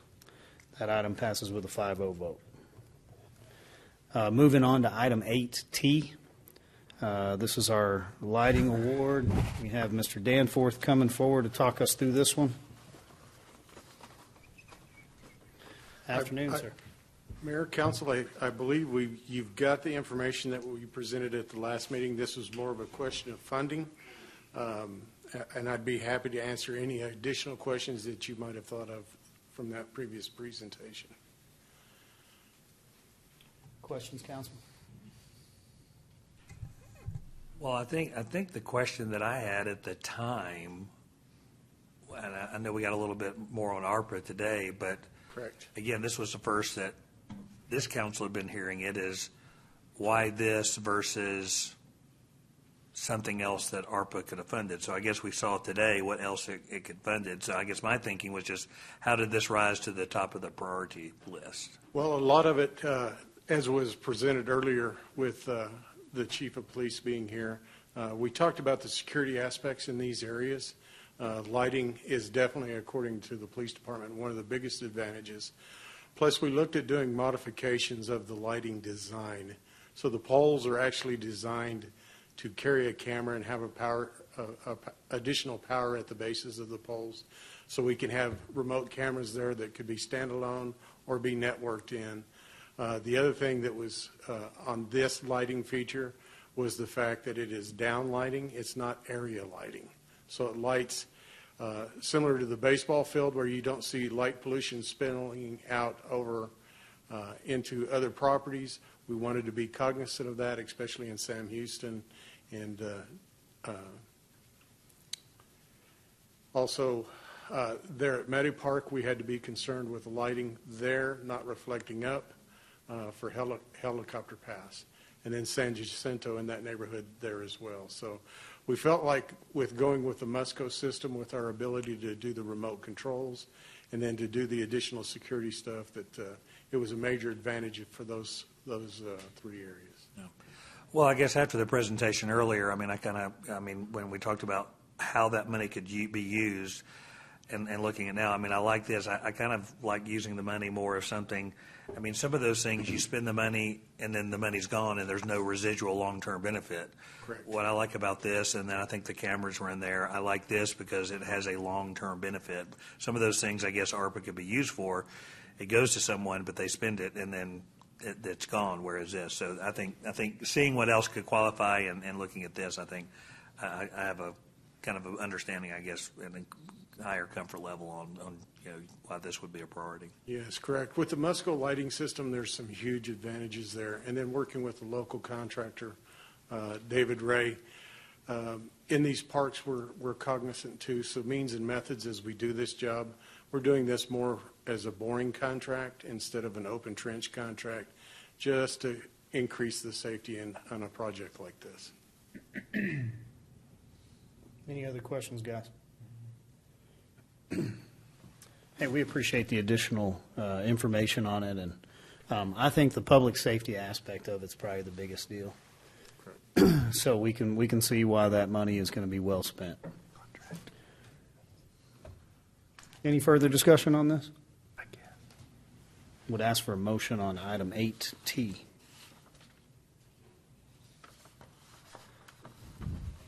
y'all get tired of making motions? Let's go. Anyone in the audience care to make a motion? I move to. Okay. I I'll move make a to. motion. We award the contract. Were you going to do that? Keep going. No, go ahead. Yeah. I don't want to jump in on you. Go ahead. You already made the motion. Well, I'm going to subject back to you. You hurt his feelings. He's not going to do it now. So you're up. Oh, man. I move to award a contract for item number, let's see here. Would it be the agenda number or would it be the buy board number? 8T. Okay, so it's not the buy board. I move to award a contract for item number 8T to Musco Sports Lighting in the amount of $1,216,000. $1,216,931. I'll second. See, was that so hard? I have a motion and a second. All in favor, please say aye. Aye. Any opposed? That motion passes 5-0. We're moving along here pretty speedily at 8U. Item 8U is an update from Jackson Zaharia. If you'll go over this change order for us, sir. Sure. Thank you. Good afternoon, Mayor, Council. I'll try and go quick. You can interrupt me with questions or tell me to stop at any point. So just quick getting into this. I got to make sure I know how to run this. Okay, just quick getting into this. Just a quick contract background and facts first. Make the change order make a little more sense. This construction contract was awarded back in 2021. Contractor was J. Lee Milligan. Original contract amount was $10.4 million, funded from the Proposition 1 bond funds voted on back in 2016. Construction started late in 2021. It was a full-depth replacement of Western Street from 49th to 34th, and then the Wallace-Hagee Port corridor out by the hospitals. During the project, previous change order approved by council, we had added a storm drain repair along Terrace Drive for some collapsed storm drain that happened during the project, adjacent to the project, taking advantage of the contractor and the traffic control in the area. A couple pictures there of Wallace-Hagee Port, Western. Okay, so that brings to the agenda item, which is to consider this current change order, which includes resurfacing of Terrace Drive after the replacement of the storm drain, just kind of due to the unknown condition of that actual surface and that pavement in that location. Modifications to the traffic plan to increase safety during the construction of that, during the construction of that project, and some additional replacement of curb and gutter and medians due to either poor condition or some drainage concerns while we were working in the area. And then just some minor final quantity adjustments on that contract, a total of $238,000 and change. Just some pictures of some additional work there along Terrace and Western. And then this is just basically a summary of the contract accounting on that. The original budget estimate of $11.7 million, the original award of $10.4, previous change orders of a little over $2 million, the bulk of that being the drainage portion that we added. The current change order for a revised total contract of that $12,749,000. Of that, $11 million being the street portion, you can see that while the total contract is certainly over budget, that street portion was within our original budget estimate, and then adding that portion of Terrace Drive for the convenience of getting that done in a timely manner. Questions on that, if you have any? Any questions, council? Just to summarize, I mean, you had 11.7 in your original proposal, so your working budget was 11.7. You're roughly $1 million over. Yes. The working budget. You added $1.8 million worth of drainage that we found that was concealed conditions. Would have been taken care of at a different time. We're just thankful you found it while we were doing the street project, not after. So we didn't have to go tear the street up and then fix it. And so, and just to add to that, that was funded through drainage revenues and not the transportation bond funds, just for clarity. Right, so we've offset that, so technically we're still under budget on that funding source. So we appreciate the discussion and bringing that back. Thank you. Thank you, sir. Anything else, council, on item 8U? I almost hate to ask for a motion. I move we approve item 8U with a change order number 3 in the amount of $238,828.52. I'll second. Okay, we have a motion and a second. All in favor, please say aye. Aye.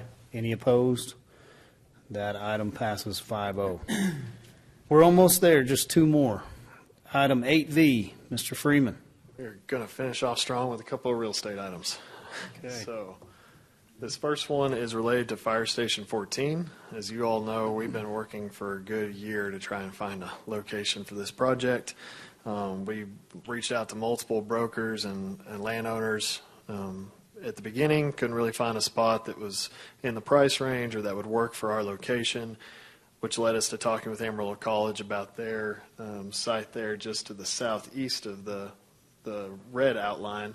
They were more interested in a leasing opportunity, a long-term lease. We preferred the ownership option, so that's what led us to this next 3-acre tract. The benefit of working with AC is that by that conversation being out and covered in the news, that we had a couple of people call and say, we've got land for sale in case you want to consider a backup plan or another option. So that's what's led us here.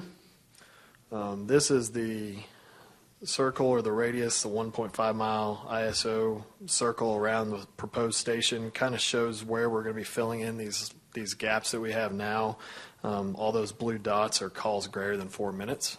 We try and keep it below that. So this is going to greatly improve our coverage areas and be able to serve some of that growth and serve our medical district. That's a large tax base and asset in our community that we want to be sure and protect. So just a few of the highlights. The purchase price is just over $437,000 plus closing costs.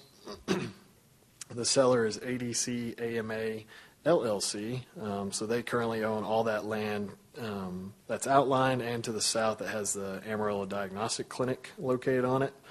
And then we have a proposed closing date on and before October 13th, and then that'll allow us to proceed to design and getting this project underway that's funded in the current budget. So we are ready to get moving on design and construction and get that fire station built. So happy to answer any questions. This was also we were thinking we'd have to spend about $500,000 acquiring land, so this came in under the acquisition estimations. Mr. Freeman, would you care to explain any of the other items where we were looking for, that we looked for other land opportunities? We had been in negotiations or at least conversations with AC. Yep. They tend to be fairly landlocked in this area, and they didn't have anything they could sell.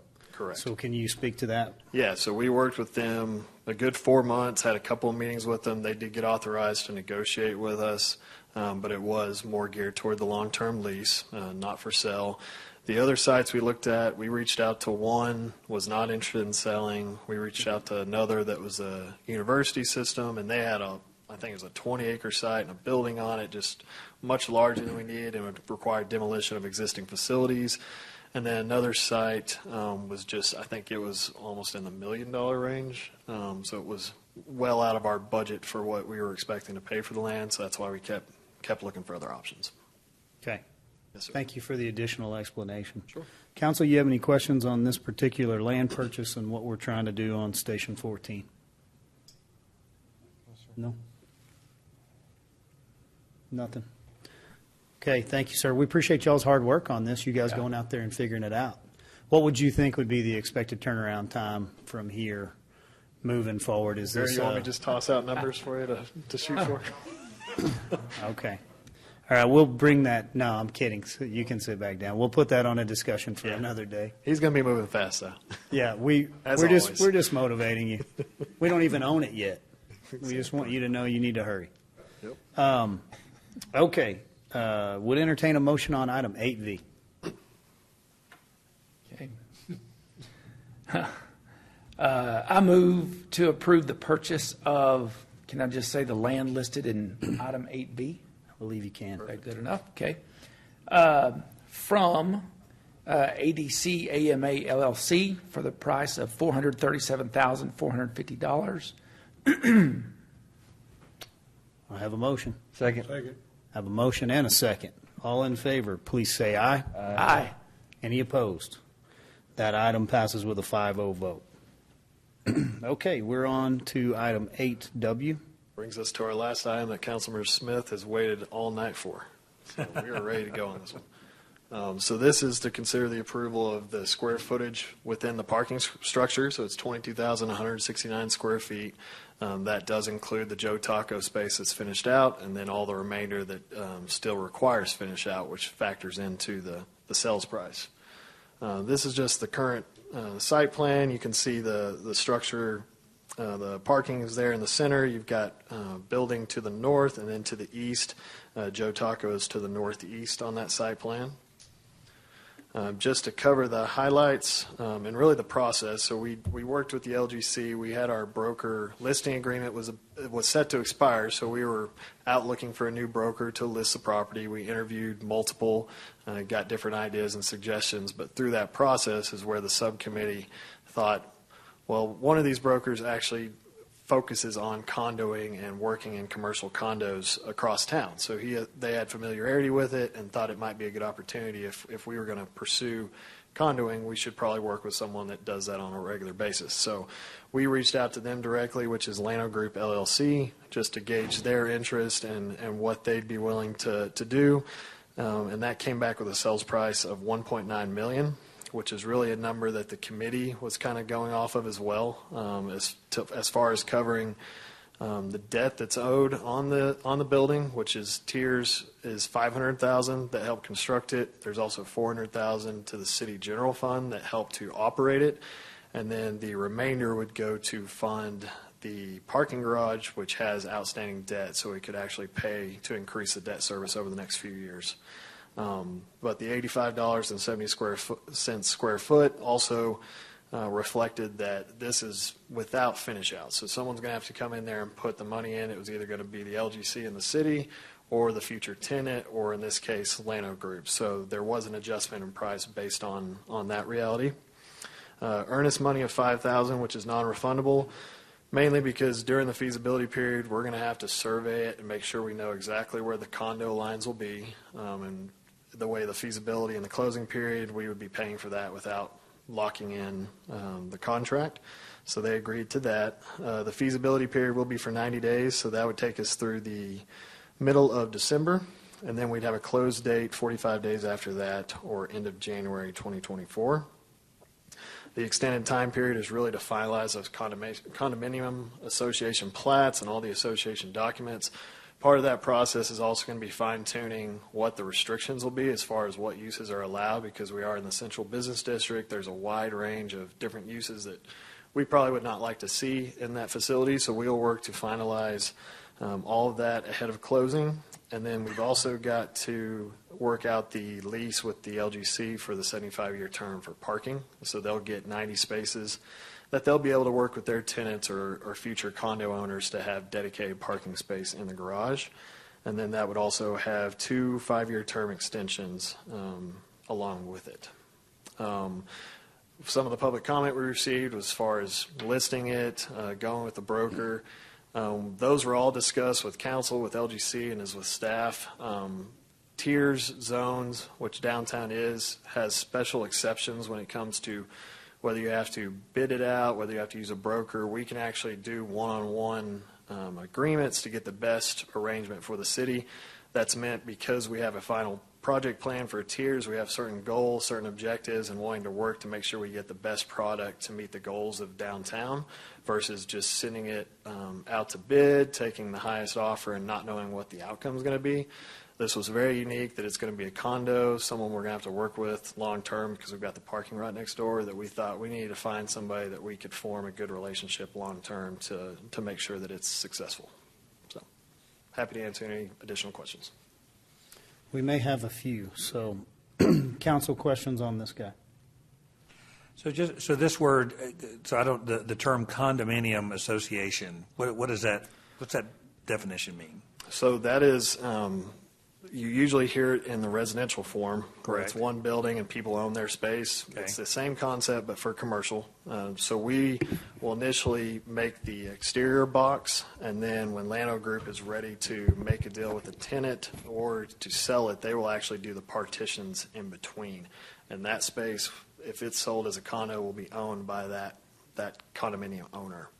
And then they'll have percentages where they'll vote to make any changes. They'll have common area maintenance costs. It'll be all factored into those documents. And then you mentioned kind of the future uses to make sure that we have the type of, will another agreement come back to us for approval? Not necessarily, unless y'all want me to bring that back so y'all can review it. It would be just something we'd work with them before closing. We're happy to bring it back as we go along, or I can just keep y'all up to date one-on-one, make sure we're not missing anything. But technically, it wouldn't need to come back. Okay.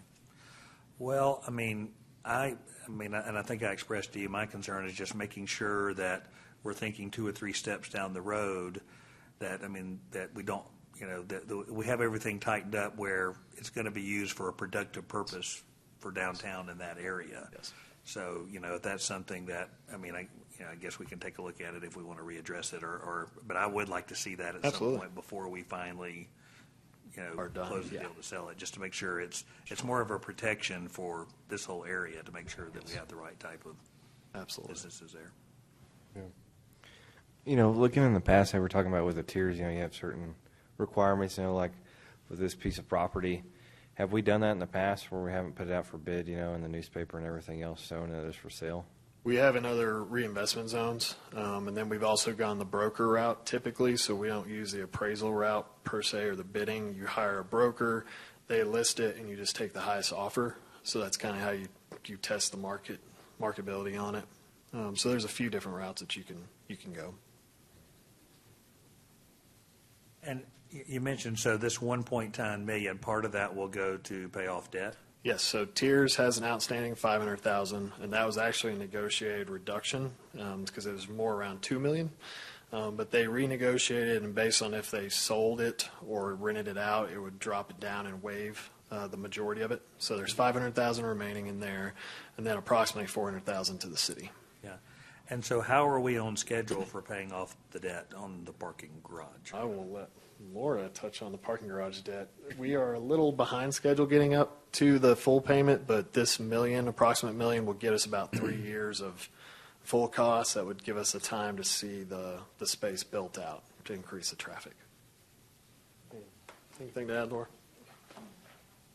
And as a reminder, we talked during budget, the outstanding bonds associated with the parking garage are only partially funded or only partially planned to be funded by what LGC is bringing in through those operating revenues. And unfortunately, we haven't been able to achieve the initial plan of their participation on that just because of the traffic or the volume at the parking garage.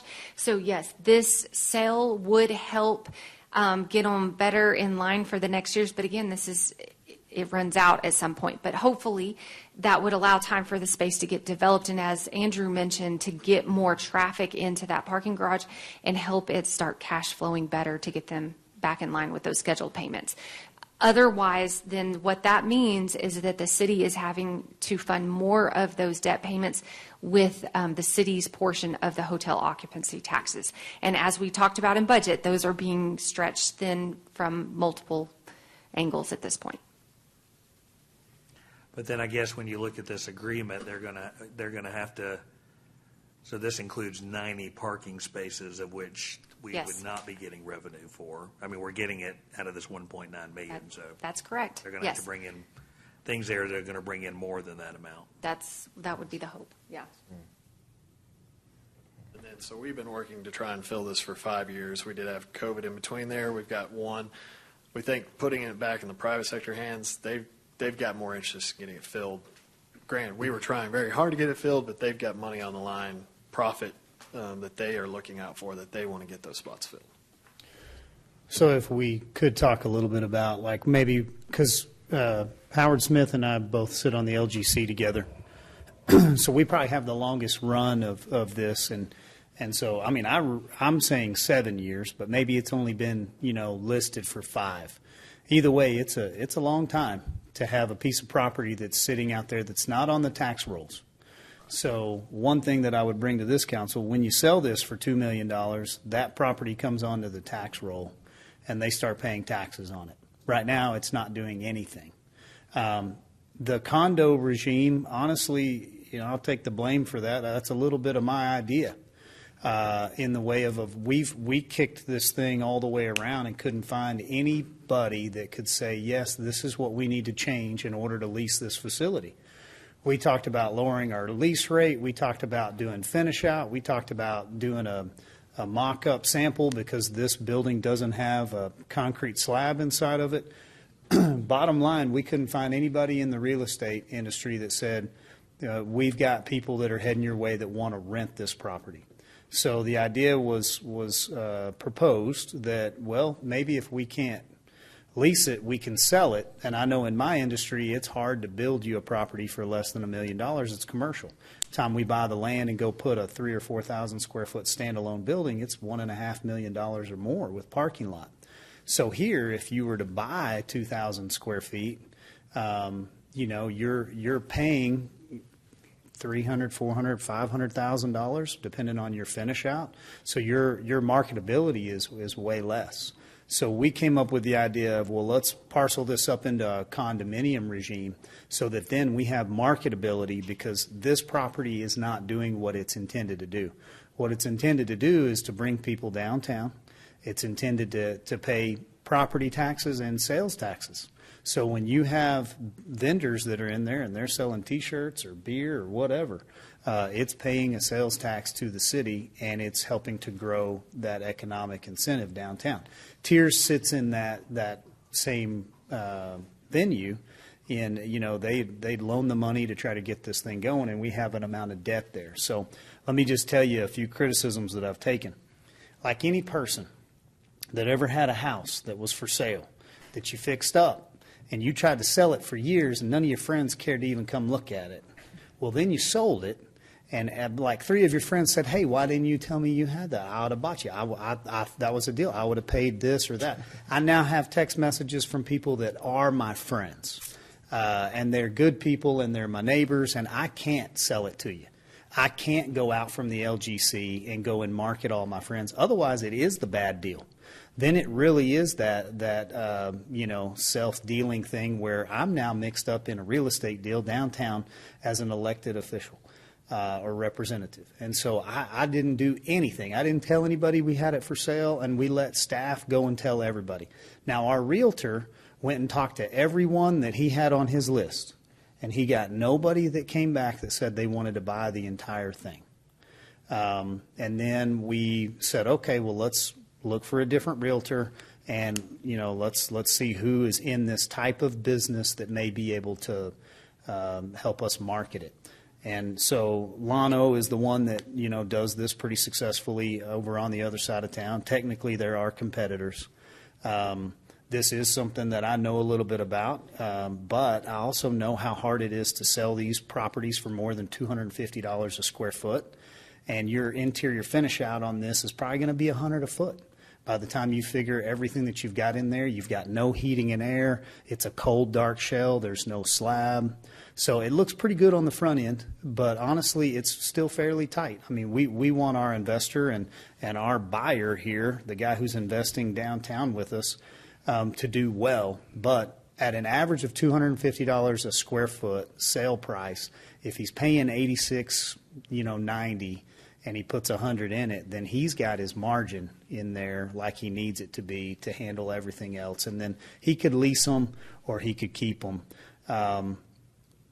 The only reason I go all the way down that road is just because we've had Claudette here, we've had Mike here. We're already dealing with the insinuation of, hey man, who's making money on this deal? Well, if somebody can make money on this deal over the last 7 years, like, please show me. Because like I'm sitting there with Howard, and we're like, how do we get this? How do we get out of this? This is not the right role of government. This is not what the LGC was set up to do. This is not where, and maybe more on the LGC side, but this is not where this council was set up for. And so I didn't call anybody. I didn't tell anybody about it. We got an offer, and then the LGC's recommending taking this offer. I don't know though. For this council, do you guys want to push back against that and put this thing out? And now we can just have everybody that wants to pay us $2.5 or $3 million or $4 million come and make their offer. Because like we couldn't find it, and we've worked months and months and months to find somebody. And so if that's legitimate, I don't want to shortchange my taxpayer at all on this. But this thing has a marketability once it's full and it does what it's supposed to do. And I'm not trying to capitalize on the sale price so much with the investor downtown to where he's not successful, because the ultimate loss in this is that we get this thing sold and it doesn't get all the way full, and the market doesn't sustain it. And then we have that item sitting across our street with, it's vacant. So we want to be careful in how we sell it is probably what I'm saying. So I would just throw that question out there. Is anybody uncomfortable that staff has done this deal and that it did somewhat fall in their lap with this particular buyer, and that we're not going through a real estate broker and putting it up for 90 days and taking the highest bidder? We're not using a broker, so we're saving those fees as well, correct? Correct. Anybody uncomfortable? Mr. Smith, we made you wait all day. Is there anything you would like to add to this? Let me come up here to say I have nothing to add. Yeah, we didn't say it in the microphone. You did a good job explaining it. We, as Mayor said, we worked on this months. The previous broker tried to lease it. Didn't happen. We did Joe Taco's one lease and nothing else. Then he came up with the idea of the condo where there's an opportunity to buy. Some people rather buy than lease. And so we got the condo organization set up. As I already said earlier, 4 or 5 hours ago, I think you ought to do it. Okay. Any questions of me? Anything for Mr. Smith? He's been on the LGC for a while and worked through all this. Okay, thank you, Thank Councilman. you. I would like to go just another step forward in the way of LGC entered into a negotiation with Lano Group. They brought an offer. LGC negotiated it.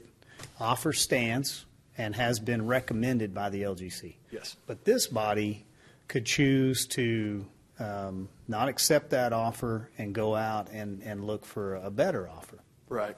So the LGC's authority was more to lease it and operate it, but to sell it had to come to City Council. Right. So they all have full authority. So our risk moving forward would, let's say we could sell it for 2.4, 2.5 million to somebody else. And now we've got all of the marketing that we can have as soon as everybody watches the video and shares it online, right? And so, like, maybe we could get another $300,000-$400,000 even if you got that. But when you get inside the space, the ceilings are really tall. The steel frame is exposed. All your fire suppression system has to be put in. Your electrical's a mile and a half away, it feels like. It's not quite that far, Jerry. But I did the Joe Taco renovation inside of there. And when we did that space, I mean, that was back when things were somewhat more affordable. I mean, we probably spent $160 a square foot just on finish out. It's a pretty heavy lift because of the way the structure is. And so, like, I don't feel like I'm underselling it to an individual. But my loyalty is to the taxpayer and taxpayer monies that have paid for this building. And if we can get more for it, I'm willing to have that discussion. I don't necessarily want to go all the way back and start over after we've done this for the last year to try to draw all this up. And the thing about it was we were going to market it at $100 a square foot and try to sell 2,000 to 3,000 square foot spaces. And our biggest risk was, well, what if you sell all but 5,000 square feet? What are you going to do with that? And so to have one customer come in and buy all of it at a reduced price, put it on the tax rolls immediately, be able to bring all their capital to it so that I'm not coming to this council saying, hey, we need some more money. We need a couple $1 million to go do finish outs over there, because that's the other side of this. If we do get leases, we don't have the money to pay the TI, the tenant improvement, necessarily, depending on who shows up. We've got a little bit of money. And then the parking garage is trying to make money on parking cars and spaces. So I'm just defending my position here a little bit by overstating it and talking through it. A lot of times these things look and sound real good on the front end, but when I say, hey, bring me a cashier's check for $2.1 million, I'm just curious if you're going to bring me that, and then you can be upset, because I couldn't offer it to you beforehand. So right now I'm just kind of treading water out here, trying to get everything out in the open. I don't have a problem with moving forward with it. I just apologize to all my friends. I can't tell you about it. Maybe it's a great deal. I can't call you and tell you it's here. And staff reached out to everybody that they knew. So saying all that to say this, does anybody have anything else that they would like to discuss on this item? I mean, I think, to me, the positives I see out of this is obviously, and I'm a believer that private sector can do things a lot better than public sector can, and apparently real estate is one of them, and because they're going to be motivated. Yes. Number two, it puts it back into 22,169 square feet of taxable property tax that will come back on the rolls, which we could not have done that. So that's, you have to just account for the additional revenue. And as you mentioned, the more we get that energized, that area, sales tax as well. And I think, people want down redevelopment to occur on a certain timeline. And we've been working on this for quite, and it doesn't work on your timeline, and lots of things, and this did not work on the timeline. I don't think it was the wrong thing to do. It's just, you just have to use the timeline that you accept. But when I look at this overall, I think there's a lot of positives to this, and I think it's the right way to go as well. Yes, sir, Mr. Smith. Could I make one more comment? Sure. When we were looking for another broker, we had 4 companies come and want to be interviewed. We interviewed all 4. And there's over 1,000 realtors in the Amarillo Association of Realtors. Lano, I sort of knew him, but didn't know him very well. But I was very impressed with the interview. They've done this sort of thing. They work with condos. And I think if anybody can do it, they'll have the best chance of getting it filled up. Well, I agree. Thank you, sir. Appreciate you hanging out. Anything from this side of the council? No. Okay. All right, I'd ask for a motion. Last motion of the day.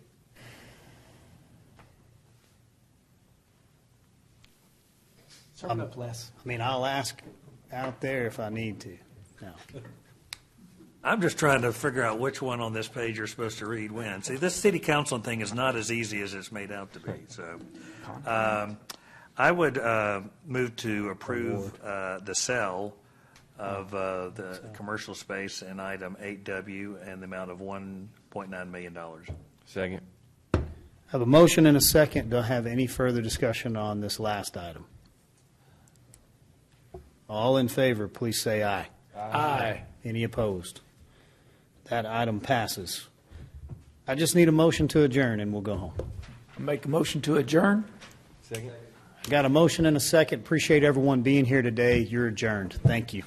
Oh, that's a long one. Man. Who puts these agendas together?